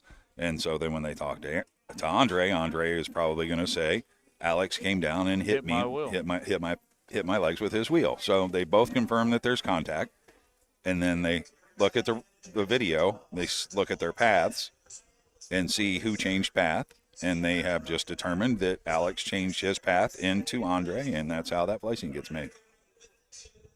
And it's because of talking to the drivers. So I like that. I'm glad they talked to the drivers. There we go. Race 12 is now official on the tote board. 352, so the 4 has been moved to 4th. 3.5 exact to 840, 360 to win, 320 to place. Try covered, 1040, Quinella 440. So that takes us to a wrap for race number 12. Takes us to race 13. We're going to step away for some quick, brief messages, and then we'll bring you the post parade. This September, the thrill returns to Delaware, Ohio. It's the Little Brown Jug. World-class harness racing, heart-pounding action, and unforgettable fun. Join the tradition. Feel the roar. Be a part of history. We have several hospitality and ticket options, including the new Jug Social Club. Please visit littlebrownjug.com or call 1-800-DEL-FAIR. The Little Brown Jug, where champions are crowned. Who feeds your need for new ideas for your family's best farm future? Ohio Farm Bureau. We work with our members to shape ag policy that will positively impact our industry. Farm Bureau is advancing business solutions to give you a competitive advantage. We help you gather information to stay ahead of important topics and technologies. Plus, Ohio Farm Bureau creates opportunities for growth. Ohio Farm Bureau, feeding your need for new ideas. Look quick here at this 13th race. They're already ready to go to the gate. And we didn't even have a post parade, right? No, they post paraded while they were looking at the inquiry. So I'm going to kick us off here. The one, Dublin's Omar for Shelby Cheadle. Richard Owens, the trainer. 2-4-2-2-year-old colt trotters here. Dublin's Omar, son of Coach K, Hanover. We don't have the odds up right this second. Ronald debut. Brett Schwartz trains. Co-owns with Fulkerson. Racehorse Express. Dylan Figgin has lines 0-2. This one's made skips in the last couple. Needs to stay flat and use the inside post to his advantage. 3, MCC. David H. Miller trains for Pine Grove Stables. Derek Wanneker listed, breaking his only start at the Lisbon Fair. He'll give it another go-round here. 15-1. 4-5 favorite is the one, Dublin's Omar. Rumbling Republic. Rosie Weaver trains for Heartland Acres. Sammy Widger has the lines. This one warmed up pretty stoutly in front of the grandstands a couple times. I did see that. Made a break, 3 back, 4 back, 5 back. But when this one stays flat, it's been second both starts. So if this one stays flat, nice price. I think this one had some value on the tote board as well. Get a little turn here so people can get their wagers in. VH Tommy Boy is the 5. Tim Van Horn owns and trains, son of a long Tom. Brady Clemens drives. Boy, just missed at Piketon last time out. Did a lot of good work on the lead, but could not hold off Otis L. I'm assuming that was Hank Levan in that one. He was the favorite in that one, beating favorite angle for VH Tommy Boy 6-5. Second choice right now. There you go. But There's your field. But back to the announcing thing, I think that's pretty much everybody. Anybody that's been around here that I've left, there's always something. There were a couple of guys in Chicago. I'm not even Dominic Polito. I remember him. He was at Balmoral Park, and I think he did Indiana Downs for a couple of years when they had harness racing there. I was like, they're off and pacing into the first turn on the outside.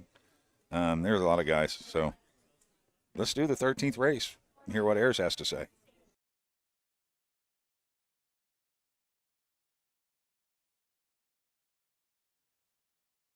First $4,025 trophy by Molly Crooks. Leppy Real Estate, top of the stretch, and here they come.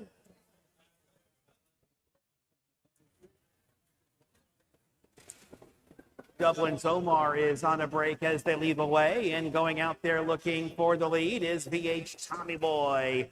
Rambling Republic is there in second. Over there in early third is Ronald Debut. Over there fourth comes Dublin's Omar, and breaking, trailing the field, MCC. As they move on into the backstretch. And with the lead, it's VH Tommy Boy. Over there, second, Rambling Republic.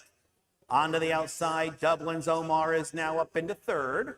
Over there to be fourth is Ronald Debut and the distant trailer MCC, the quarter, 34-4.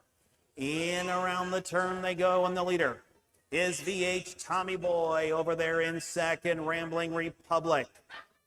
In third comes Dublin's Omar as they now straighten away to move down here to the half, where VH Tommy Boy fronts the field. Here comes Rambling Republic moving up on the outside. Widger is up to challenge for the lead. Dublin's Omar is following in third. Over there, fourth comes Ronald Debut. Halfway home, 107-2. Around the turn they go, and the leader is still on the inside. VH Tommy Boy on the outside. Rambling Republic.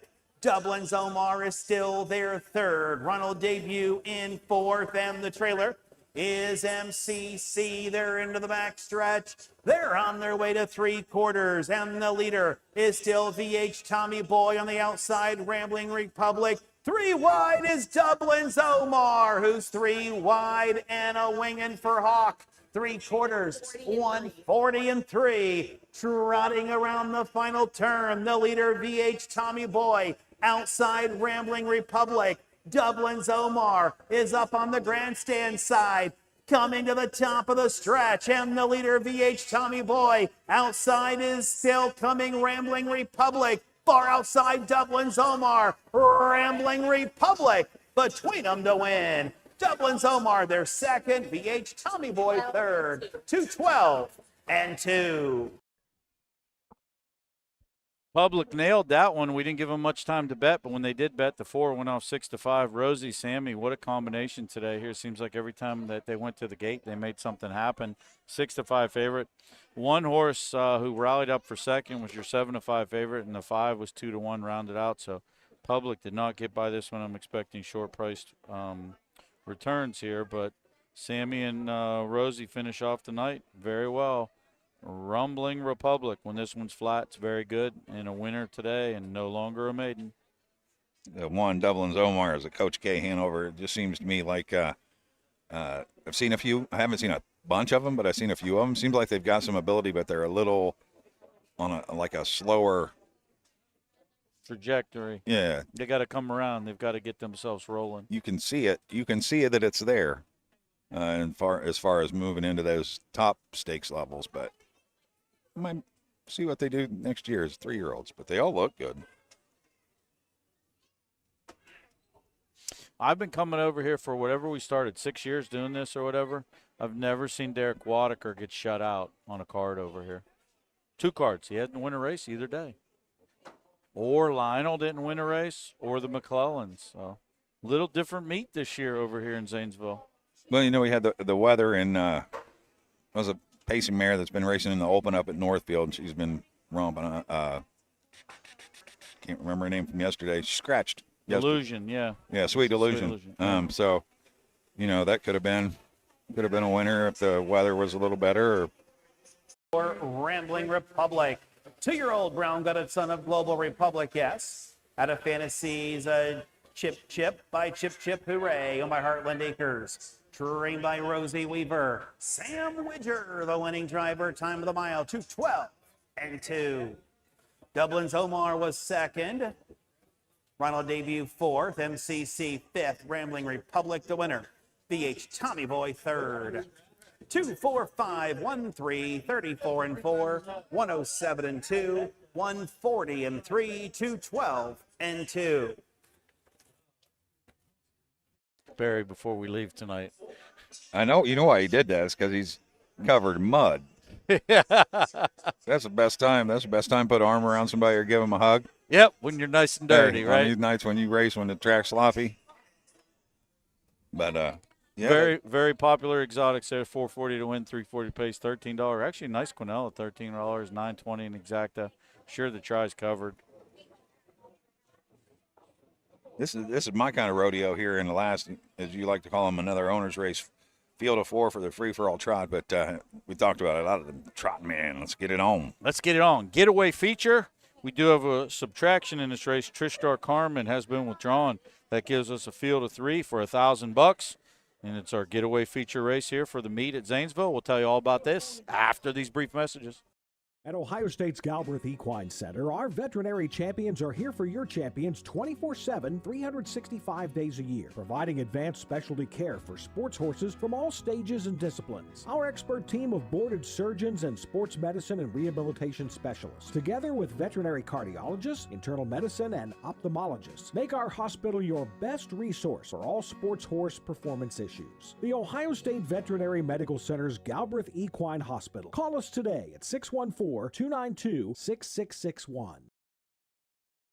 When you need supplies for your horse, one name stands out: Big D's. Since 1976, Big D's Tack and Vet Supply has been the equine experts you can trust. Whatever your horse needs is available at Big D's Tack and Vet Supply. Visit the retail outlet in Streetsboro, Ohio, or order online at BigD'sWeb.com. Sign up for text messaging and receive $10 off your order. Big D's Tack and Vet Supply.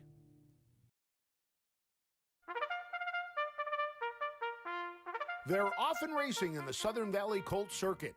Catch the excitement of Ohio harness racing at one of the county fairs in the Southern Valley Colt Circuit. For over 150 years, people have gathered at county fairs to cheer on their favorite racehorses. Keep the tradition alive. Visit one of the 10 fairs in the Southern Valley Colt Circuit this summer. Horses, racing, and winning. It's the Southern Valley Colt Circuit. 10 great fairs in southeastern Ohio. Welcome back, Muskingum County Fair. Don Tiger Barry, the Barry guy, Barry Vickroy, Steve Taylor. We've been here for 2 days. We've battled elements. We've battled heat. We've had a little sweat on our brow, but we've had a lot of fun, and it brings us to the getaway feature, race number 14. 3 horses signed on Barry's favorite gate, the trot. Trot. I'm getting a little fired up here, too, because it's a little cool. It's a little muddy. We got the band coming in with the drums playing.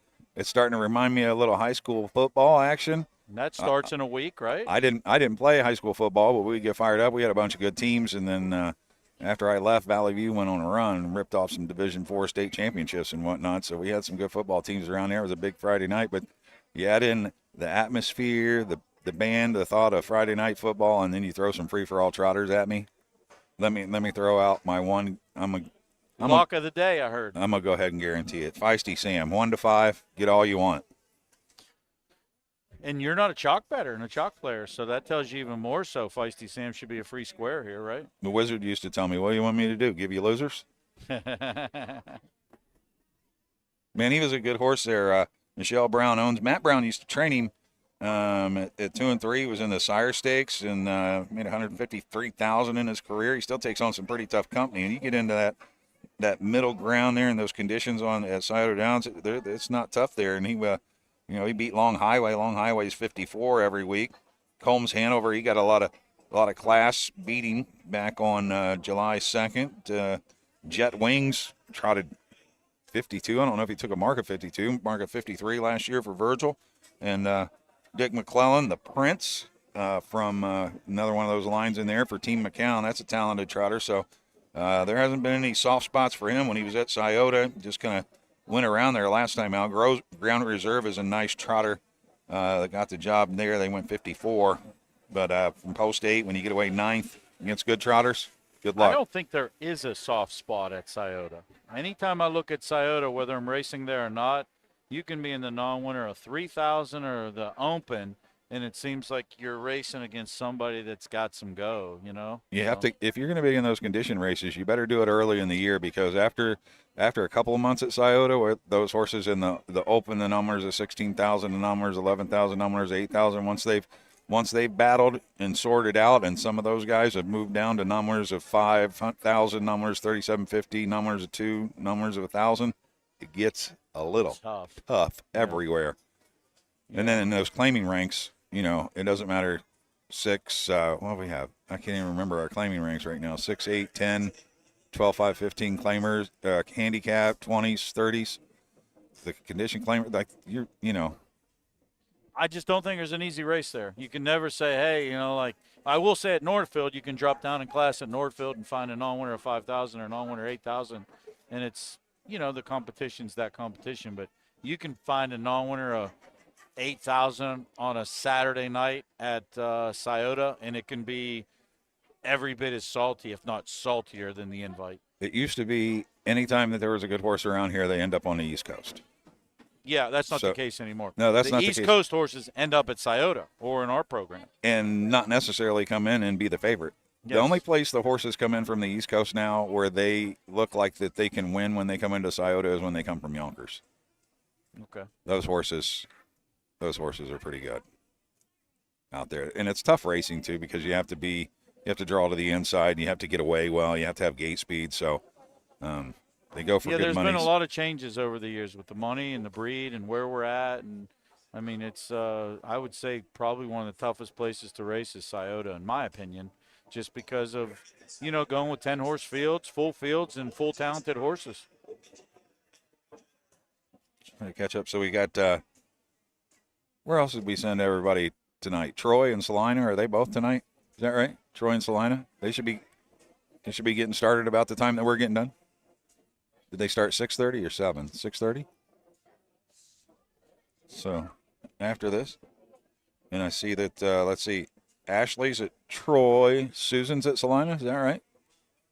So after this free-for-all here, when we watch Feisty Sam romp for Ammon Hirschberger, we'll be able to switch the channels over and tune in to Troy. That's my neck of the woods over there, Troy. Much better announcers and much better color commentators on the next broadcast. Right. We just, they just scraped the bottom of the barrel to send here to two old broke-down baseball players. Right. But, I think, where's Doug Ballinger's at one of those places, but Troy, that's OCRA. That's a whole home week for me, OCRA.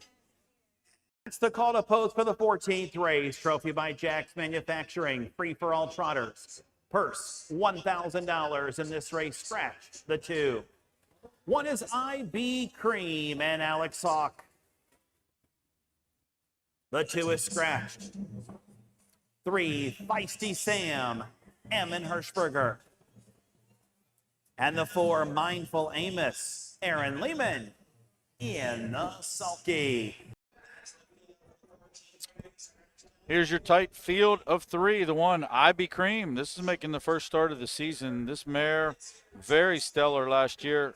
10 of 25 in the winner's circle, $43,000 in earnings. Did trot 56 in a piece at the Meadows. This gal hasn't been out since November when she raced over at the Meadows in all-winner 2. Does have 2 qualifiers. They look not too bad. Charlie Vigeron trains and co-owns this one. Don Spence, Alex Hawk has the lines today. I'm going to go out on a limb and say this horse has won here before, too. I believe I've seen this horse over this surface. So a horse for the course, but a tall task right off a qualifier. That was a good year last year, 10 for 25. The 2 is out, 3 is Feisty Sam. Get all you want. This horse has been on the board 40 of 89 career starts. There have been no soft landing spots between sire stakes and the condition races. A homebred for Team Brown. Michelle Brown owns. Ammon Hirschberger trains and drives. Get all you want. 2 to 5 right now. A little gift money, actually. 4-horse Mindful Amos. Jerry Miller trains and owns this one. Aaron Lehman has the lines. Far outside post. 1 of 30 this year. Has been very, very active at the box, racing every week. You get 7 to 1 today. And that's your field of 3. Man, Troy used to have the best sandwich on the OCRA circuit. They used to have the Miami County pork producers had a pork chop sandwich up there. They haven't had it for a couple of years, but that was one of those set the gold star on your calendar for the summer. That when you get to Troy, you're going to get to the pork producers thing and get that pork chop sandwich. I hope they have it back because that was one of the best. And then Troy also, you might have to look for it at the fair. I don't know if it's a fair, but there was a place that was in downtown Troy that was one of the best ice cream places. A lot of name. I know how to get to places, and I don't know the names of roads or the names of places, but there was an ice cream place in downtown Troy that was, good. I can't be overexposed. I just need to remember Lindsay's in Circleville. In the ice cream shop on the way out here. Yeah, that's an easy one. I can't get past that one. Even if I lose dementia by the time I get out of my seat, I'll still Yeah, go just past that. make sure you shoot me a text next time you're coming to Scioto, and I'll have to swing by Lindsay's there for a dozen of the pumpkin donuts. With that said, we're going to have Ayers Ratliff finish off the meet for the call of the 12th. The free square at 2 to 5. The 3-horse heads to the gate as your favorite.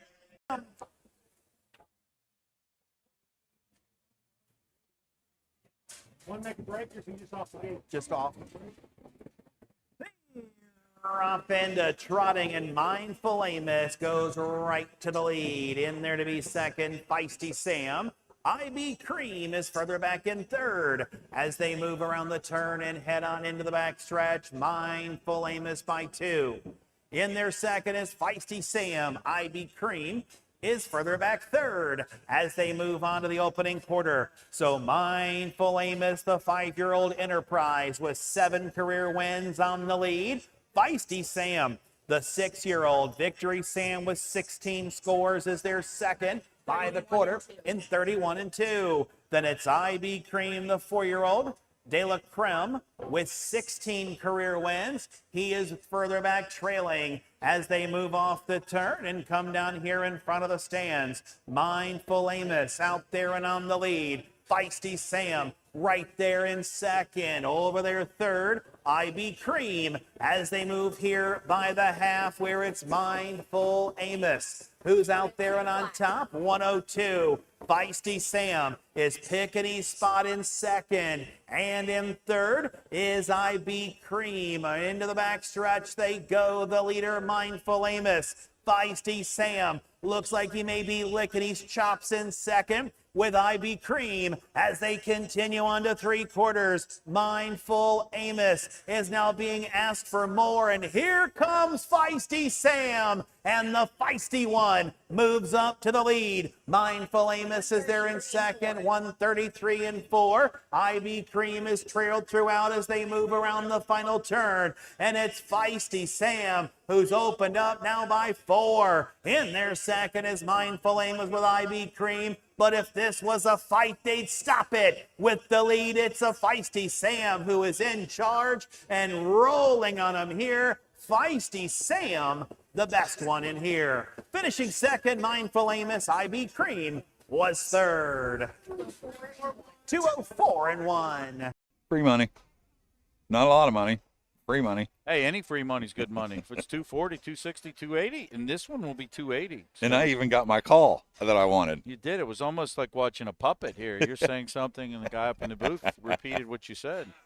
I knew if it was a fight, we'd stop it. That was coming. So, Feisty Sam, nice popular winner here, 2 to 5 for the locals. Finishes off just an incredible 2-day meet here we had in Zanesville. Yes, we battled weather, but we got both of these cards in, and I got to spend some time with one of the greatest in the business. He has no sense of humor, and he's sarcastic, but at least we got to get some of his insight, and we got to see him drive a winner, 15-1 shot at the Red Mile on videotape. So a lot of good stuff, but it was a fun 2 days, Barry. was that even this century? I think that was. No, that was. I think it was 2001. Okay. 25 years and 100 pounds ago. At least. With a broken whip. Swinging in the lane, too. Pounding on that bike. Hey, thanks to everybody that was commenting in the chat on the YouTube. Appreciate that. That was a lot of fun.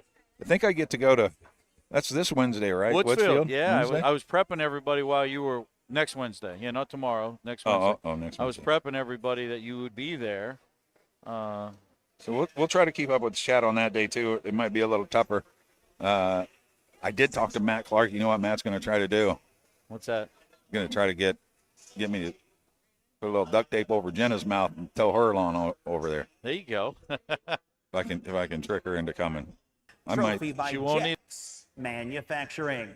IB Cream was third. TriStar Carmen Scratch. Feisty Sam the winner. Mindful Amos second. 3 Scratch 1, 2 on the bottom. 31-2, 102, 133-4, 204-1. With that, we will wrap it up. For the Combinations in a race. Talk about free money. Wow. We're talking about 3-4 paid $34.80. The winner paid $280 to win, $34.80.